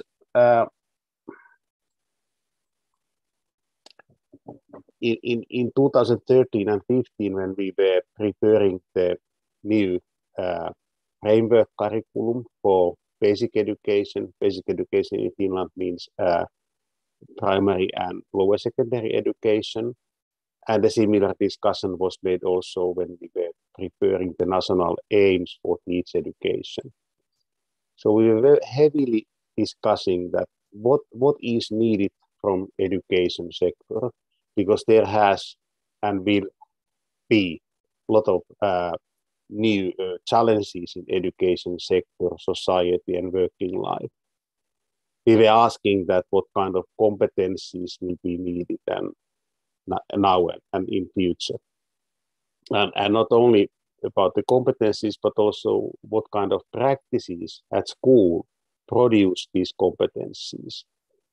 And of course, when we are having the curriculum, it's not enough to change teachers' teaching and students' learning.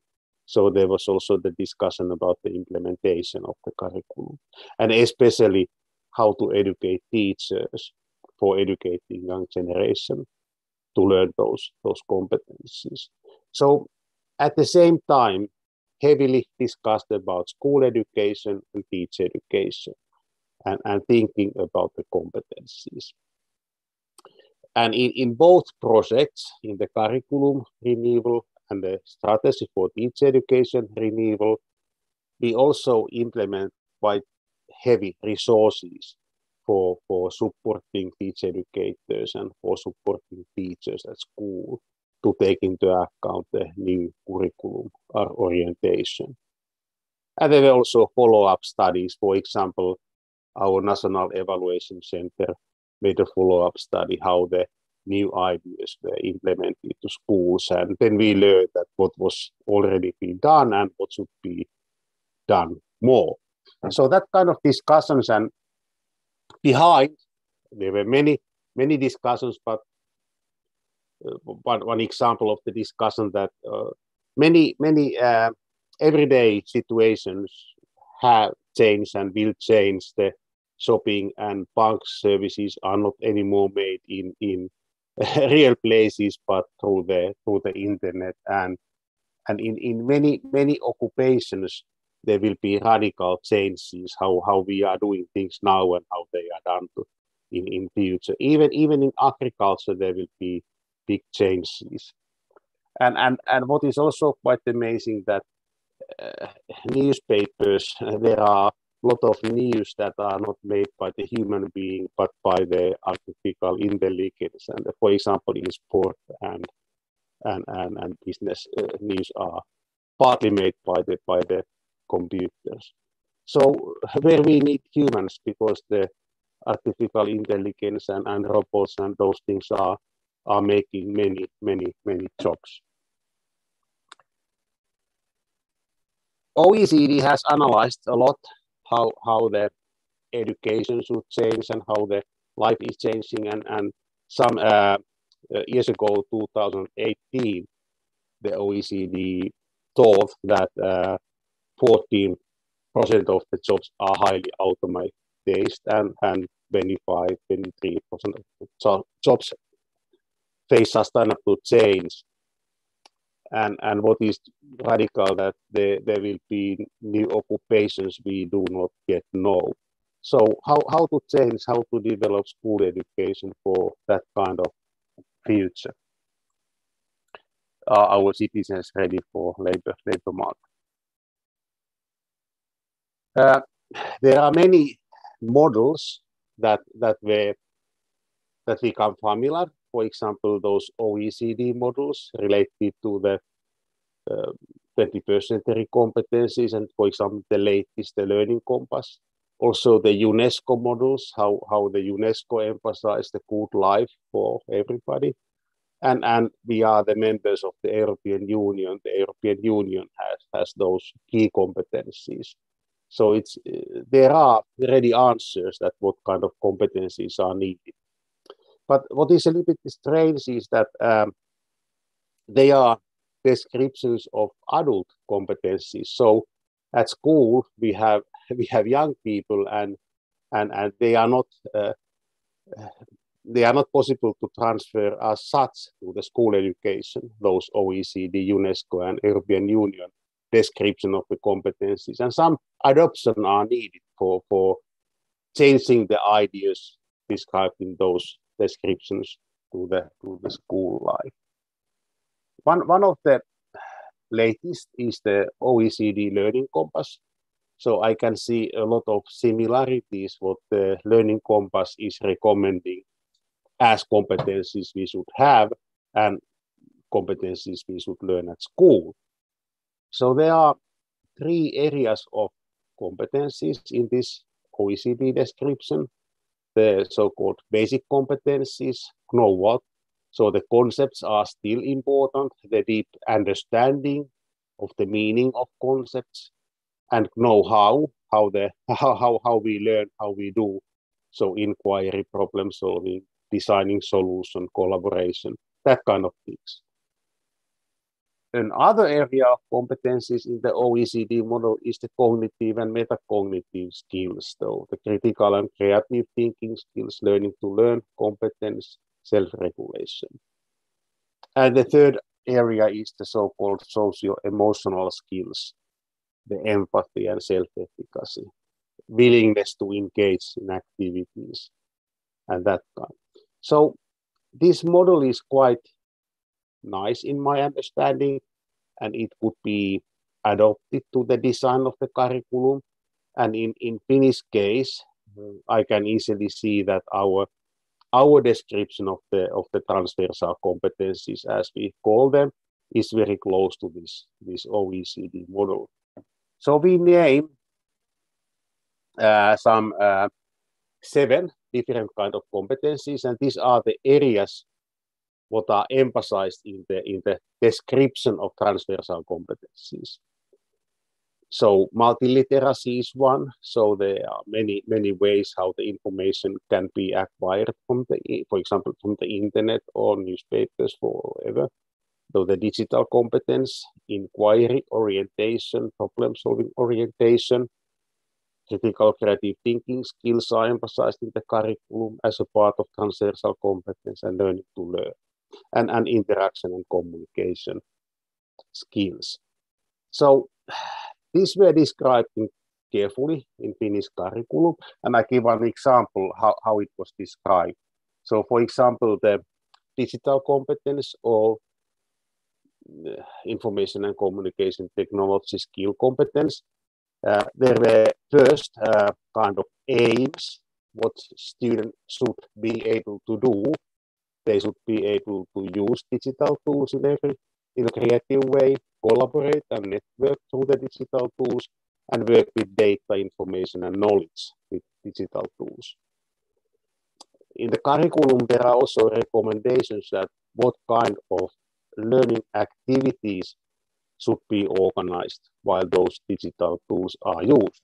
And they should have this kind of characteristics, so that it's important to follow the knowledge practices typical to the school subject. So for example, in my field, science education, so the inquiry orientation is important, and that's why we are emphasizing the use of digital tools in measurements and analyzing of the data, modeling activities.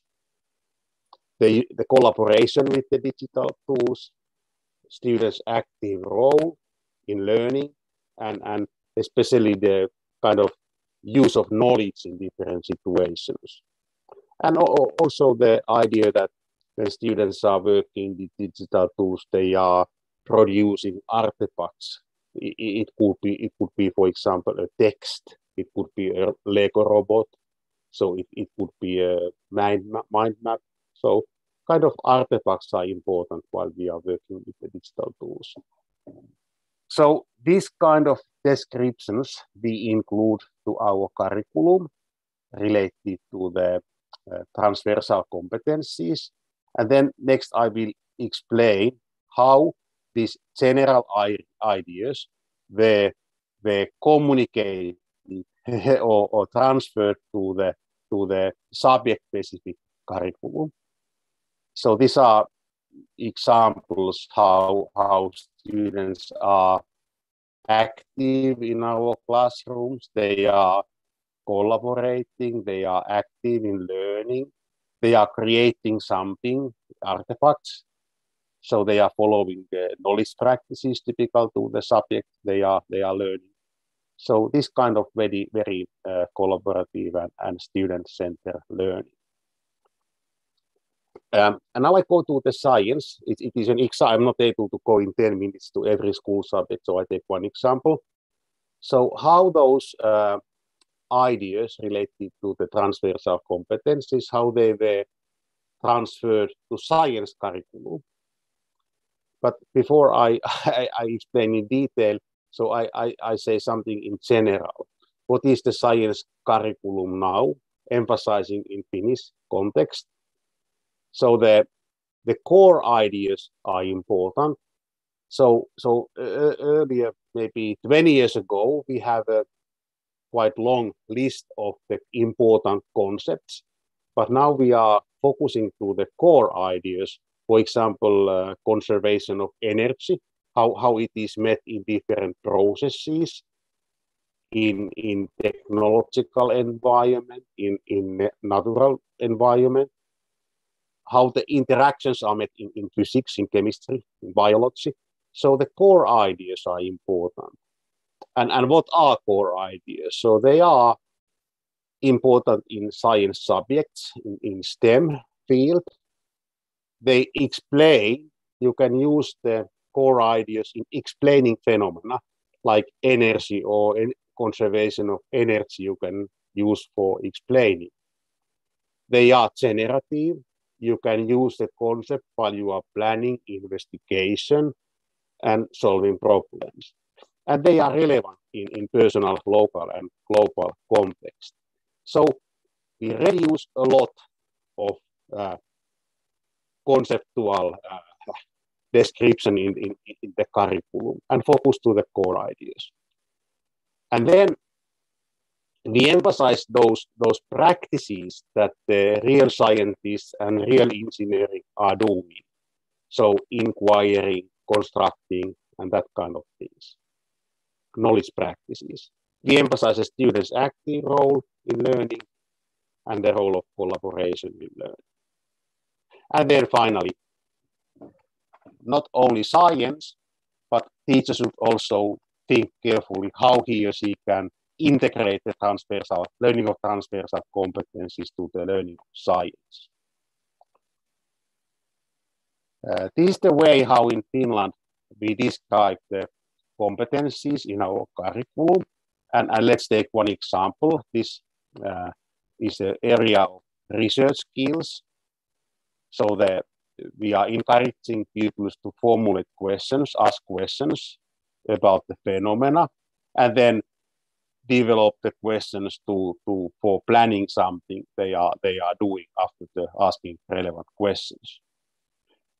So this is one aim in our curriculum, and then we are demonstrating how those transversal competencies are connected to this aim in a table. So this aim is very close to the learning of thinking and learning to learn competencies, and it is also important for participation, influence, and building a sustainable future. So teachers are supported to think the science aims, but also at the same time those transversal competencies that could be emphasized in this part of learning those competencies. And this C means kind of core ideas. What are the core ideas emphasized with this skill? So the curriculum is kind of table: science aims, transversal competencies, and core ideas.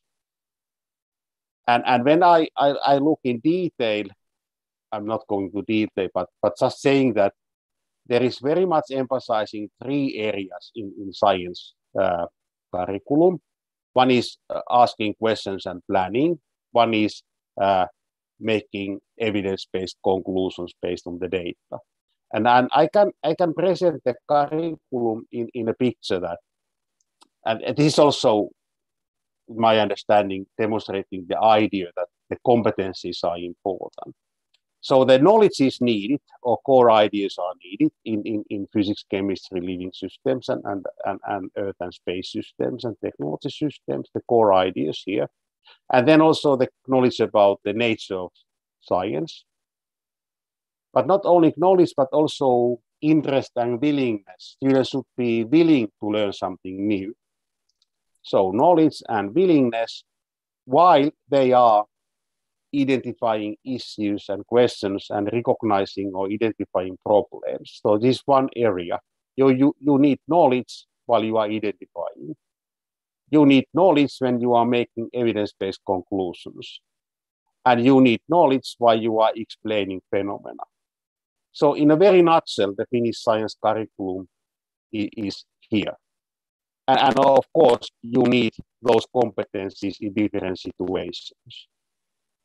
So that was in a nutshell how we are aiming to prepare students to the 21st century.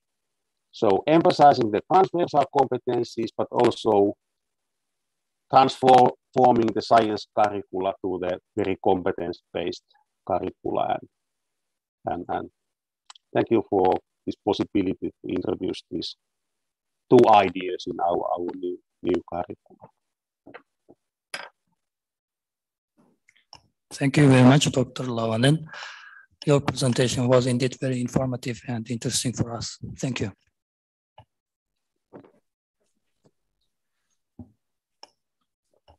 Milliy o'quv dasturida doirasida yangilanayotgan dasturlarimiz qatorida adabiyot fani ham muhim o'rin egallaydi.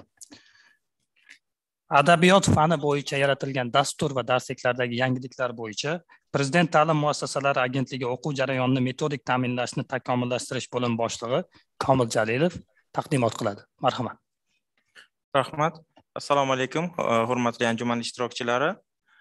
Demak, adabiyot dasturidagi o'sha yangiliklar va ularning darsliklarda aks etishini ko'radigan bo'lsak, bu yangiliklar asosan o'sha umuman ta'lim tizimida va xususan milliy o'quv dasturini joriy qilishda olib borilayotgan o'zgarishlar bilan hamohang, ya'ni o'sha o'zgarishlarni o'zida aks ettiradi. Ya'ni mana bundan oldin ham ma'ruzachilar aytib o'tishdi. Birinchi navbatda dasturdagi asosiy o'zgarish bu aniq yo'naltirilgan, aniq o'lchasa bo'ladigan ta'limiy maqsadlarning qo'yilishi. Ya'ni har bitta fanda, har 11-sinf oxirida o'quvchidan biz nimani kutyapmiz va shu 11-sinf oxirida kutayotgan natijaga erishishimiz uchun har bir sinf kesimida nimalarga erishishimiz kerak? 5-sinf, 6, 7 va o'sha 11-sinfgacha nimalarni qilib borsak, biz o'sha ko'zlangan maqsadga erishamiz degan savolga javob berishga harakat qilindi. Mana misol uchun, deylik, adabiyot dasturlarida shu paytgacha ko'proq o'sha ma'lum bir asar natijasida vatanparvarlik tuyg'ulari yoki insoniylik shunga o'xshagan bir fazilatlarni rivojlantirish maqsadi qo'yilgan. Bular albatta juda oliyjanob va kerakli maqsadlar, lekin shu bilan birga bu faqat adabiyotning maqsadi emas, bu umuman ta'lim tizimining maqsadi ekanligini unutmasligimiz kerak va adabiyot fan sifatida o'zini konkret shu bilan birga o'zining konkret maqsadlariga ega bo'lishi kerak. Masalan, asarni qanday tushunish kerak, uni tushunish uchun nimalarga e'tibor berish kerak singari o'zini bir fan sifatida o'zini spesifik maqsadlari bo'lishi kerak va milliy o'quv dasturida shu maqsadlar aniq belgilab qo'yildi. Va yana bitta muhim o'zgarish, bu ham boshqa fanlarda aks etgani kabi spiralsimon yondashuv, ya'ni o'quvchi ma'lum bir tushunchaga vaqt o'tgandan keyin qaytib o'sha tushunchani chuqurlashtirsa, u yaxshiroq esda qoladi va ko'nikmaga aylanadi va uni hayotda ishlata oladigan bo'ladi.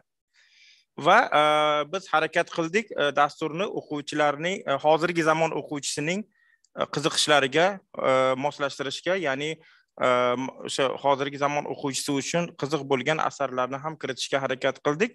Va yana bu yerda bitta muhim narsaki, ana adabiyot dasturini boshqa fan dasturlaridan bitta katta farqi, dasturga variativlik singdirildi, ya'ni asarlar bu yerda maqsad emas, asarlar ma'lum bir asarlarni o'qitish bu yerda vosita vazifasini o'taydi.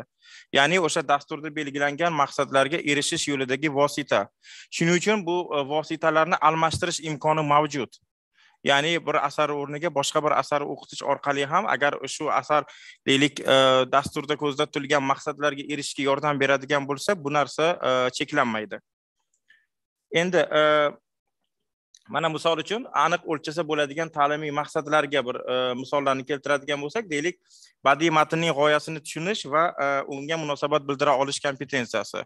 Deylik, biz bu narsani 11-sinf oxirida kutayotgan bo'lsak, mana shu narsaga erishish uchun har bir sinf kesimida nimalarga e'tibor berishimiz kerak, har bir sinf kesimida qanday kompetensiyalarni rivojlantirib borishimiz kerak degan savolga javob berishga harakat qildik va bu narsa har bir sinf uchun yaratilayotgan darsliklarda ham o'zini aksini topdi.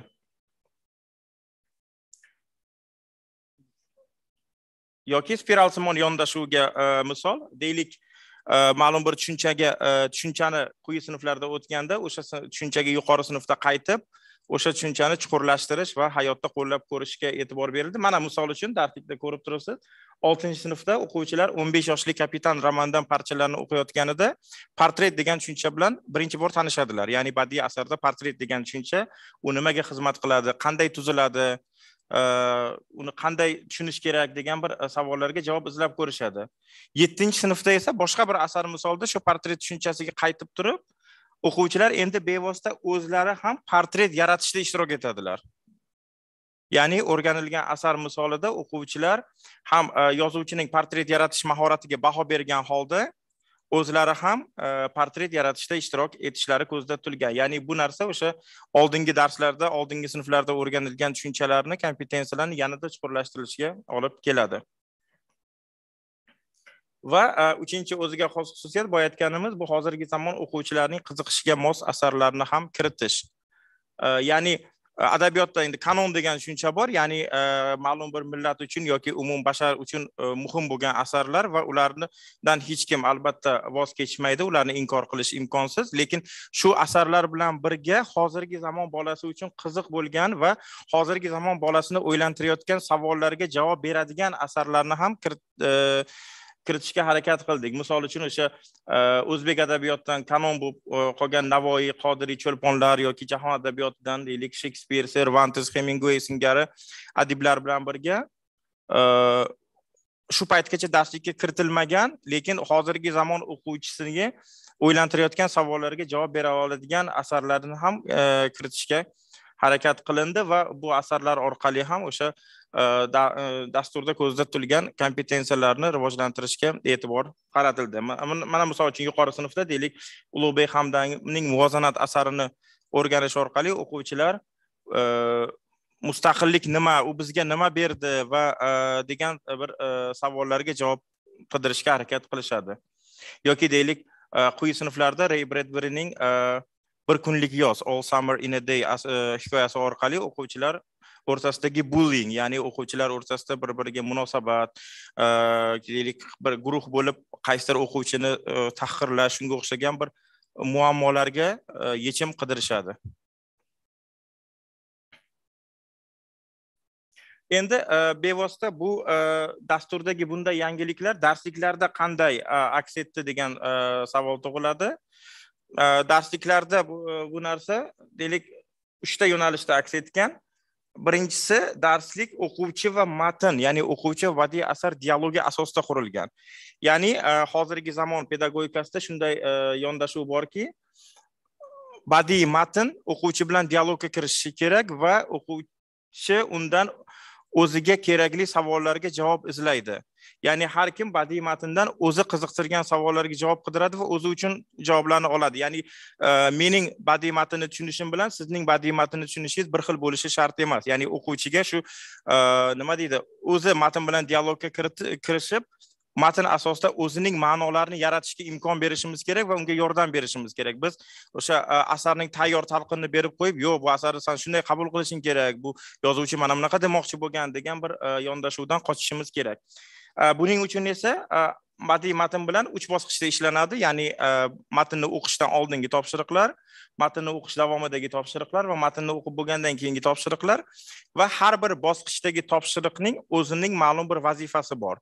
Misol uchun matnni o'qishgacha bo'lgan topshiriqlar ko'proq bolani matnni o'qishga tayyorlash, qiziqtirish, uni deylik undagi mavjud background knowledge deydi, ya'ni undagi mavjud o'sha asarni tushunishga yordam beradigan bilimlarni faollashtirish yoki shu bilimlarni berish maqsadi bo'lsa va motivatsiya uyg'otish, asar bilan ishlashga motivatsiya uyg'otish bo'lsa, matn davomida o'quvchi bevosita matn bilan ishlaydi, yozuvchining mahoratiga e'tibor qaratadi, syujet, obrazlar tizimiga e'tibor qaratadi. Matnni o'qib bo'lgandan keyin esa asarni bir makro darajadan, yuqoridan turib tahlil qiladi. Va shu tahlillar asosida ma'lum bir hayotiy ko'nikmalarni shakllantirish ham maqsad qilingan. Misol uchun loyihalar ustida ishlash orqali deylik, hamkorlikda ishlash, muammolarga javob qidirish singari o'quvchilarda 21-asrda kerak bo'ladigan ko'nikmalarni rivojlantirish maqsad qilingan.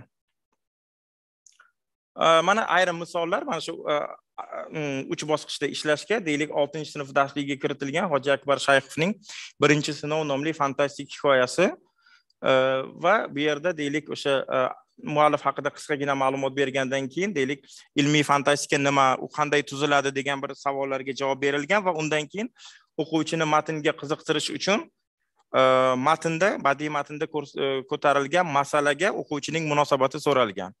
Ya'ni mana shu kichkina muhokama, dars paytidagi muhokama o'quvchini asarda ko'tarilgan muammoni tushunishga tayyorlab boradi.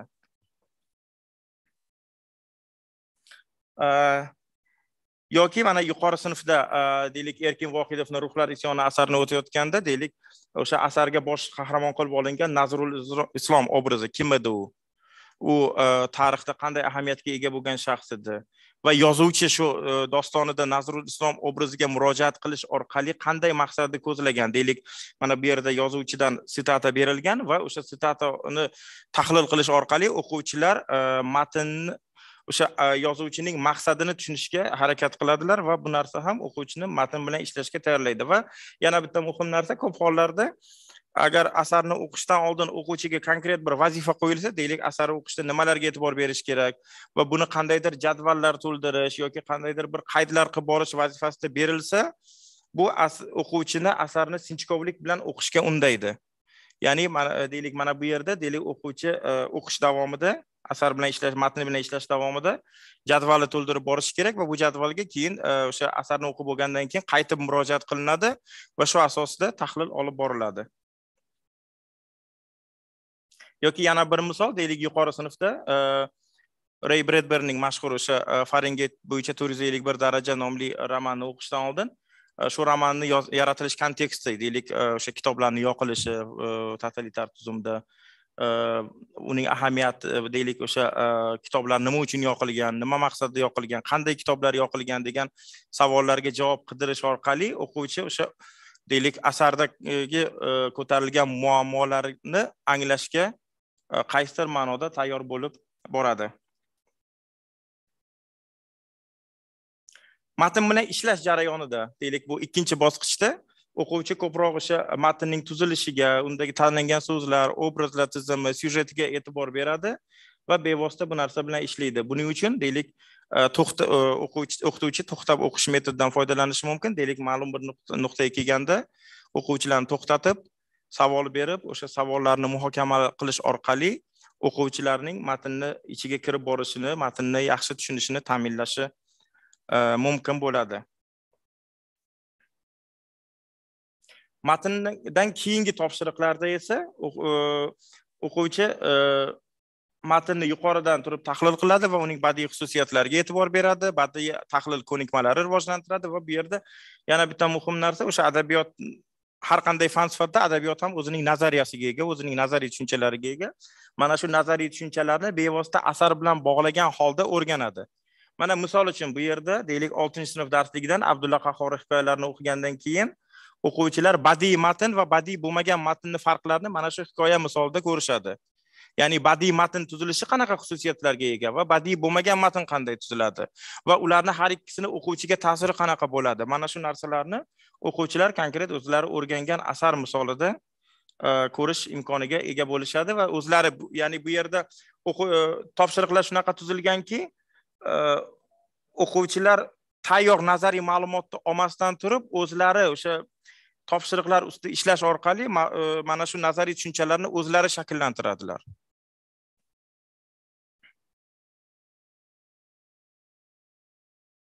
Yoki mana misol uchun o'sha Fahrenheit 451 romanni o'qigandan keyin o'quvchilar distopiya nima, ya'ni antiutopik asar nima, u qanaqa tuziladi, mana shuni tahlil qilgan holda deylik o'sha o'qilgan asardan antiutopiyaga xos bo'lgan xususiyatlarni ajratishni o'rganadilar. Endi asardan keyingi asarni bevosita asar matni bilan ishlashdan keyin topshiriqlarda 21-asr ko'nikmalari integratsiyasiga ham katta e'tibor berildi. Bu nimada ko'rinadi? Misol uchun loyihalar bilan ishlash orqali o'quvchilar o'zlari mustaqil ma'lumot qidirish, uni tahlil qilish, uni qayta ishlash, deylik tanqidiy fikrlash kabi ko'nikmalarni rivojlantiradi. Shu bilan birga o'sha loyiha jarayonida birga ishlash jarayonida liderlik qobiliyati, mas'uliyatni bo'yniga olish, bir-biri bilan muloqot qilish, o'sha loyiha natijasini taqdimot qilish orqali deylik muloqot qilish ko'nikmalari ham rivojlantiriladi va shu bilan birga hayotda kerak bo'ladigan deylik muammolarga javob izlash, liderlik singari qobiliyatlar rivojlantirish maqsad qilingan. Mana misol uchun deylik o'sha birinchi sinov hikoyasini o'qigandan keyin o'quvchilar guruhlarga bo'linib shu asar asosida film yoki multfilm deylik xayollarida bir multfilm yoki film olishni rejalashtirishlari kerak va buning uchun deylik qaysidir bir guruh libos tanlaydi, qaysidir bir guruh dekoratsiyalar ustida ishlashi, qaysidir bir guruh musiqa ustida ishlaydi va keyin o'zining ishlarini taqdimot qilishadi. Ya'ni mana shu yerda o'quvchilar birgalikda ishlash orqali boyagi 21-asr ko'nikmalarini rivojlantiradilar va shu bilan birga bu narsa o'rganilgan asarning ichiga yanada chuqurroq kirish imkonini beradi. Yoki misol uchun 10-sinfda deylik Remarkning mashhur o'sha G'arbiy frontda o'zgarish yo'q asarini o'qigandan keyin deylik o'quvchilarga shunday loyiha berilgan. Ular bosh qahramon Paul yoki uning onasi nomidan siyosatchilarga maktub yozish kerak.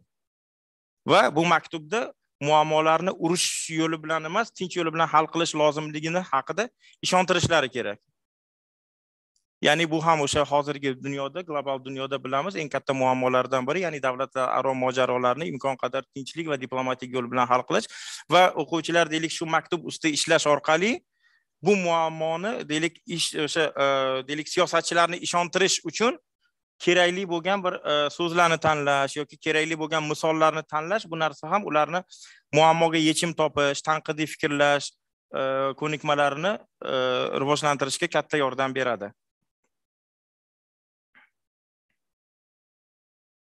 Va yana bitta narsaga e'tibor berishga harakat qilindi. Adabiyot bu juda ko'p fanlarni integratsiyasi, bir chiroyli integratsiyasiga imkon beradigan fan. Chunki masalan, deylik, fantastik asarlarda texnologiyani ko'rishimiz mumkin. Sarguzasht asarlarda tabiatshunoslikni ko'rishimiz mumkin. Ya'ni adabiyot shunday sohaki, juda ko'p fanlarni bir chiroyli tarzda va ishonarli tarzda integratsiya qilish imkonini beradi.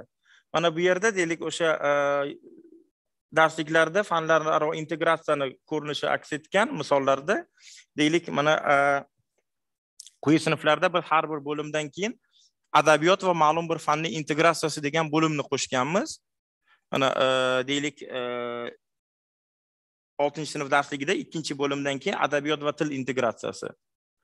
Va bu yerda deylik o'quvchilar yana o'sha badiiy matn va badiiy bo'lmagan matnning farqlari haqidagi bilimlarni chuqurlashtirgan holda tabiatda suvning aylanishini, ya'ni badiiy bo'lmagan bir jarayonni badiiy vositalar bilan ifodalashlari kerak bo'ladi. Ya'ni badiiy didni o'stirish va o'sha fanlararo integratsiyani chuqurroq his qilishga yordam beradi.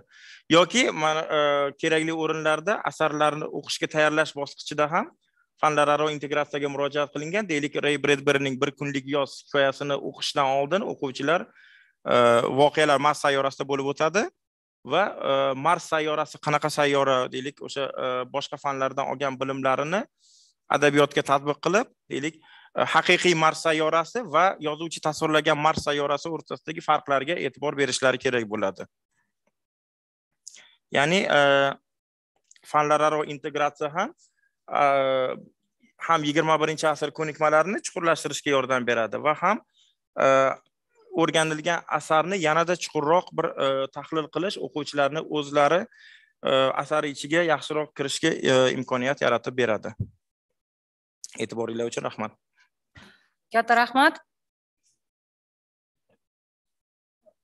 Уважаемые участники, как всем известно, с нового учебного года введена линия учебников нового поколения по русскому языку как иностранному. Данная линия создавалась в сотрудничестве с Российским государственным педагогическим университетом имени Герцена под научным руководством профессора Елизаветы Александровны Хамраевой. О новой методике преподавания русского языка как иностранный и о новых учебниках расскажет нам Елизавета Александровна Хамраева. Пожалуйста. Уважаемые коллеги, добрый день. Я рада приветствовать вашу конференцию и желаю вам удачной работы. Спасибо большое, что есть возможность рассказать о работе, которую мы проделали, огромную работу совместно с коллективом, образовательным коллективом Республики Узбекистан. Итак, 1,5 года назад, когда нам было предложено поучаствовать в проекте создания новой линии учебников, вы знаете, очень интересно, это как все равно такой жребий брошен. Мы были очень заинтересованы идеей, как современную методику русского языка как иностранного внедрить в линию учебников, которые изначально, вот до 2021 года, имели классическую грамматическую структурированную грамматику по русскому языку. Вы знаете, задача была непростая, и поэтому огромная благодарность узбекским коллегам, педагогам, учителям, практикам, которые поняли нашу идею, мы смогли донести вот методическую часть до них, и учебники, на наш взгляд, получились действительно интересные, и мы их ждем с нового учебного года. Сейчас они, некоторые классы уже проходят апробацию, и я надеюсь, что не только мы, учителя, их ждем, педагоги, но их ждут еще и ребята, и их родители. Итак, что же было нового? Прежде всего, конечно же, это подходы. Если, как я уже сказала, был грамматический, структурированный подход, основанный на знаниях, то есть выучи правила и потом расскажи, или уметь его применить. Мы совсем поменяли подход, это с привлечением предметно-интегративных технологий, плюс еще метапредметные подходы, подход деятельностный, и мы подумали о том, что каждый класс, начиная со 2 класса, включая 11, был распределен по уровням изучения русского языка, согласно системе ТРКИ, и выделен коллектив авторов на вот каждый класс, да, каждую ну, каждый класс, вот на каждый этот уровень. Получилось так, что некоторые уровни нам пришлось разбить, но, соответственно, мы смотрели, какие лексические темы мы можем, на каких лексических темах мы можем эти уровни внедрить, применить и закрепить у ребят. И мы подумали над тем, что учебник наш, поскольку мы применили интеграционные технологии, вот о которых сегодня уже говорилось, то наш учебник должен был отражать некую базу знаний ребят такого возраста, ну, вот, начиная со 2 класса, да, и, соответственно, согласно тем предметам, которые будут изучаться дальше по программе, мы пытались обогатить наш учебник, наши темы по русскому языку вот тем материалом, которые ребята изучают параллельно в школе. Вы понимаете, а нам, как филологам, нам предстояла огромная работа, потому что мы должны были с помощью учителей, естественно, Узбекистана, посмотреть, какие именно предметы, что интересного в том или ином классе, да, и выделили для себя некие темы, которые затем, как учебник наш стал выступать, как средство познания, не просто средство, да как учебная, да, литература, как учебный предмет, но и как средство познания и средство общения, средство коммуникации. И вот я как раз пришла к тому, что основной у нас подход, который мы заложили, это подход коммуникативный. Мы должны научить умениям и навыкам. Чему? Уметь общаться, уметь разговаривать, уметь строить диалоги, уметь вести беседу, уметь слушать иностранную речь, воспринимать иностранный язык, уметь реагировать на иностранный язык. Мы должны научить ребят ориентироваться в литературе, в чтении. Мы должны научить вычленять основное из этого чтения и затем уметь это применять дальше. И вот новое, первое, это коммуникативный подход, затем это учебник, вот это основное, это у нас средство познания, не только знания, но и познания и общения. И модель урока. Вы знаете, вот нетипичная была модель урока, и поначалу пришлось нам немножечко скорректировать и свои планы, и программы.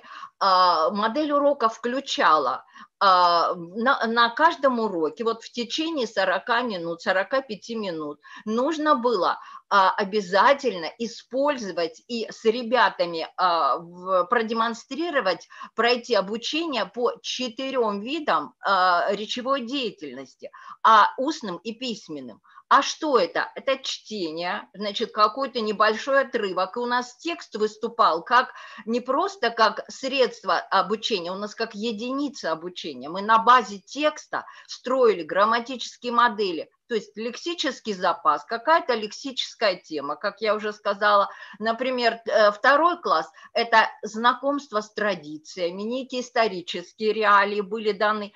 3 класс – это у нас такой окружающий мир, пытались природу, да, ведь богатство, уникальность России, Узбекистана – это не подлежит никакому сомнению, об этом надо рассказывать. И еще уникальность учебника в том, что мы пытались максимально соотнести, я даже не могу сказать, вот сравнить, мы пытались, если это природа Узбекистана, мы хотели показать в этом же уроке природу России, где у нас, есть ли у нас такие климатические зоны или нету, водные ресурсы, какие водные ресурсы в Узбекистане, какие в России. Вы можете спросить, а где там русский язык? А вот русский язык как раз вот средство. И мы пытались на базе вот этих текстов, которые носили познавательный характер, на самом деле мы брали очень много. Вот я была ответственна за учебники, вот и 2 класс, 5, 11, ну, собственно, как руководитель должен отвечать за все учебники, соответственно, мы проходили вот это совместные, такие обсуждения, которые нам давали дальнейший вот план развития, как у нас должен строиться материал. И после того, как текст у нас выступал ядром всего, на базе текста вводилась новая лексика, новые семантические семантические поля, новые слова. Затем отрабатывались грамматические модели, которые тоже были строго регламентированы нашей программой. После этого материал закреплялся лексическими и грамматическими упражнениями. Затем одна и та же тема внутри урока – аудирование.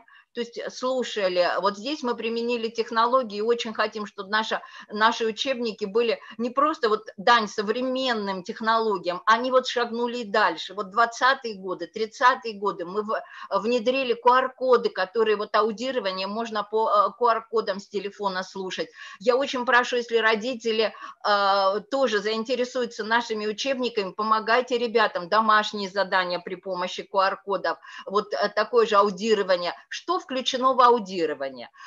Прежде всего, это какие-то кусочки из мультфильмов. Здесь я хочу сказать, что не только из русских, раз уж мы говорим о русском языке, мы пытались найти некоторые кусочки из узбекских фильмов, песенок и давали это для прослушивания на русском языке и соотносили в упражнениях после аудирования уже с узбекскими, ну вот, допустим, сказки, да, если это морозская сказка у нас русская, то на самом деле есть такая же сказка про двух девочек в Узбекистане, мы это все соотносили, это получилось достаточно интересно. Затем, после аудирования обязательно должна быть работа лексико-грамматическая на общение, выход в речевую практику, диалоги, полилоги, всевозможные ситуативные игры, ролевые игры. Это все этим учебник изобилует. Ну и в конце это обязательно выход в письменную речь. Да, конечно, сложно ребенку на начальном этапе, это совсем элементарные задания, потом все дальше будут это и эссе, и интересные проектные работы.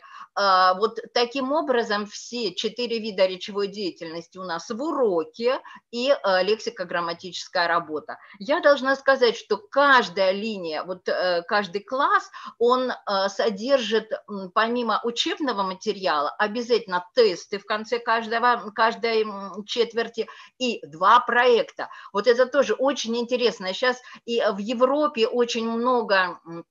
Вот коллеги иностранные меня слышат и могут, в общем-то, подтвердить, что проектной работе в команде уделяется очень большое внимание. И мы пытались, чтобы каждый учебник содержал вот 2 проекта, может быть, это какие-то кусочки индивидуальные, но они потом составляют общий огромный проект, когда ребята работают в команде. Это вот такая проектная работа, в общем, тоже явилась новым таким шагом для учителей, которым мы и методически писали, да, методику, работу над проектом. И вообще хочу сказать, что, конечно, каждому классу, каждому учебнику было написано очень большие такие методические комментарии, разработки уроков, и туда же были включены и подготовка к тестам, да, вот словарные диктанты, и диктанты, которые, возможно, как обобщение. У нас каждый 6-й, 10-й урок у нас содержал обобщение, то есть закрепление. По методике русского языка как иностранного это обязательно, иначе мы не можем без закрепления идти вперед. Что еще из интересного, что включено в учебнике? Вы знаете, столкнулись с тем, что не у всех ребят вот технические средства позволяют, да, вот QR-коды. Тут мы попробовали, на помощь также пришли наши узбекские коллеги, мы попробовали что-то, может быть, озвучить, записать, то есть сделать в Санкт-Петербургском университете актерский факультет. Нам очень помогли ребята, студенты, актеры, которые участвовали в записи. Ну, в общем, вы знаете, вот таким образом у нас выстроилась линейка учебников, которая, в общем-то, послужила таким отправным, с нетерпением ждем начала учебного года. Мне очень интересно, как некоторые ребята сейчас, проходя апробацию, уже держат эти учебники в руках, но не все классы еще вышли в печать, готовы, все в работе. У нас очень краткие сроки были. Но вот интересно, как именно воспримут ребята вот новый подход, да, вот по видам учебной деятельности, по видам речевой деятельности, по коммуникативному подходу,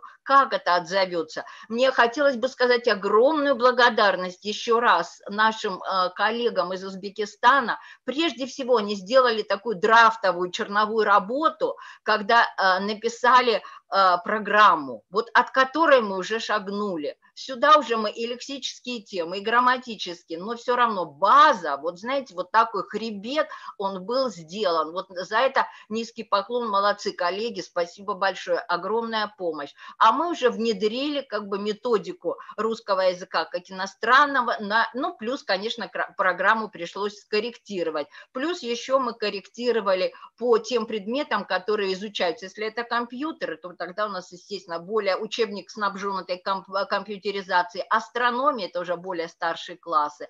Вот. Ну и, конечно, не могу не сказать, я уже заканчиваю, спасибо, извините, если я задержала, мы не могли такой пласт культуры, огромнейшая, богатейшая, уникальная культура Узбекистана и России, мы не могли мимо пройти. Мы обязательно учебник русского языка, учебник по языку, он должен иметь такой направленный культурологический, страноведческий характер. И вот мы использовали, начиная со 2 класса, это и традиции празднования, это и уважение, это семейные традиции, это и уклад семейный, и уклад жилища, и кухня, и так далее, много всего.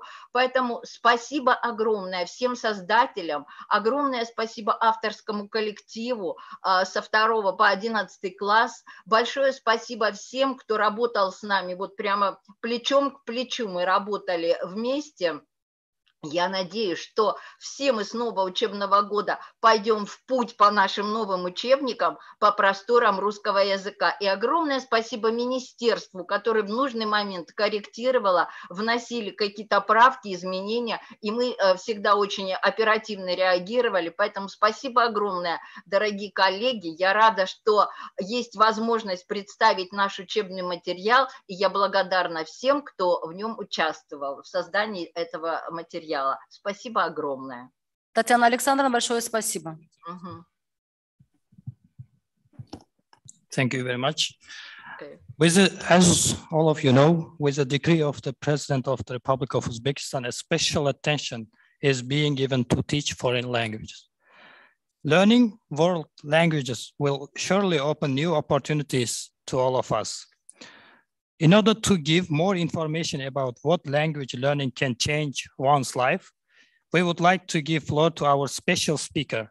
Please welcome Dr. David Chiesa, Clinical Assistant Professor at the University of Georgia. Good morning, everybody. Can you hear me? Yes, we can hear you. Okay, fantastic. It's 6 o'clock in the morning for me. Good morning. Good morning. Thank you, David, for joining us. Thank you in advance for your help. And sorry if we forced you to get up too early. Not gonna lie, it's so early. Okay, here we go. So I'm only gonna talk for a short time, but thank you so much for having me here today. I'm greatly always appreciated to talk to my Uzbek colleagues. You mean so much to me, and I will do anything for you at any time. So as you said, my name is Dr. David Chiesa. I'm a clinical assistant professor of language and literacy education at the University of Georgia in the United States. University of Georgia is the first public education university in the entire world. So that's what we're known for, and that's what we're proud of, and I'm excited to be here with you. Today I'm going to talk about the field of TESOL. TESOL is teaching English to speakers of other languages and also world language education. Where are we now in 2022, looking inward and then looking outward? In other words, for the past year and a half, I've attended the TESOL International Conference, Applied Linguistics Association Conference, Language Testing and Research Colloquium. And throughout all three conferences, I've noticed many different themes of the modern trends that I want to talk about today. It's going to be just a short conversation about the modern trends, and then hopefully this can give you some food for thought. Please keep in mind, I do not ascribe, I do not believe in all the modern trends, but I want to tell you what the world is doing, what the world is researching, and what the world is thinking today. Okay, so I'll begin with my experience in Uzbekistan, because I feel like beginning here is a better grounding for looking forward. So what I notice about teachers in Uzbekistan are the following. Number one, teachers in Uzbekistan challenge students to apply lessons received inside and outside the classroom to their everyday lives. And I think this is very powerful. This is part of what education's all about. So when I was in Uzbekistan, I saw this happening, and that made me extremely happy. 2, teachers in Uzbekistan lead students to be fair in their dealings, accountable for their actions, responsible for themselves, and empathetic. Empathy is a major factor today, and I feel like a lot of us need to have more empathy in the world, especially today. In 3, teachers in Uzbekistan compel students to act with civility, to bolster their faith in others and the faith others have in them. And so this is what I've noticed about teachers in Uzbekistan at the K through 12 level. And I'm really proud of your country and where your country's at. And I believe that we can really help our students grow even more. And so with the modern trends moving forward, I want you to keep in mind what you already do positively, okay? So the first modern trend that I see in all conferences is the following. Oh, and this is the TESOL International Conference that happened in March. The first trend is that teachers' roles are changing. What do I mean by that? In other words, back in 5-10 years ago, we really believed that teachers' roles are just to distribute knowledge and skills to students. However, because of the pandemic, because of situations that have happened, research, practice, and theory have now all kind of slowly evolved to a different conceptual level. Teachers' roles vary dramatically. First, they take into account the development of children, teens, and adults. Look at that very closely. An educator does not just give knowledge and skills. They care for the development of children. Uzbek children, who are they trying to be, what they're trying to be, right? 2, the management of the teaching and learning space. Before, it was face-to-face, right? Or it was online. Now it's a combination of both. Also, teachers had to be aware of certain packets. So some countries, like in the Philippines, for example, they do not have access to internet as much as Uzbeks do. So during the pandemic, what they did was the Ministry of Education in the Philippines created packets, and they sent the packets home to students. And then at home, students had to work with their families to learn knowledge and skills. So in that space, teachers' roles are changing. Or the development of the entire school as a learning community. In other words, the school is not the classroom is not the central space anymore. Now it's the entire school. Also, teachers need to have more connections with families, the local community, and also the wider world. So the teachers' roles are changing dramatically, and how we interact in those spaces are going to change as well. That's the first modern trend I have seen across all conferences, is that we now have to understand the teachers' responsibilities are different. No longer are teachers only giving knowledge and skills, but they're developing the child as a human. The second social trend I see is SEL. I'm not saying I agree with this completely, but I want to tell you that all conferences I've been to, all conferences, research, theory, and practice have now talked about social emotional learning. So this is the hottest topic in the world today. What does this mean? It means before you can develop any life skills of students, and I know that's what today's conference is all about, right? It's about developing life skills of students.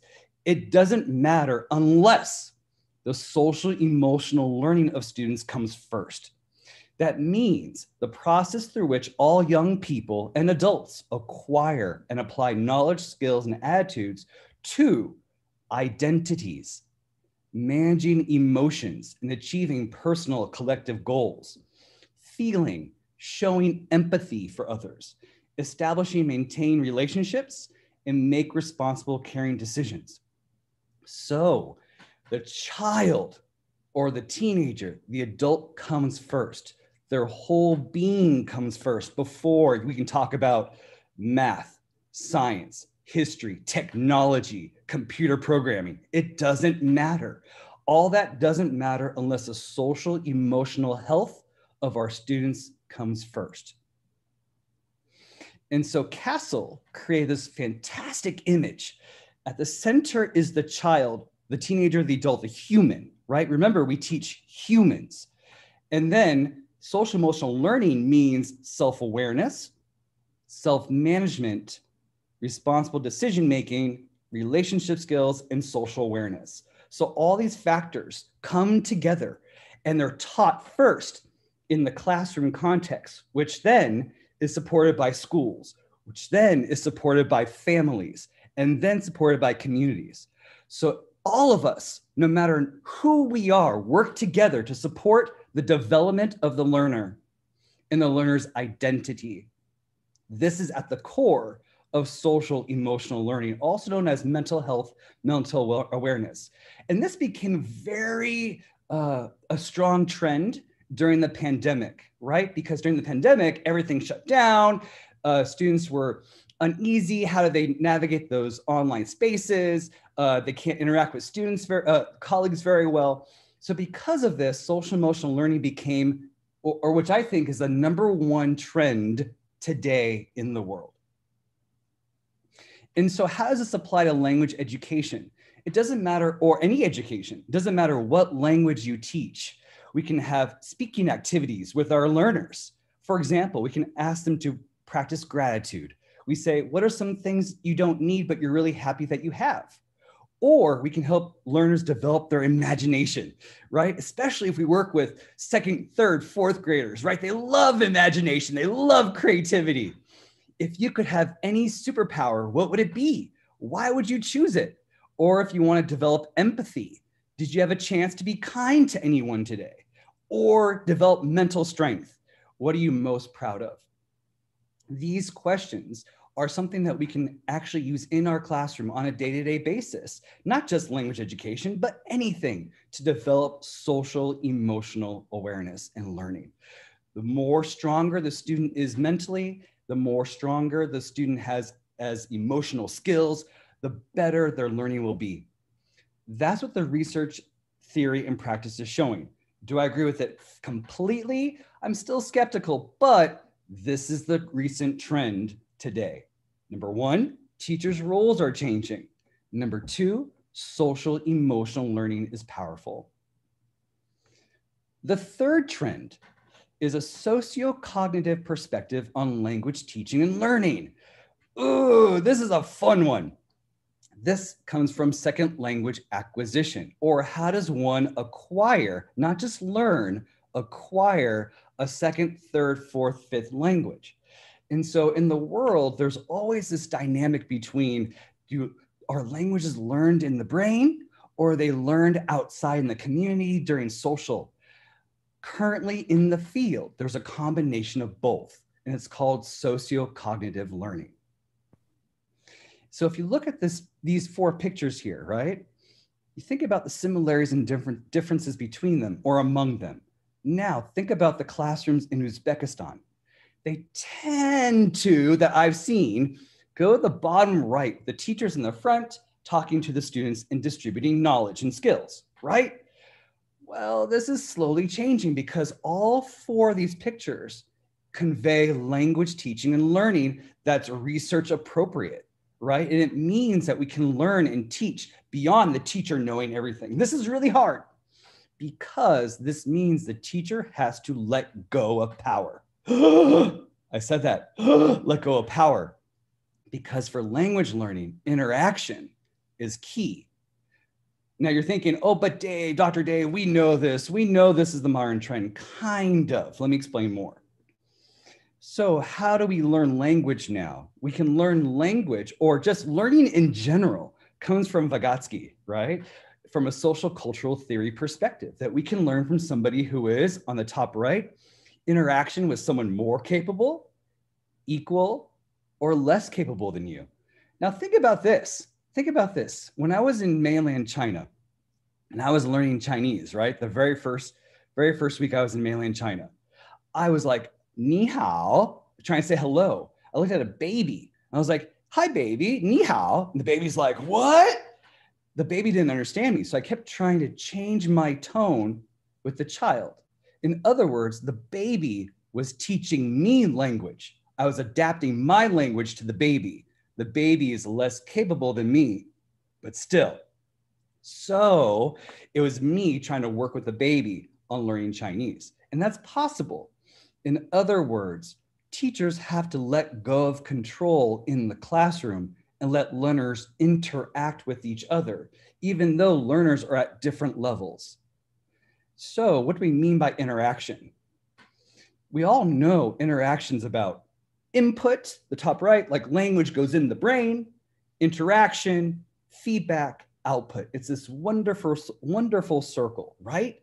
However, the modern trend says, we don't learn just by input, interaction, feedback, output. We don't learn by this circle only. Now, language learning is changing slightly. It looks at it from this direction. It goes one way and the other way. It's a constant feedback loop with awareness, noticing, and attention. And so this constant shift, right, is where the modern trend is going. It's that you can't learn language with a teacher just teaching learners, person to students. There has to be interaction that goes back and forth. Language is complex, it's dynamic, it changes, it's fluid. Our education system must reflect that now. Teachers' roles are changing. Social emotional learning, socio-cognitive perspective on language education. And there's one more modern trend that I have seen today. And of course, you've been talking about this all day, technology and the varying spaces in technology. This is really tough because technology is not the end goal for learning, right? Technology is not the result. Technology is the means to achieve learning, right? But there are different spaces that we interact with now. In the United States, high flex teaching is the most important space that we work in. What does high flex mean? High flex means hyper flexible. In other words, in most K through 12 classrooms in the United States, teachers will be teaching face-to-face and online at the same time. It doesn't matter. High flex is what most classroom spaces are going. And this also happens at university. So high flex teaching is teachers have to be adaptable to both spaces at the same time. That's really, really challenging. What does it actually look like? Here's a picture of a high flex class. This is typical K through 12. This is a 4th grade classroom. The teacher is standing, talking to students in a group work. Look on the computer. A student is also on the computer, zooming into the classroom. This is a typical classroom context in the United States and in many parts of the world. So this is the modern trend that's going for education with technology. Students don't only learn computer programming, they learn to interact in different spaces. And so teachers have to now think about what does engagement mean in the online space, right? So engagement involves students using time and energy to learn materials and skills, demonstrating that learning, interacting in a meaningful way with others in the class, enough so that those people become real and becoming at least somewhat emotionally involved with their learning. So engagement is key to education. And so there are 3 things I put on the side here. One is called Mote. Mote is very popular. Mote is a technological tool that's used through Google Docs. A Google Doc, you can actually have a voice recording. The second is called Perusal. Perusal is an online social e-reader. An e-reader means that you read the same document together, you comment on the same document as in interaction. And the third is called Parlay, where you can have online discussions with both the in-person space and the online space.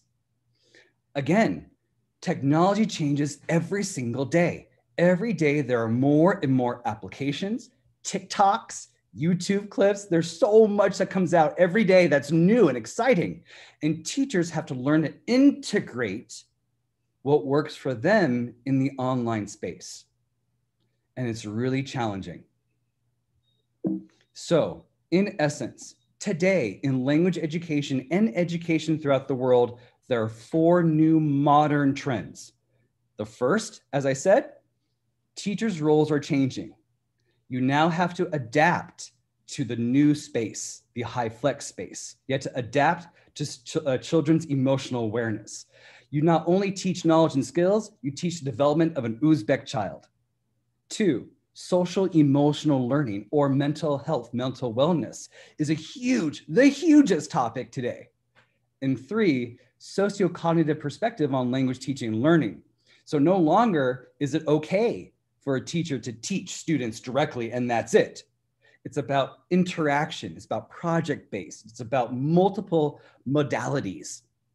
And 4, technology in the teaching space have now varied and teachers need to be aware and cognizant of how to interact in those spaces. So those are the 4 modern trends I have seen through research, theory, and practice. And I wish you Uzbeks the best of luck in keeping up with the world today. Thank you. Thank you very much, Dr. Chiesa. It was very indeed, very informative and interesting presentation. And we would like to thank you once again, and we look forward to seeing you in Tashkent next month.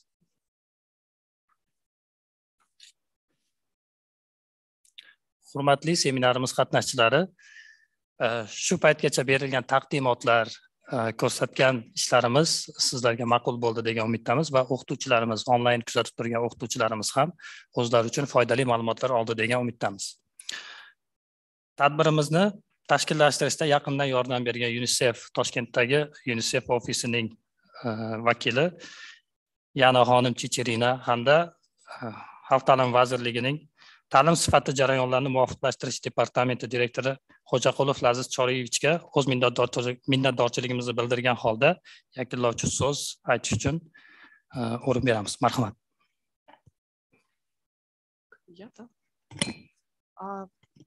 Спасибо еще раз всем участникам за сегодняшнее мероприятие. И понятно, что мы должны делать это чаще. Потому что вот так со стороны еще раз посмотреть на то, что мы сделали, себя похвалить, тоже это нужно. Мы себя ругаем каждый раз, еще вот это не сделано, вот это нужно изменить, но похвалить себя тоже нужно иногда. И я думаю, что мы все здесь присутствующие, и еще те, кто не могли с нами здесь сегодня быть, учителя, методисты, руководители отделов и в РЦО, и в Министерстве народного образования, заслуживаем аплодисменты. Давайте друг другу. И от лица ЮНИСЕФ я хочу сказать, что это большая честь для нас работать с вот такими командами, когда люди неравнодушно относятся к тому, что они делают, когда они в выходные, ночью и в праздники тоже сидят и делают все свое лучшее. И ЮНИСЕФ, конечно, и дальше год за годом готов всю поддержку, которую только в наших силах, оказать и Республиканскому центру образования, и Министерству народного образования. Спасибо вам большое за ваш труд. Спасибо вам, Яна, за такие прекрасные слова, слова оптимизма. Assalomu alaykum, hurmatli ishtirokchilar. Haqiqatdan ham bugun ancha qiziqarli, ancha ko'p narsa o'rganiladigan bir konferensiya bo'ldi va bu konferensiyaning asosiy ahamiyati shundan iboratki, biz mana haqiqatdan ham endi bir ta'limda yangi davrga kirayotgan, albatta bu oson bo'lmaydi, lekin shu bilan bir qatorda mana shuncha sizlardek jonkuyar insonlar borligi albatta bu insonni qalbida umid uyg'otadi. Mana bu yerda nafaqat Xalq ta'limi vazirligidan, mana oliy ta'lim muassasalaridan yoki mana prezident muassasa agentligidan ham, yo mana xalqaro tashkilotlardan ham hamkorlarimiz birgalikda ishlashib bir maqsad yo'lida ketayotgan ekanimiz. Albatta biz erishamiz o'zimizning maqsadimizga. Albatta mana shunaqangi o'zimizni hozirgi qilayotgan ishlarimizni ko'rib chiqib, balki qandaydir yangi narsalar, balki qanaqadir o'zgarishlar yana kiritish kerakligiga o'zimiz xulosa qilayotgandirmiz. Chunki bu yerda o'tirganlarning barchasi o'zining fanining mutaxassisi hisoblanadi. Albatta hammani bu yerda qamrab olib bo'lmaydi. Lekin shu yerda o'tirganlarning o'zi ham anchayin mehnat qilib, katta shu hozirgi darajaga yetgancha ham ulkan hissa qo'shgan insonlar albatta. Shuning uchun men bu yerda albatta asosiy tashkilotchi bo'lgan Respublika ta'lim markaziga katta rahmat aytib qo'ymoqchiman. Shuningdek yana bir bor UNICEF tashkilotiga rahmat aytmoqchiman. Shuningdek mana shu davramizni boshidan oxirigacha o'sha olib borgan Barno opa bilan Javlonbekka ham alohida rahmat demoqchiman. Barchangizga rahmat, barchangizga tashakkur. Barchamizning ishlarimizga omad. Sog' bo'linglar. Minnatdorchilik bildiramiz. Yakuniy qism sifatida ishtirokchilarimizni davraga taklif qilardik, yakuniy foto rasmga olish uchun. Marhamat.